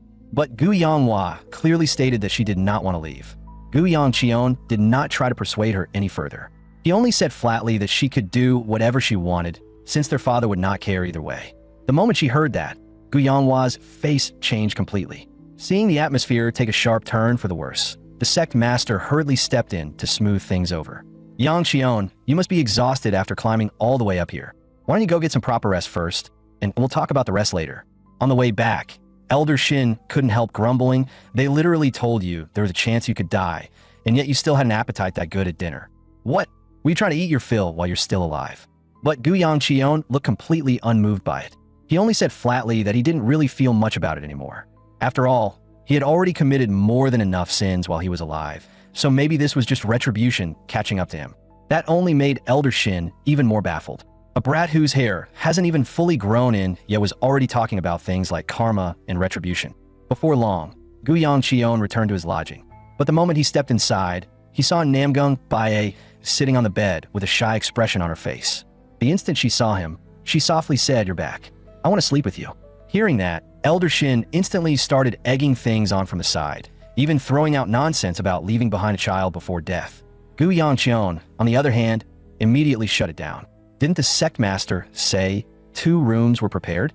Go rest in your own room. But Namgung Bae told him there wasn't actually another room. A thought flashed through Gu Yongqion's head at once. The sect master and the second elder really are the exact same kind of person. I should have known they'd team up to mess with me. With that in mind, he declared that he'd just go sleep in Mu Yun's room instead. But in the very next second, Namgung Bae stepped in and blocked him. In an utterly serious tone, she said, "We'll only hold hands and sleep." Hearing that, Gu Yongqion looked at Namgung Bae. Namgung Bae quietly looked right back at him. In the next instant, Gu Yongqion finally lost it and burst out laughing. With a helpless sigh, he said, "Fine, no matter what, I just hope you get a good night's sleep tonight." Seeing that, Namgung Bae reached out, took his hand again, and gently pressed it against her own cheek. Then she said softly, "Sleep with me tonight." Meanwhile, Wai Hyogun, the sword venerable, sought out the sect master of Manhwa. The sect master remarked that both Shaolin and Wudong were currently searching for the sword venerable. Meanwhile, the sword venerable himself was searching for the miracle doctor. What confused the sect master, though, was this: "Haven't you already found the miracle doctor?" Wai Hyogun gave a slight nod. "I could already sense that, in order to protect the miracle doctor, you've set up a massive barrier over Manhwa. But out of courtesy, I still wanted to ask first. May I go see the miracle doctor now?" The sect master shook his head. "The miracle doctor is still tending to someone else. Even if you see him right now, you may not get the result you want. But if you're willing to do things my way, the outcome may be different." The next morning, Gu Yongqion lay sprawled on the bed with enormous dark circles under his eyes, looking like his soul had already left his body. Elder Shin, meanwhile, sounded openly disappointed that nothing had happened the night before. Gu Yongqion's temples started throbbing at once, and he snorted. "Can you not start spouting this kind of nonsense first thing in the morning? I'm already exhausted." Elder Shin immediately fired back, "But in the end, you two still slept in the same bed, didn't you?" Gu Yongqion was utterly speechless. Namgung Bae had even used internal energy last night, and she looked completely ready to smash the entire room apart if he ignored her. In a situation like that, what exactly was he supposed to do besides give in? It turned out that Tang Soyeol had once seriously discussed with Namgung Bae exactly how children were made. And because Namgung Bae's understanding of such things was catastrophically lacking, she had somehow come to believe that if two people simply held hands and slept together, then a crane would deliver them a baby a few months later. At that point, Elder Shin burst out laughing. Well, at least that little maid didn't see what happened last night. Gu Yongqion, however, said indifferently, even if she had, what difference would it make? But the more he thought about it, the more he realized that every time Namgung Bae got close, Yseola really did become especially troublesome. If that was the case, then last night absolutely could not be allowed to reach her ears. The moment that thought hit him, a chill ran straight down his back. He slowly turned his head on instinct. He found Yseola standing there, staring at him with a deeply serious expression. The noise ended up waking Namgung Bae as well, and she slowly opened her eyes. The two girls got a clear look at each other. Yseola immediately blurted out, "Big sister is way too shameless." Then her eyes reddened as she lowered her head as she said in a pitiful voice, "Seola wants to sleep with young master too." Namgung Bae, however, replied as if it were the most natural thing in the world. "Then we can all sleep together." Hearing that, Gu Yongqion was completely stunned. In what world is that not total chaos? But Yseola didn't care in the slightest and immediately threw herself onto the bed. Great, Seola gets to sleep here too. This is the best." And of course, at that exact moment, Ling Feng slowly pulled the door open. He saw the scene inside. He froze on the spot. In the end, he only threw out a rushed, "The sect master is looking for you," before turning around and running off. Seeing that, Elder Shin still tried to comfort Gu Yongqion, saying that Manhwa was not the sort of place where pointless rumors spread. But when Gu Yongqion actually found the sect master, the first thing the man said was, "I heard that first thing in the morning, you were already tangled up with two women. Youth really is wonderful." Even Elder Shin could only sigh awkwardly at that. Looks like Manhwa really has changed over the years. Gu Yongqion covered his face and asked what the sect master actually wanted, only for the sect master to keep teasing him. "I was just hoping to hear more about how exactly you spent the night fooling around with two women." The moment Gu Yongqion turned as if to leave, the sect master hurriedly stopped him. Then he finally got to the real point.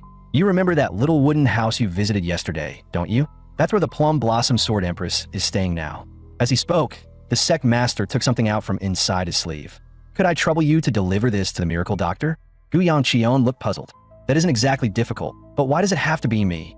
Only then did the sect master explain. "Most of the people in Manhwa still do not know that the Sword Empress has fallen ill. If you deliver it, there's less risk of word spreading.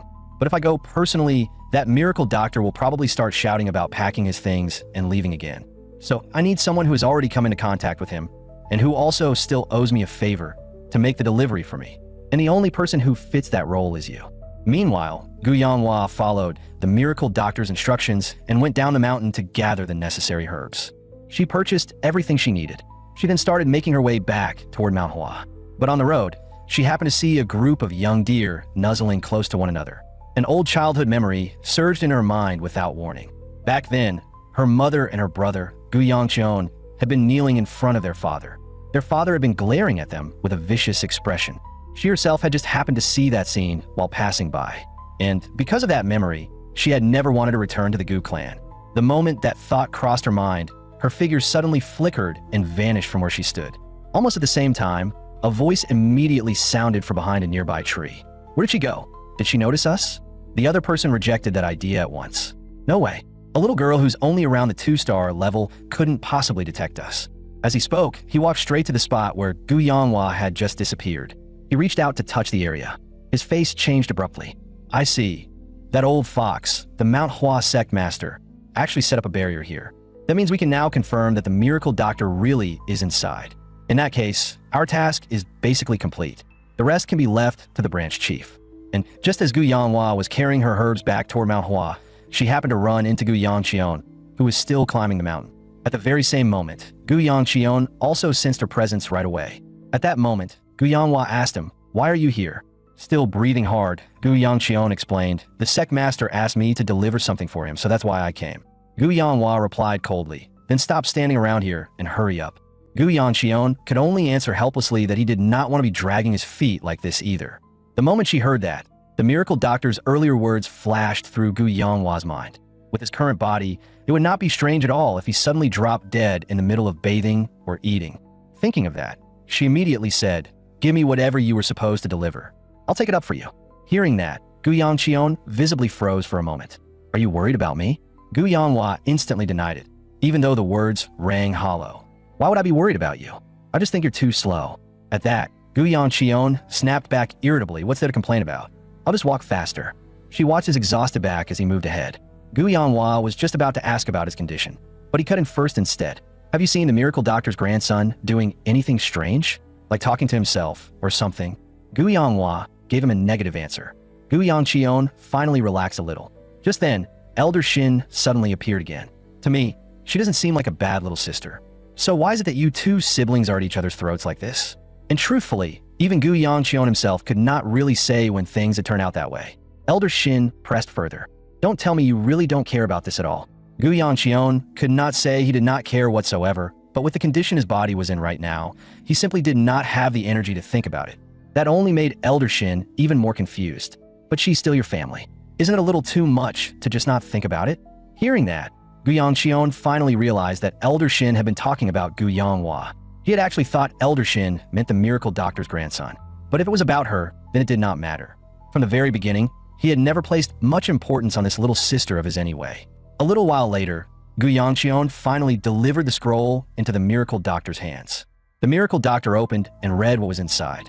He immediately snapped. That old bastard was the one who sent this piece of garbage with you, wasn't he? That left Gu Yangqion inwardly speechless. Just how badly had the sect master offended this man to make him loathe him this much? In the end, Gu Yangqion could only answer helplessly. Since it was the sect master's request, I couldn't exactly pretend I knew nothing about it. Hearing that, the miracle doctor still looked thoroughly annoyed, but he reluctantly accepted the scroll anyway. Then he suddenly looked up and asked, "Are you really not afraid of dying?" Faced with that abrupt question, the room fell into silence. A moment later, the miracle doctor waved his hand. "Forget it. That's probably not something I should be asking. If there's nothing else, get going." Before he left, Gu Yanghua seemed like she wanted to ask about Gu Yangqion's condition one more time. But before she could get the words out, he had already walked away. The scene shifted, and the sect master asked Gu Yangqion again, "You handed it over to the miracle doctor properly, right?" Gu Yangqion nodded. The old man looked unhappy, but he did take it in the end. The sect master burst out laughing. Well, the contents were definitely enough to make him swear on sight. Then he changed the subject. "But how did the Sword Empress look?" Gu Yangqion answered honestly. She was resting at the time, so I couldn't tell whether her condition had improved or not. Still, with the miracle doctor treating her, I'm sure she'll recover eventually. At that, the sect master let out a long sigh. The plum blossoms have only just begun to bloom, and yet so many pieces of bad news have fallen on us at once. That left Gu Yangqion puzzled. Other than the Sword Empress's condition, had something else happened in Manhwa too? Elder Shin immediately reminded him. Weren't there also quite a few Manhwa disciples who vanished for no reason? After thinking it over, Gu Yangqion realized that if he really counted everything, then the Sword Venerable's arrival and Jiggle Hayok's appearance probably counted as bad news too. After all, Any one of these matters by itself would have been enough to stir up a huge storm, yet somehow all of them had become tangled together at once. Meanwhile, the masked man had already returned to the cave and delivered the news about the miracle doctor. The moment the branch chief heard it, his interest was immediately piqued. "So, did you actually see the miracle doctor?" The subordinate instantly lowered his head in panic. "Although, we did not see the miracle doctor with our own eyes. We did see the plum blossom immortal setting up an enormous barrier there. If that's the case, then the miracle doctor is almost certainly inside." Hearing that, the branch chief merely let out a long sigh. "So in other words, what you brought back is not even proper intelligence. And you still had the nerve to come back acting confident with something this useless?" The moment the words left his mouth, his blade flashed, and one of the man's arms was severed on the spot. Enduring the unbearable pain, the subordinate dropped to his knees and hurriedly apologized. "Branch chief, this subordinate knows his fault. Everything was due to my incompetence." But the branch chief only let out a cold, eerie laugh. "I'm in a decent mood today, so I'll spare your life for now. We still need to make some preparations anyway. 3 days from now, we'll enter that barrier ourselves and see whether the miracle doctor is really there. If he is, bring him back. If he isn't, then all of you can prepare to die for this failure instead." Before long, night fell, and Elder Shin could not help sighing. "A brat like you, running around busy every single day like this, is honestly a first for me." Gu Yangqion, however, felt that he had not really done much. He had only gotten up, delivered a scroll for someone, exchanged a few words with the sect master, and somehow the entire day was already gone. At that point, Elder Shin asked again, "Now that all your business is done, aren't you planning to head home?" Gu Yangqion thought it over seriously and realized that he really did not have much reason to remain at Manhwa any longer. His sister had clearly said she did not want to return, and the plum blossom lianging stone had already been properly delivered back. It was probably about time for him to leave. But just then, someone suddenly called out from behind him. He turned to see Wai Siola rushing toward him with excitement written all over her face. Gu Yangqion sidestepped to avoid her pounce and immediately frowned. "What are you doing here in the middle of the night? The road back to your quarters definitely isn't this way." Wai Siola reminded him with complete seriousness. "Aren't I supposed to sleep with young master tonight?" Hearing that, Gu Yangqion immediately used the sword venerable as a shield. "Does your grandfather know you're acting like this?" Wai Siola only let out a cheerful laugh. "It's fine. Grandpa already left. Siola doesn't know where he went, and she doesn't know when he'll come back either." That answer gave Gu Yangqion an instant headache. He had already prepared himself to leave, but it looked like now he could only wait until the sword venerable returned. Even Elder Shin could not help sighing. The times really have changed. These days, can an attendant really just vanish whenever they feel like it? Before long, Gu Yangqion returned to his room. But the moment he saw what was inside, he froze all over again. "Don't tell me you too." Before he could finish, Wai Siola had already leapt straight under the covers. "Young master, hurry up. Let's sleep together." The moment he saw that, Gu Yangqion turned and tried to leave without a second thought. But in the very next instant, Namgung Baye was already chasing after him. Left with no other option, Gu Yangqion finally had no choice but to lie down obediently on the bed again. But after Wai Siola slapped him hard, the only thing left in his mind was a single curse. What the hell is this mess? The next morning, Gu Yangqion woke up lying between the two of them. With enormous dark circles under his eyes, the first thing he did was desperately ask Elder Shin for help. Elder Shin, however, looked utterly dismissive and seemed to think Gu Yangqion had no idea how lucky he was. "Why not just get up?" Gu Yangqion could only answer helplessly. "They've got me pinned down this tightly. What exactly am I supposed to do? If anyone sees this scene again, it's going to cause a disaster." But the moment those words left his mouth, Gu Yanghua suddenly pushed the door open and walked right in. The instant she saw the scene inside the room, she froze for a moment. Her face then twisted into open disgust. "I'll wait outside." In that instant, Gu Yangqion felt like his insides were turning upside down. First Ling Feng walked in without warning, and now Yanghua too is barging in without knocking, actually part of Manhwa's hospitality. But the most important thing right now was clearly to get himself out of bed first. So he reached out a finger and lightly tickled Wai Siola. He then very seriously told her that there seemed to be a bug crawling on her. The moment Wai Siola heard that, she jolted awake in panic. Right after that, Gu Yangqion gave Namgung Baye a firm flick on the forehead. And just like that, he finally regained control over his own freedom of movement. After getting himself straightened out, Gu Yangqion stepped outside and saw Gu Yanghua waiting there. Gu Yanghua got straight to the point. "Master says he wants to see you. Though if I had known you were sleeping while wrapped up with 2 women, I would have come later."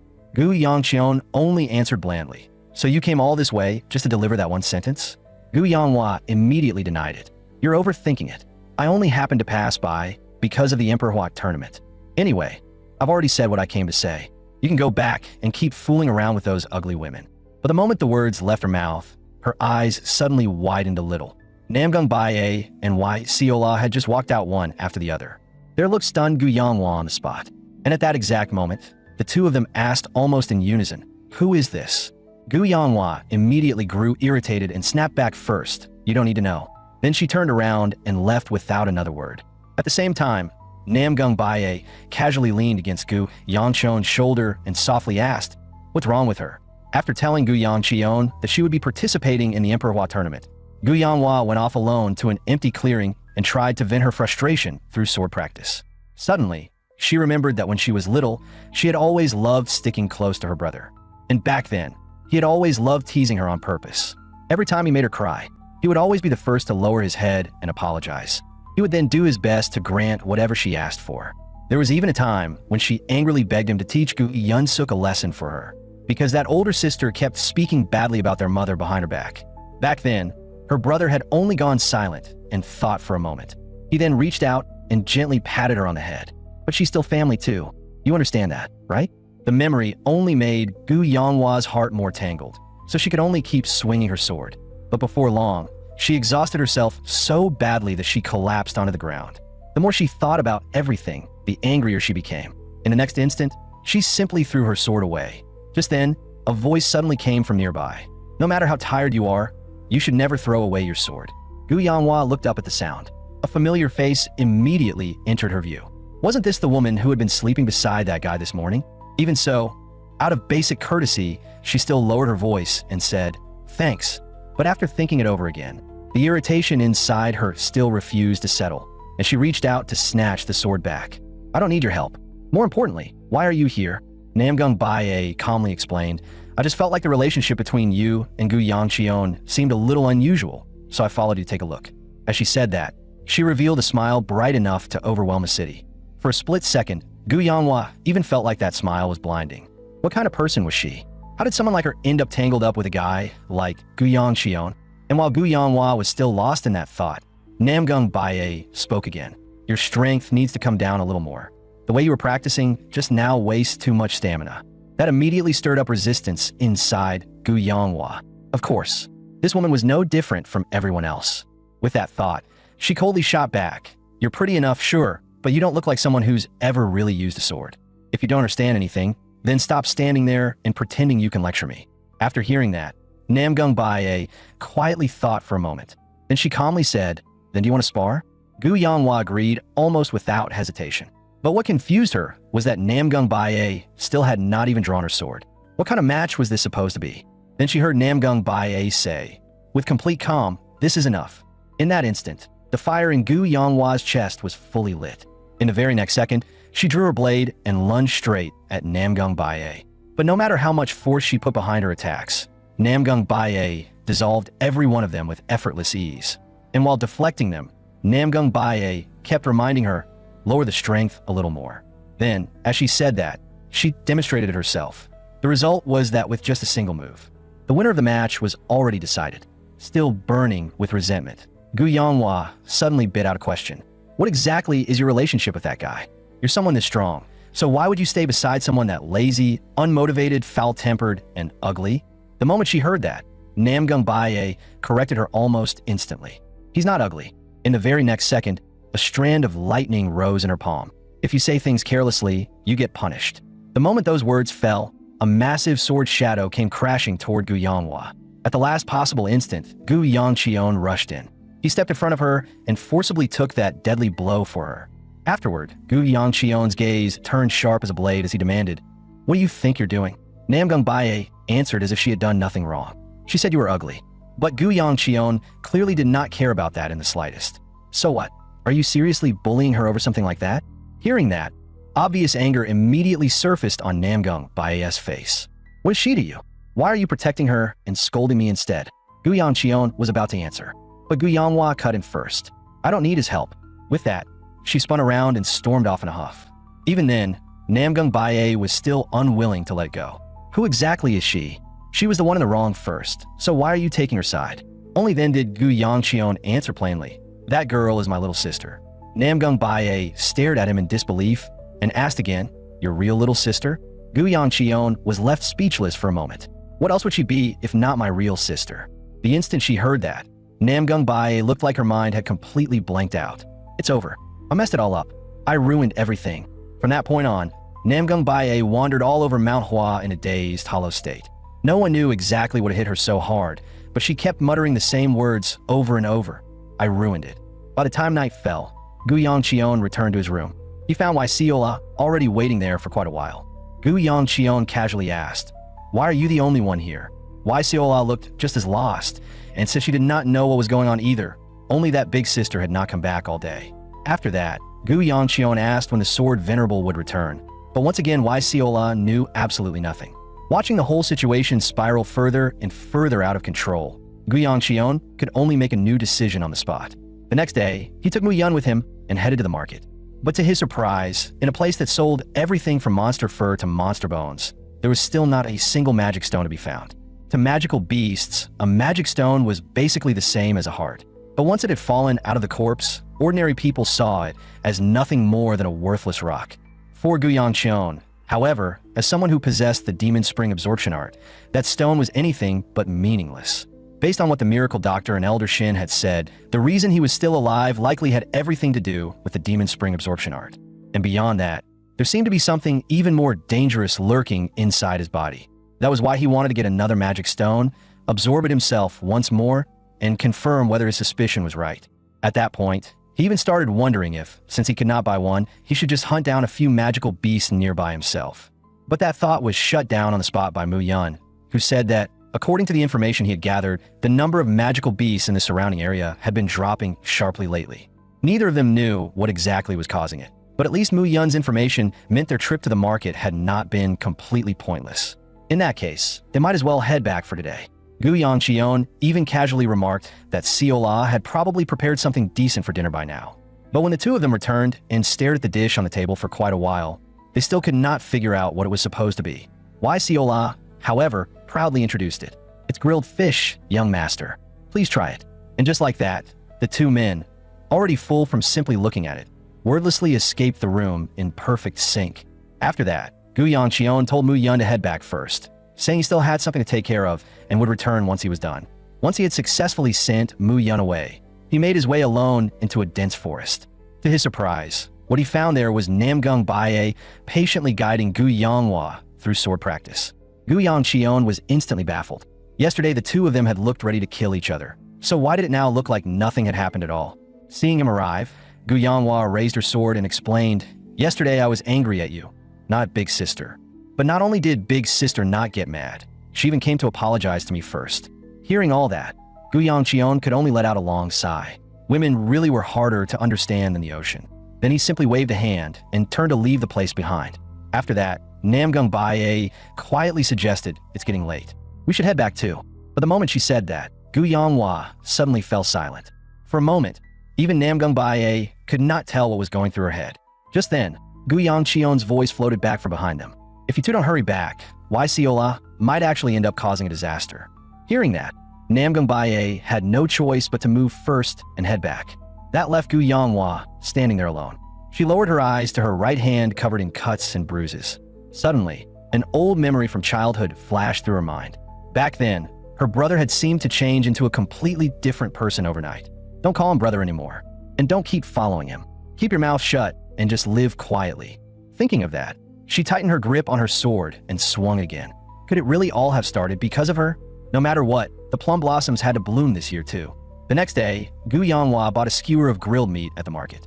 The child beside her stared at it so hard that drool nearly spilled out. She had already opened her mouth to take a bite, thinking that if it tasted good, she would bring some back for her master too. Then she remembered the last time she had brought food to her master. Her master had been too sick even to eat. The thought made Gu Yonghua instantly lose her own appetite. In the end, she gave the skewer to that child instead. Then she broke into a run back up the mountain. "Master, I want to stay with you forever. There's still so many things I want to tell you. About sparring with Sister Namgung Bae, about learning for the first time how to listen to someone else's advice, and about Gu Yongcheon." Yet the moment that thought crossed her mind, she was suddenly knocked flat to the ground. Someone had launched a surprise attack from the shadows. Fortunately, Namgung Baye arrived in time and intercepted it for her. The man who had attacked them let out a chilling laugh. Now where did beauties like these fall from? And two of them at once, no less. Regaining her senses, Gu Yanghua immediately demanded his name, and the man answered that he was called Night Blood Red. He even went so far as to kindly advise the two of them to surrender quietly. Otherwise, if I accidentally damage those pretty faces of yours, that would be a real shame. Hearing that, Gu Yanghua instantly moved to draw her sword, but Namgung Baye stretched out an arm to stop her. Calm down. You can't help here right now. I'll hold him off. You run back and alert the others. Seeing that, an oily, disgusting grin spread across Night Blood Red's face. Beauty, you better think very carefully about that. Gu Yanghua still looked unwilling to retreat, and she clearly could not leave without worry. But Namgung Baye only gave one more sharp order. Run, before charging straight at him wrapped in a storm of lightning. Meanwhile, somewhere else, Yahello happened to spot Gu Yangqion standing there lost in thought. Young master, what are you thinking about? Gu Yangqion brushed it off, saying he was not thinking about anything in particular, just wandering around and looking for something to do. The moment she heard that, Yahello immediately said she wanted to come along. But Gu Yangqion refused without hesitation, because the place where the miracle doctor was staying still could not be exposed to more people. Left with no other option, he offered to buy her grilled meat instead. Exactly as expected, Yahello instantly urged him to hurry up and buy it, then hurry back. She even made sure to add that she wanted the kind with extra meat on it. And so, after finally managing to send Yahello away, Elder Shin still could not resist grumbling. A guy who looks like a cockroach. Why is it that both that Namgung girl and that little one from earlier keep clinging to you like this? Gu Yangqion, of course, fired right back on the spot. If we're really talking about looks, then you're not exactly one to brag either. But while the two of them were bickering, Gu Yangqion suddenly saw Gu Yanghua running toward him in a panic. In the very next second, she threw herself right into him. Brother, something's wrong. Sister Namgung Baye is in danger. The moment he heard those words, Gu Yangqion's eyes turned ice cold. At the same time, the battle between Namgung Baye and Night Blood Red had already entered its fiercest stage. Right then, Night Blood Red suddenly remembered the real reason he had come here in the first place. He had come for the miracle doctor. So why the hell was he still wasting time getting tangled up with this girl? With that thought, he immediately poured even more force into his attacks, clearly intending to end the fight as fast as possible. Several more exchanges passed. Namgung Baye had already been pushed into an obvious disadvantage. Left with no other option, she could only bring out her strongest move and stake everything on one desperate strike. The moment Night Blood Red saw it, he recognized it at once. It was the Namgung clan supreme art, the Emperor's sword form. First time I've seen this move again since the war. But in his eyes, the version this girl was using was still far too weak and far too slow. With that thought, he merely shifted his body slightly to the side and avoided the attack with ease. But in the very next instant, he realized something was wrong. The previous strike had been nothing but a feint. The real killing move came right after it. Unfortunately for Namgung Baye, even though it was still blocked by Night Blood Red in the end. For the first time, genuine confusion crept into Night Blood Red's mind. What exactly was Manhwa hiding here? Why had both the Gu clan and the Namgung clan ended up gathering at this place? But right now, this was clearly not the time to dwell on those questions. He sneered at Namgung Baye. Beautiful, your internal energy is almost dry, isn't it? I've already sealed your acupoints. Just stay here obediently. Once I'm done with my business, I'll come back and take very good care of you. After saying that, he raised his blade and strode toward the barrier, clearly intending to split it open by force. As her consciousness began to fade, Namgung Baye was filled with nothing but unwillingness. If she was taken away by a man like this, then from that point on, she would probably be reduced to nothing more than a toy. And if things really went that way, then she would probably never see Gu Yangqion again. Was she really destined to fall back into that world of sin and despair all over again? But just as she clenched her teeth and tried to forcibly break through the sealed acupoints, a voice suddenly stopped her. She snapped her eyes toward the source of the sound and saw a figure that was painfully familiar. You were never going to run even if I told you to, so just stay there and don't move. Leave the rest to me. In the war from his previous life, Namgung Baye had died there precisely because she chose to save him. Back then, Gu Yangqion had never been able to understand why she had done such a thing. But at this exact moment, he finally understood. Once a life soaked in regret came to an end, if there really was another world waiting beyond it, there probably would not be anyone there to welcome him. What would be waiting instead would only be the sins that could never be forgiven and the ending he had long deserved. Yet whether by fate or by cruel coincidence, he had somehow been given a second chance. And because of that, he had started to feel the first spark of hope, a hope that even he himself thought he had no right to have. Maybe in this life, he really could make up for every regret he had left behind. But what if this life was not a second chance at all? What if it was merely a second descent into hell? What if all of this was nothing more than fate's way of punishing his sins one more time? But no matter what the answer turned out to be, he would never allow the same thing to happen a second time. The instant that resolve settled in his heart, a violent force of red and black energy began to gather inside Gu Yongqion's body. In the blink of an eye, raging flames erupted and wrapped around his entire body. On the other side, Night Blood Red was still hacking furiously at the barrier. He was just about to succeed. A sudden chill ran down his spine, and he instinctively turned around. In the next instant, his eyes widened in shock. A man had already reached him, carrying a terrifying killing force straight into his face. Night Blood Red tried to dodge on instinct, but by then it was already too late.